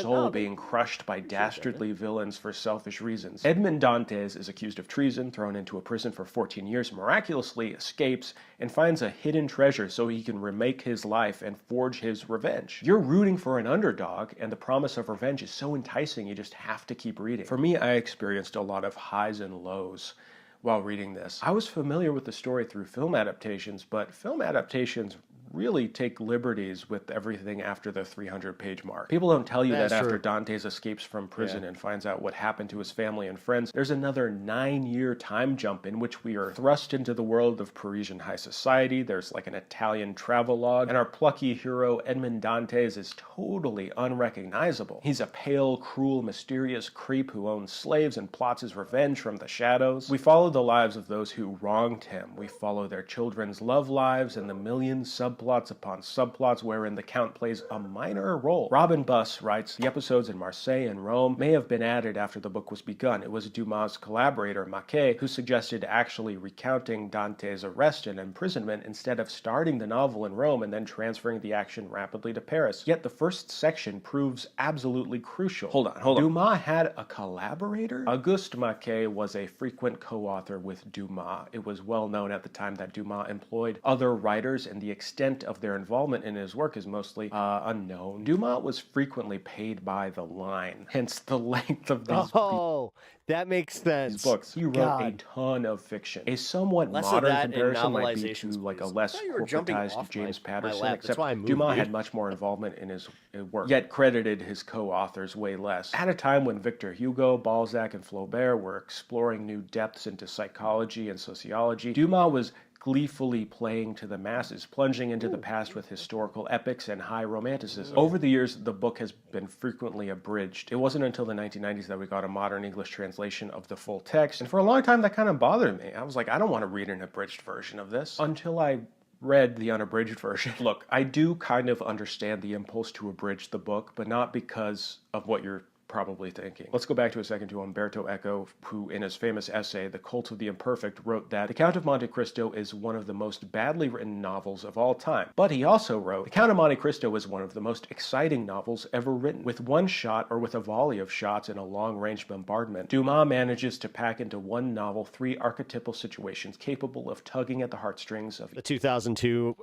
version of the film is the one you'd recommend, same. Even an executioner. Innocence betrayed, the persecuted victim's acquisition through a stroke of luck of a colossal fortune that places him above common mortals, and finally Wasn't that Jim Caviezel in that one? Strategy of a vendetta resulting in the death of characters that the novelist has desperately contrived to appear hateful beyond all reasonable limits. The Count of Monte Cristo seems like it'd be very difficult to abridge because as you read it you think, wow, do I really need to know the full backstory behind the Count's slave/daughter/love interest? And while it might not always be thematically important or coherent, almost every thread ties back into the plot at the end. The last 200 pages of this book are totally thrilling. Everything ties together, even when it breaks all believability. Every character knows each other and is marrying or having an affair or plotting to kill one another. The original tweet did make an apt comparison to telenovelas. This book is overflowing with melodrama. Umberto Eco writes, by dint of excess, melodrama and kitsch verge on the sublime, while excess tips over into genius. This is maybe my favorite critical look at The Count of Monte Cristo because Eco is unafraid to be a huge snob, but doesn't pretend that the book is anything but great and worthy of its reputation. He was given a chance to abridge the novel, but realized that such an effort defeated the point. It turns out that the horrible stylistic excesses are indeed padding, but the padding has a structural value. Like the graphite rods in nuclear reactors, it slows down the pace to make our expectations more excruciating, our predictions more reckless. Dumas' novel is a machine that prolongs the agony, where what counts is not the quality of the death throes, but their their duration. Dumas is really good at making your eyes move down the page. The dialogue and scene composition feels very modern. There's a ton of quick back and forth, brief descriptions, and lots of dialogue. The novel is full of suspense and intrigue. Dumas was holding his readers captive week to week, and often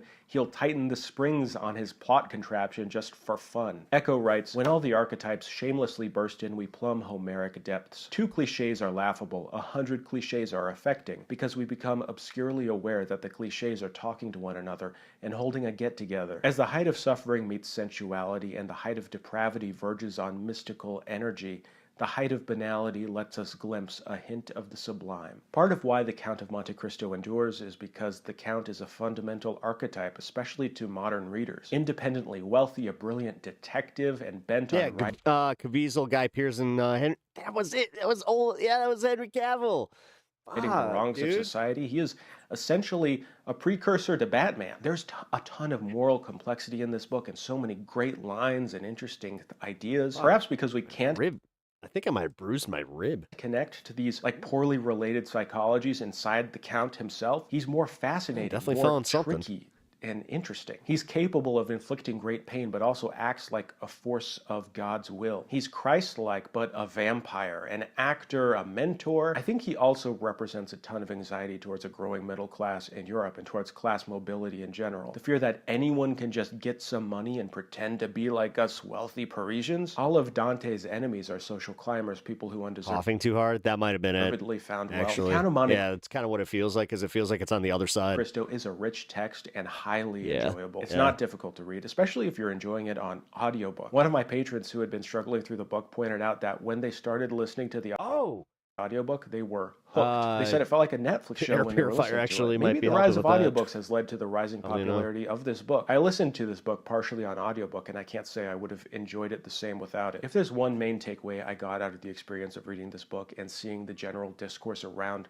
lit slop, it's that too many people equate enjoying something for pleasure as inherently bad. I'm always advocating. Yeah, this is honestly where I was kind of getting on the whole Matt Leck take on superhero movies, where it's like, okay, like there's a bunch of people in the comic book space that have a similar attitude about like, oh, so you just read, you know, Marvel books and DC books, like you're not even looking like, and you know, there is something to be said about the independent books and how good they are, and just like, yeah, you should definitely take a chance on some, you know, less well-known titles.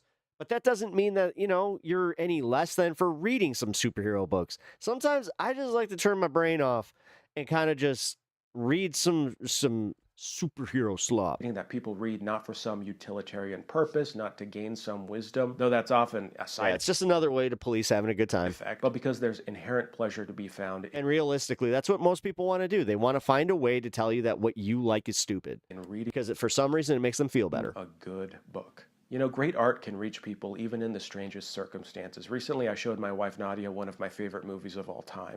I knew it. I knew it. There's no way this is real. Call it. And even though she was deeply frustrated by No Country for Old Men, I think she took something positive from it. I'm going to literally divorce you. This was part of a project that's been brewing behind the scenes for a while. Secret plan for us. God damn it. All right, that was worth the entire bit. Force each other to watch our favorite movies. If you weren't aware, I run a movie review Yeah, okay. That was hilarious, man. Everybody needs to follow Man Carrying Thing for real.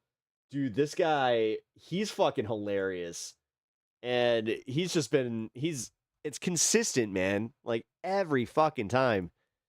And he's quick too. Like he puts out stuff just it's almost daily, man. Like, and he doesn't do like short form. It is crazy. All right, guys. Oh, and we got Stan back. Oh, adorable. I got this bud. Look at him. I say that a lot. Look at him. Look at him. He's so cute. And then we got the Stan. Oh, man. Do both? You are just adorable today. I love you. You do. It is cuteness. So It is cuteness overload. It really is. Pep, I want to know something really funny before you go. Uh-oh, what's that?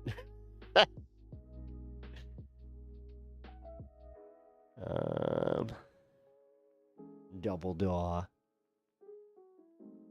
Yeah, he is, dude. He is just so fucking cute. He really is. I got the stand, man. Our conservative has a no racism rule, and you can spot, or you can post without being vetted and approved by mods after gaining enough karma. What? Really? I mean, I just go there to occasionally see like what they're talking about. Like my big thing is if something hits r/conservative, that means that it is officially hit the conservative circles. Because every once in a while, we do need to kind of like check ourselves on that. Just be like, okay, like let's make sure that this isn't just us making something out of nothing. You know what I mean? You know what I mean? Okay, so.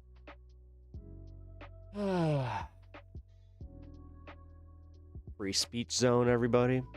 Bet that's a cesspool over there. I mean, dude, this is why I refuse to even like use Reddit. Somebody tried to tell me that like they had, I'm not sure if it's still there, but they're saying that I was the subject of a Reddit, and I was just like, wait, what? I kind of felt like I made it at that point. I still don't even know if it's true though, because I don't want to know. I don't want to look it up. I've Googled my channel and myself, I think all of like one time just to make sure that it was indeed like my channel and it was popping up. I'm still mad. Like if you type in pep talks, you still get this guy that has like, I think 80 something like subs and he hasn't posted in a couple years. Like kind of bothers me. I'm not going to lie. It should definitely be based on like, you know, performance and who does more and who's here more. Really selling it, you guys. Reddit has kind of gone to shit. Yeah. An imposter? Yeah. Yeah. Sure. Like, he's out here fucking claiming that he's that he does pep talks. Yeah, well, guess what, dude? I'm better. I do more content too. The thing is, he does like, so I remember the first time I looked up like the name Pep Talks and I was like, oh yeah, there's no way I can't like beat this, because the guy had like 5 views on his fucking entire channel.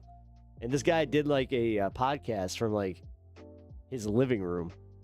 And honestly, seeing how like comedians started doing podcasts from their living room, I was like, oh, you know, that could work. But meanwhile, here I am still trying to figure out how to get my fucking 2 mics to work in this room on a digital soundboard. Like, this is one of those rare cases where if I had just a normal soundboard, I'd be fine. But nope, you gotta go and make it all fucking digified and blah, blah, blah. And honestly, yeah. I cannot, like, I'll just tell you what my problem is.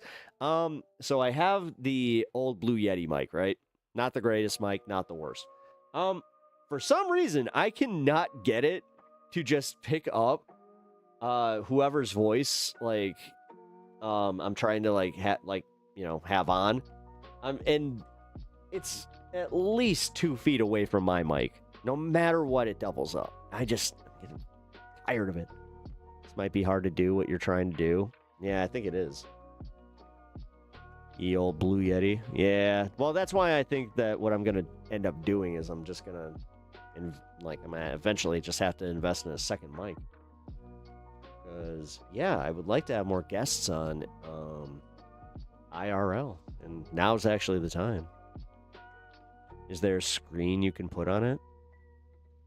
Oh, I already have the screen. Like, there's a windscreen and all that stuff. It's just, for some reason, it just will always pick up the second person in the room.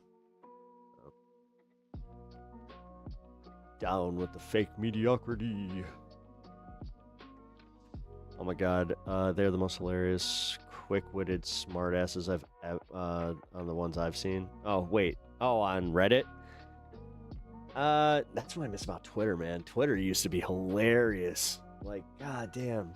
just going through comment sections, that used to just be something to do on its own. Like, I would do that more here if it wasn't such a cesspool. But, like, there's been a few times where I was just like, I was going to show you guys something, and I saw, like, the tweet, like, below what I was going to show you. Yeah, totally would have gotten me in trouble, so.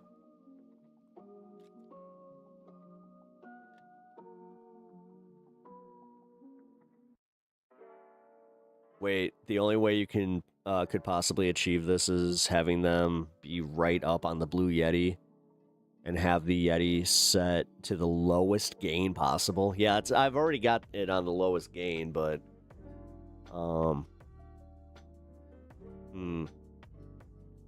yeah, so I'd have to have them right up on it.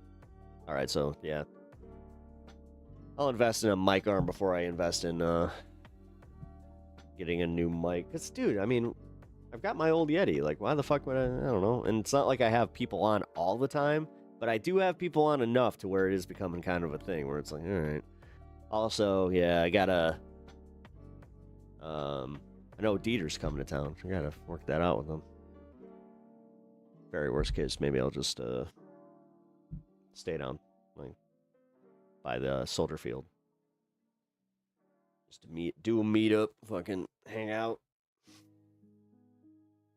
This is why Yeti's hiding.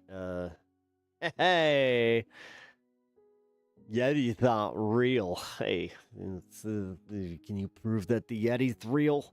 I can. All right, signal to noise ratio. The closer you are to the mic, the exponentially louder the signal gets compared to the room. No, I got that part. It's so. Oh shit! So they like essentially have to hold it directed at them and away from me. That's how that would work. Yeah, okay, that makes sense. Maybe if I put it on this side and like have it directed, yeah, like at. Oh well, hold on. I'm gonna have to figure out the camera. Whatever. This is all theoretical stuff. I'm gonna have to figure out for later. Which yeah, we will do that. Oh God. And this is one of the rare times that the bad weather hit the East Coast today. Like, really bad. So, kind of refreshing not to be the one that is getting the bad weather.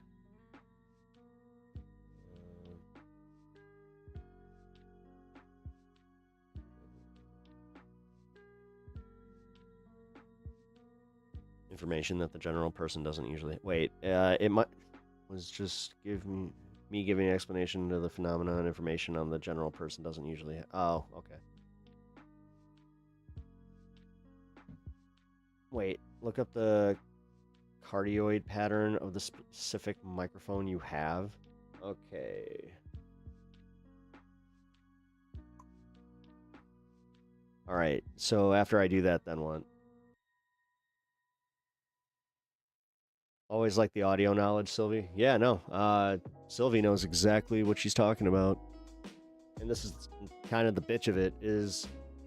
No,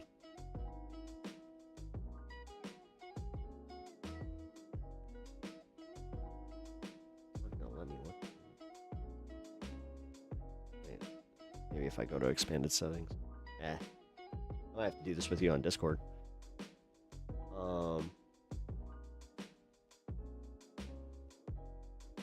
You want to make sure it's on the cardioid setting. Okay, yeah. Multi-pattern, cardioid. Okay.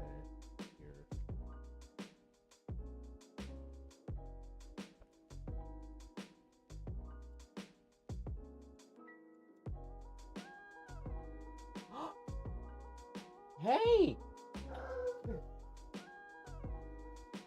Come here. Oh, damn. My cat just, like, he doesn't do that. He just went, oh.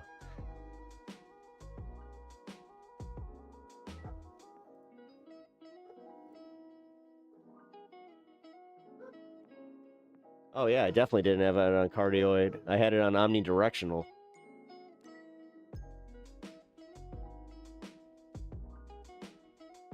Oh, that's why. No, you're right. It was the omnidirectional thing. Okay.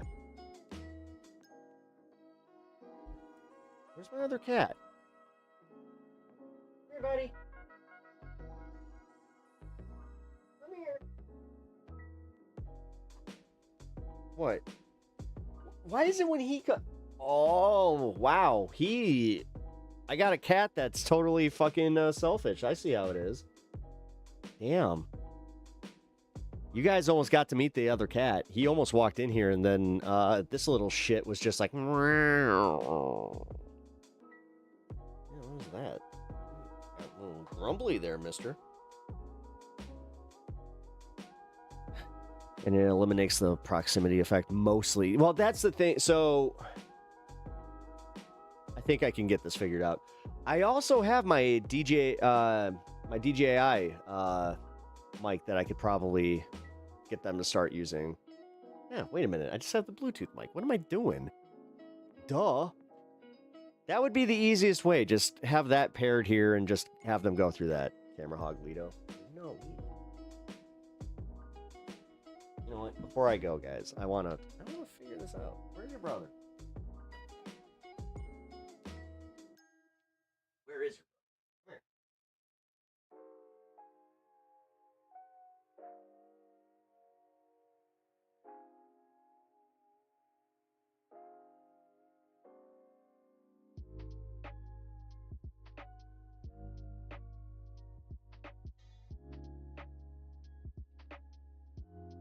Nope, he just got bullied the fuck out of here. Lito is just like, no. That was adorable, man. He is so fucking pissed. Oh, man. Yeah, Stan's losing his shit upstairs.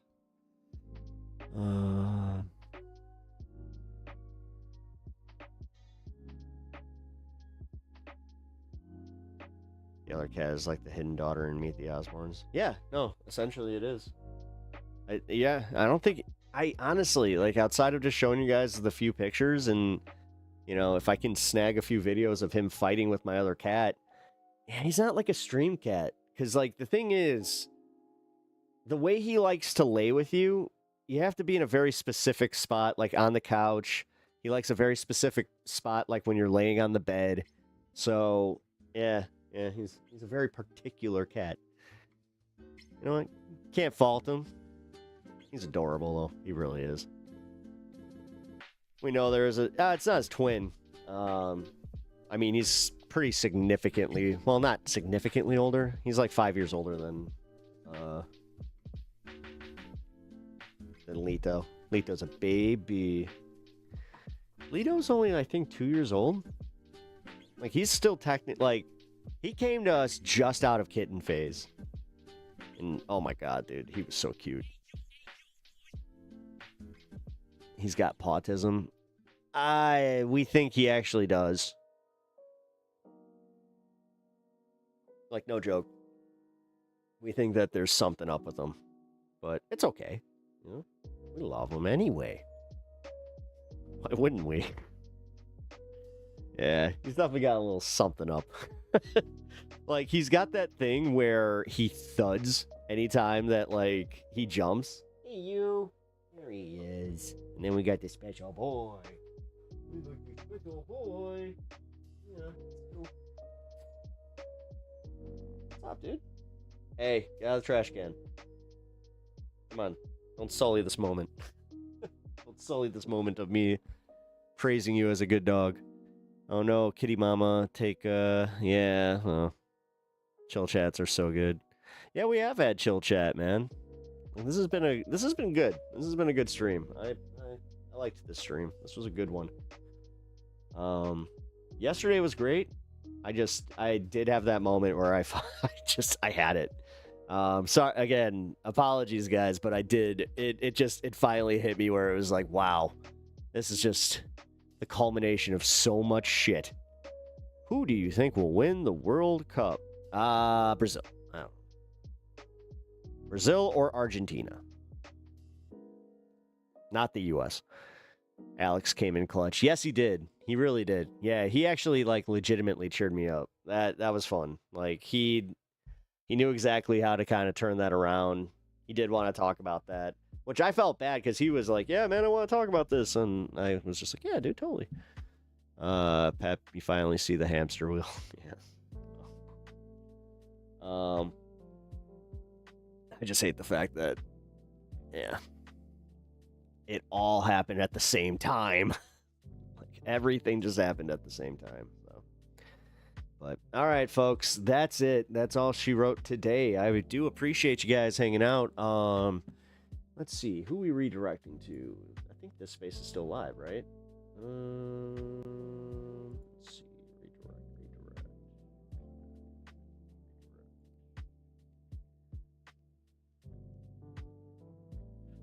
Every time it wants me to redirect you to the Mystery Science Theater channel, which I would love to do, but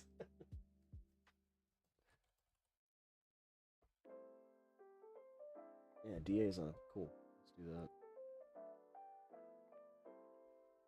All right, so you guys are going to go over to this space, hang out over there tonight, and then you guys who are just chilling here.